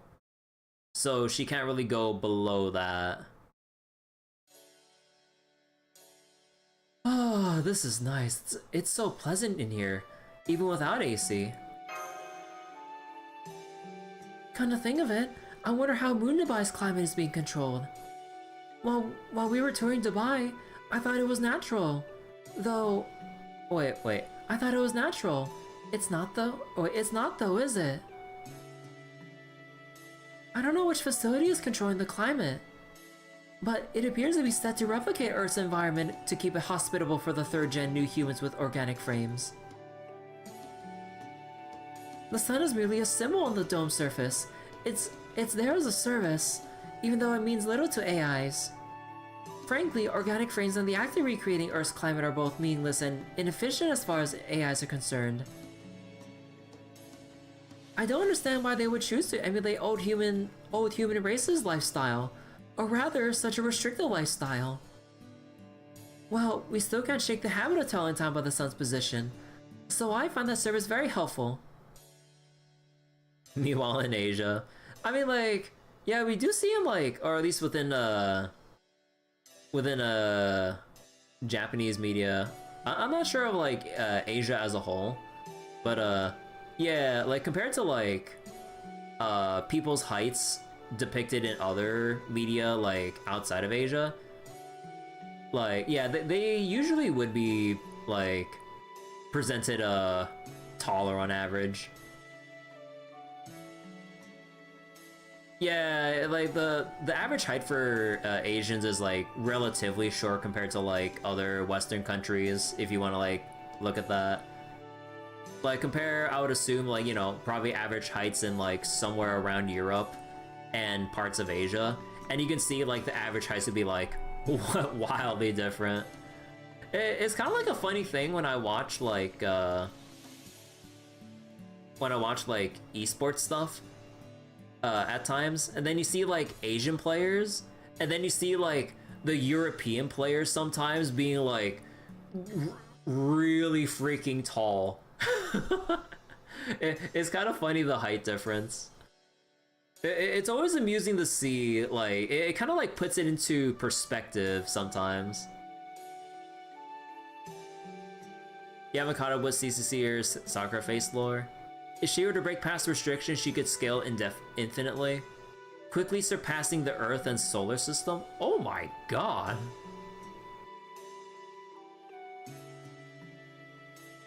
I also think it's good to split up days into day and night periods, so you know there are times when you don't have to do anything. Not trying to bring negativity, annoying when foreigners, non-Asians always assume that short or young looking people are children or underage when we're literally over 20 years old. Yeah, I do, like, I do get that, like, sentimentality too. Like, or sentiment, I mean. Cause yeah, like, sometimes, like,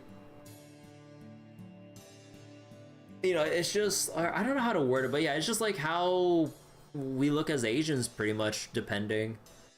It's just that, like, with other people's, like, expectations or maybe standards of how they assume, like, people would look, that they then try to apply it for, like, a different average appearance of, like, how Asians might look, and then try to, like, make assumptions of like, oh, they're too young looking, or too short, or like they would attribute age to like height and certain aspects of like facial shapes to age as well, which I mean, you know, like you can try to determine to an extent, like, maybe a ballpark range of, like, someone's age through how their face or how their appearance might be.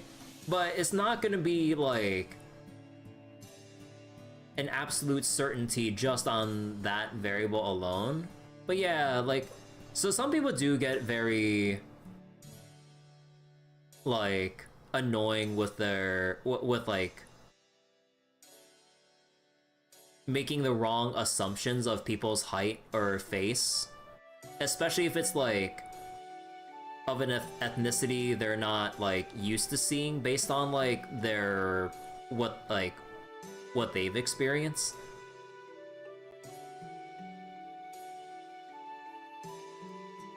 So wait, annoying, that's the most annoying hell we have to endure as foreigners? Yeah, I can get that. Fake Grand Order actually has a case of this. Shuten, based on her VA, who's actually a very tiny woman, so people assume she's like a child, when she's just based on a very small adult woman. Yeah, exactly.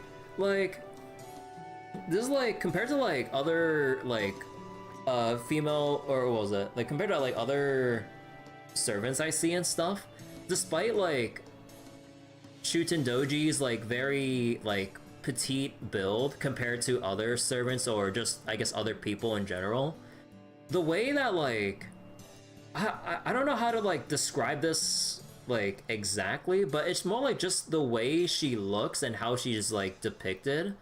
Like, despite her petite appearance, she still comes off as like an actual woman, like with how she is and everything.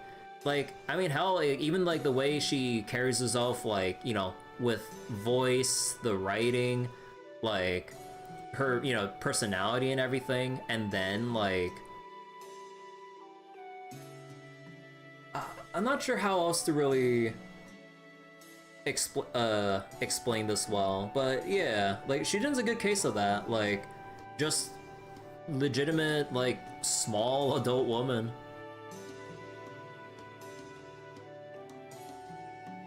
So wait, look like kid, can't date them, gets really annoying.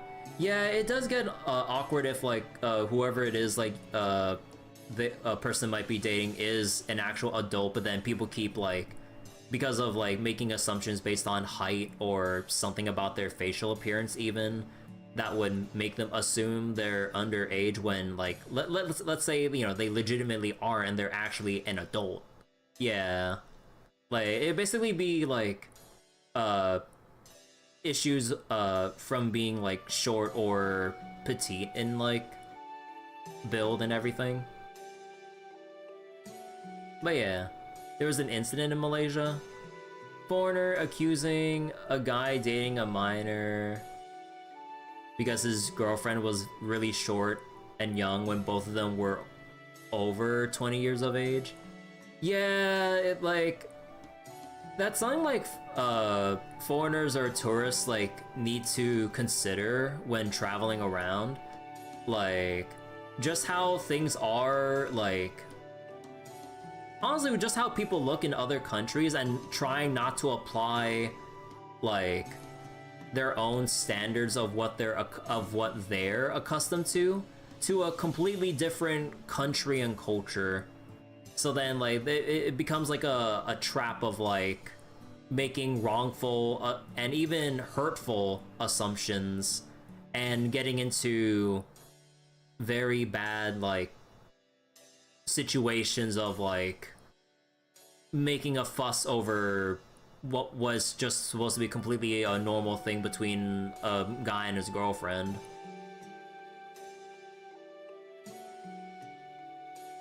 People still have mindset of facial hair and beard and mustache that determines.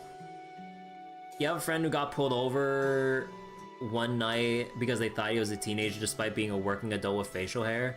The dude was just trying to bike home after work. God damn. Huh. Why was that foreigner even asking in the first place? Yeah, I mean, we don't know. Like, it's just people, I would assume, like, a foreign tourist, like, couldn't get over whatever they were seeing clashing with their own cultural, societal beliefs of what they've grown up with. and they just kind of lash out because people are just like, it's just something they're not used to, and they can't, or they're having issue accepting it, that they've come up with some, like, that they come up with some random reason to, like, just have an outburst when they're clearly in the wrong and have no reason to single out, like, a group of people like that. Yeah.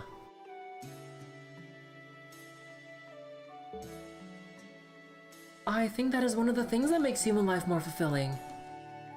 I don't understand what you're talking about. It's all very abstract. It's like how pursuing efficiency at all costs makes it go away completely. So you're saying when the likelihood of everything is 100%, the notion of certainty ceases to have meaning? Huh. When everything is 100%... Yeah, I guess because, like, if certainty is just... Because certainty would imply, like, uncertainty or imperfection. So without that, then whatever we see, it just is. So there is no perfection or certainty. Like, it's just whatever's in front of us. it's true that a world like that would be binary, but that's how AIs like me prefer it. Because to pursue anything other than efficiency is to pursue individuality itself. Hello, Kirby? You busy right now? If not, what do you say to hunting some rares? Just kidding. I already know there's no unending MMO. Wait. I already know there's no unending MMO in this world. I was actually hoping you could stop by so we could talk about our next steps. You must be hungry after spending all day out, right? I asked Chakarine to make dinner, so you'll be eating good tonight.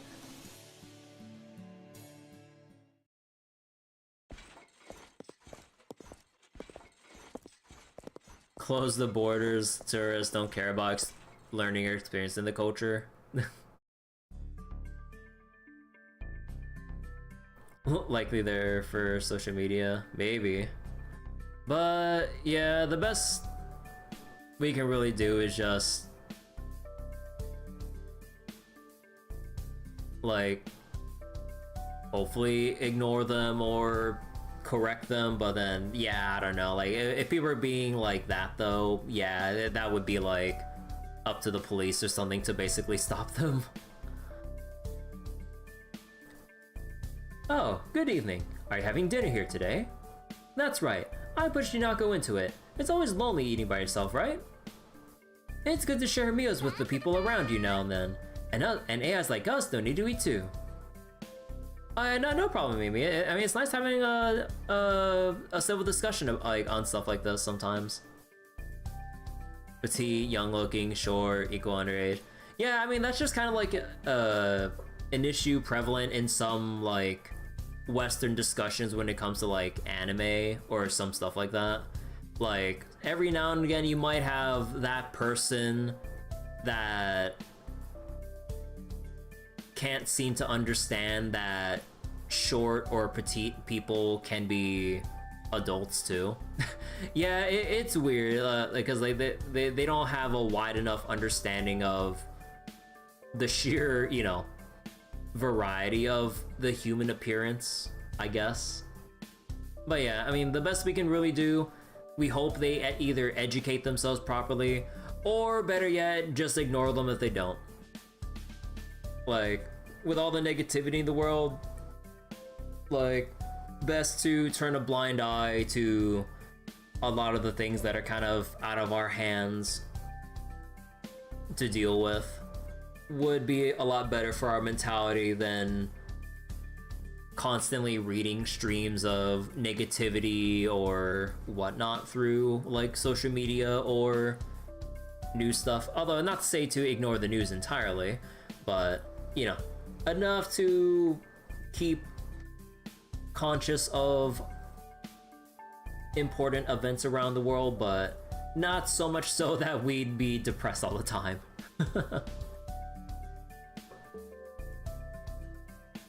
So that's why. Thank you for the invitation, everyone. Nah, the meal is just a bonus. I swear, the way Asara acts sometimes, you think he was my personal trainer or something. Anyway, let's talk about how Kaldea's mission is going. You went to Area F today, right? Can you tell me how things looked over there? Over dinner, of course. Having the height of Shuten here. You wish for them not to experience the mess social media has always assumed. Oh yeah, I mean, like, social media, like, in a generalistic sense, like, would give the people we don't want to listen to an easy platform to blurt out whatever things that would normally, like, what was it? Like a platform for them to blurt out whatever it is without filter or consideration for, you know, like, the actual people that it applies to, like, offending them and all that stuff. Yeah, I don't know. Basically, social media is a mistake. I see. So Area F's the same as usual. Sounds like King Proteus being a good deterrent then. Honestly, I find this level scarier than Edison, since there's really no predicting what it'll do. But it looks like he and his knights won't invade us here in Area C, as long as Protea's around. Kaldea's BB really did leave us some good parting gifts. Both Pashalib and King Protea have been invaluable in keeping us safe. You said there were 3 of the Sakura 5 stationed in Dubai, yes? Let's hope the last one's similarly protective, not that we know anything about her at this point. The 3rd member of the Sakura 5.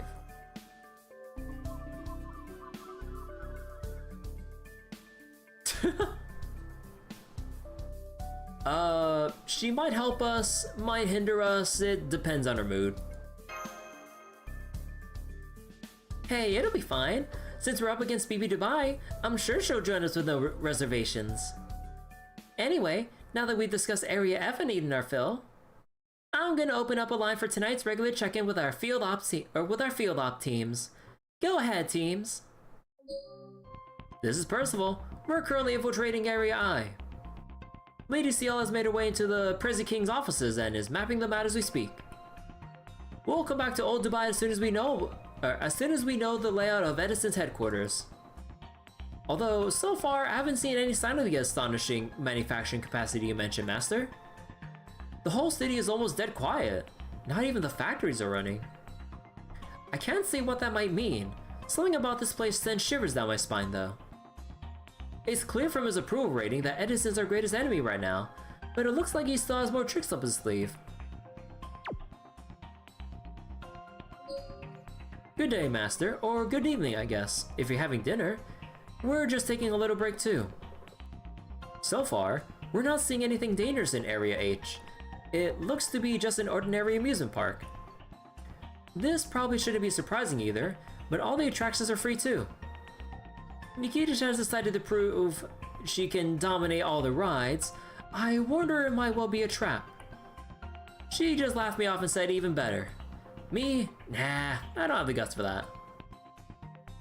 I'm just staying on lookout in case this area's moon cancer shows up. Oh right, we haven't seen a single AI here either. 1st gen, 2nd gen, 3rd gen, nothing. That explains why Area H has 0 support right now. It feels like a world entirely devoid of AI. Devoid?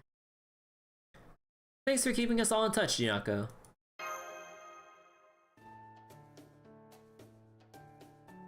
What, that? Don't sweat it. This helps me as much as this helps me as much as you. Besides, we're partners. Anyway, now that we're all full, and we've all checked in with each other, how about we call it a night? You're all set here, Kirby. Go take advantage of your break and relax in your room. I definitely will. Good night, Jinako. Yes, good night, Jinako. We'll come say hello tomorrow, too. Yeah, there's more. I'm so glad Kirby and Mash are feeling at home here. I can rest much easier knowing the worst has been avoided. Huh, what do you mean by that? Were you worried they might sympathize with another area's moon cancer? That hardly seems likely. Kirby and Mash seem to be very rational old humans. They never agree with the other moon cancer's opinions, right? Yeah, I know. Them being so rational is actually why I was scared. I was worried they might look around at the city full of new humans in a world where only AI survived, and come to resent AI as a whole because it's so clearly behind the times here. You really thought that would be enough to make them resent us? The fact they're old humans is only that, a fact. There is nothing neither good or bad about it. It's simply a difference between us. I can see where she's coming from. There are a number of AIs who see all old humans as enemies. It's just that those feelings come from punching up, so to speak. Reactions born of jealousy and fear. But no matter how much old humans might pale when compared to us in terms of specs, we all respect them for the fact that they're natural, organic life. Well, of course, they're life forms that weren't made through calculation. It's the one thing old humans have that AIs like us never will. Right, we see value in rare things we don't possess, regardless of what those things are. But old humans aren't like that. To people from the 21st century, AI will only ever be an artificial creation. Even third gens like us would probably only seem like imitations of the real thing, which is to say, them. AIs were made using human history as their foundation and individual records as their genetic code. Old humans would never see us as anything more than monsters meant to replace them, no matter how much we were celebrated as a new kind of humanity. That's fine, that's how it should be. It's only natural for them to see us this way. The problem isn't with old humans. The problem is that we ourselves haven't been able to shake those doubts. Do we really deserve to call ourselves humanity? Are we really their replacement? I'm sure this thought crossed all our minds once BB Dubai reactivated us, but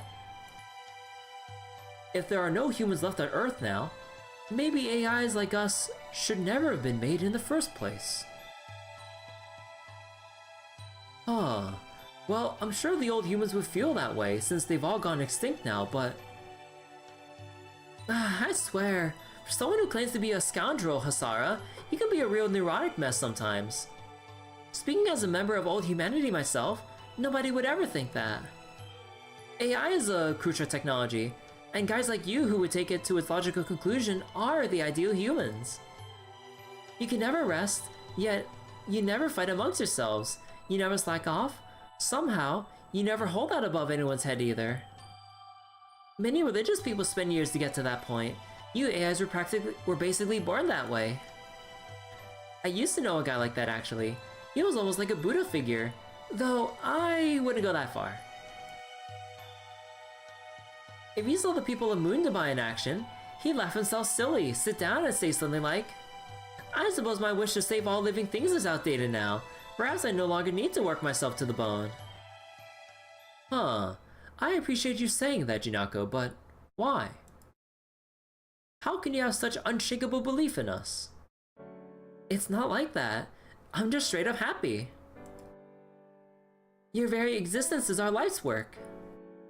We old humans have made plenty of mistakes, but ultimately, we managed to create guys like you. We're basically your parents, and as parents, of course we want to see our kids doing well. For that matter, are you sure AI didn't get fed up with humans first? I mean, new human third gens aside, first and second gens don't even qualify as people. If I was an AI, I'd find the whole idea of taking care of humans too ridiculous to even bother. That's... well, I guess you have a point. Sometimes I find even taking care of Anthony a ridiculous use of my time. Like, you can do all this yourself, so why do you keep relying on someone else, you incompetent boob? What? I'm still getting used to things here, so it's just more efficient for you to handle those things. That's exactly what I'm talking about, you big baby. Don't blame others for your own shortcomings. Anyway, all that isn't enough to make me give up on him. And that's even more true for old humans, fundamentally different from us as they are. Whenever I look at Kirby, Mash, or the other servants, it makes me think about what humans used to be like. It feels like you all have something we never will, so I can never look away. What is it we couldn't do? What is it we were supposed to do? I was never programmed with the answers to those questions. But it feels like to me, you old humans probably have known them for a long time.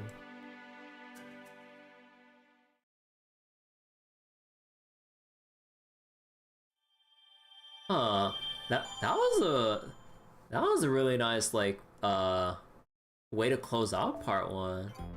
Huh. Summer vacation on Earth. Oh, okay, I think that'll be a good stopping point for tonight. Like, I know this is the beginning of part 2 for Ordeal Call 3, but it's reaching midnight now, and I'm getting a little bit tired from reading aloud for as long as I have tonight. So we will stop it here for now. Part 2 isn't that long. Yeah, like, we'll have to... Maybe we could do it in one stream? Maybe. We'll see the next time I get ready for another Ordeal Call 3 session. Tomorrow, I want to get back to MapleStory Classic, so I can go level up more and see if I can hit second job advancement and everything. But yeah. Thank you all so much for watching tonight. Hope you guys enjoyed the stream and all. And yeah, I'll go get some rest, get ready for some MapleStory, probably grind up a little more off stream so that we can hit level 30 sooner on stream rather than later. But yeah. The monetization. Wait, you look at the monetization. So wait. Oh, wait, sorry, wait. Part 2 isn't that long. HSR 4.4, the amount of times the MC talks was a lot. But yeah. Okay, so one more time, thank you guys so much for watching. MapleStory Classic World closed online beta test for tomorrow. And yeah. Oh yeah, there's also the new mode that's out for Zenless Zone Zero, but I'll have to figure out when I want to set up the Zenless session. But yeah, we'll probably bounce between Fate, Zenless, MapleStory, and go between that for now. And the beach event. Yeah, I need to finish the beach event too, since it should be all done by now. Alright, take care everyone. Thank you all so much for watching. Bye-bye.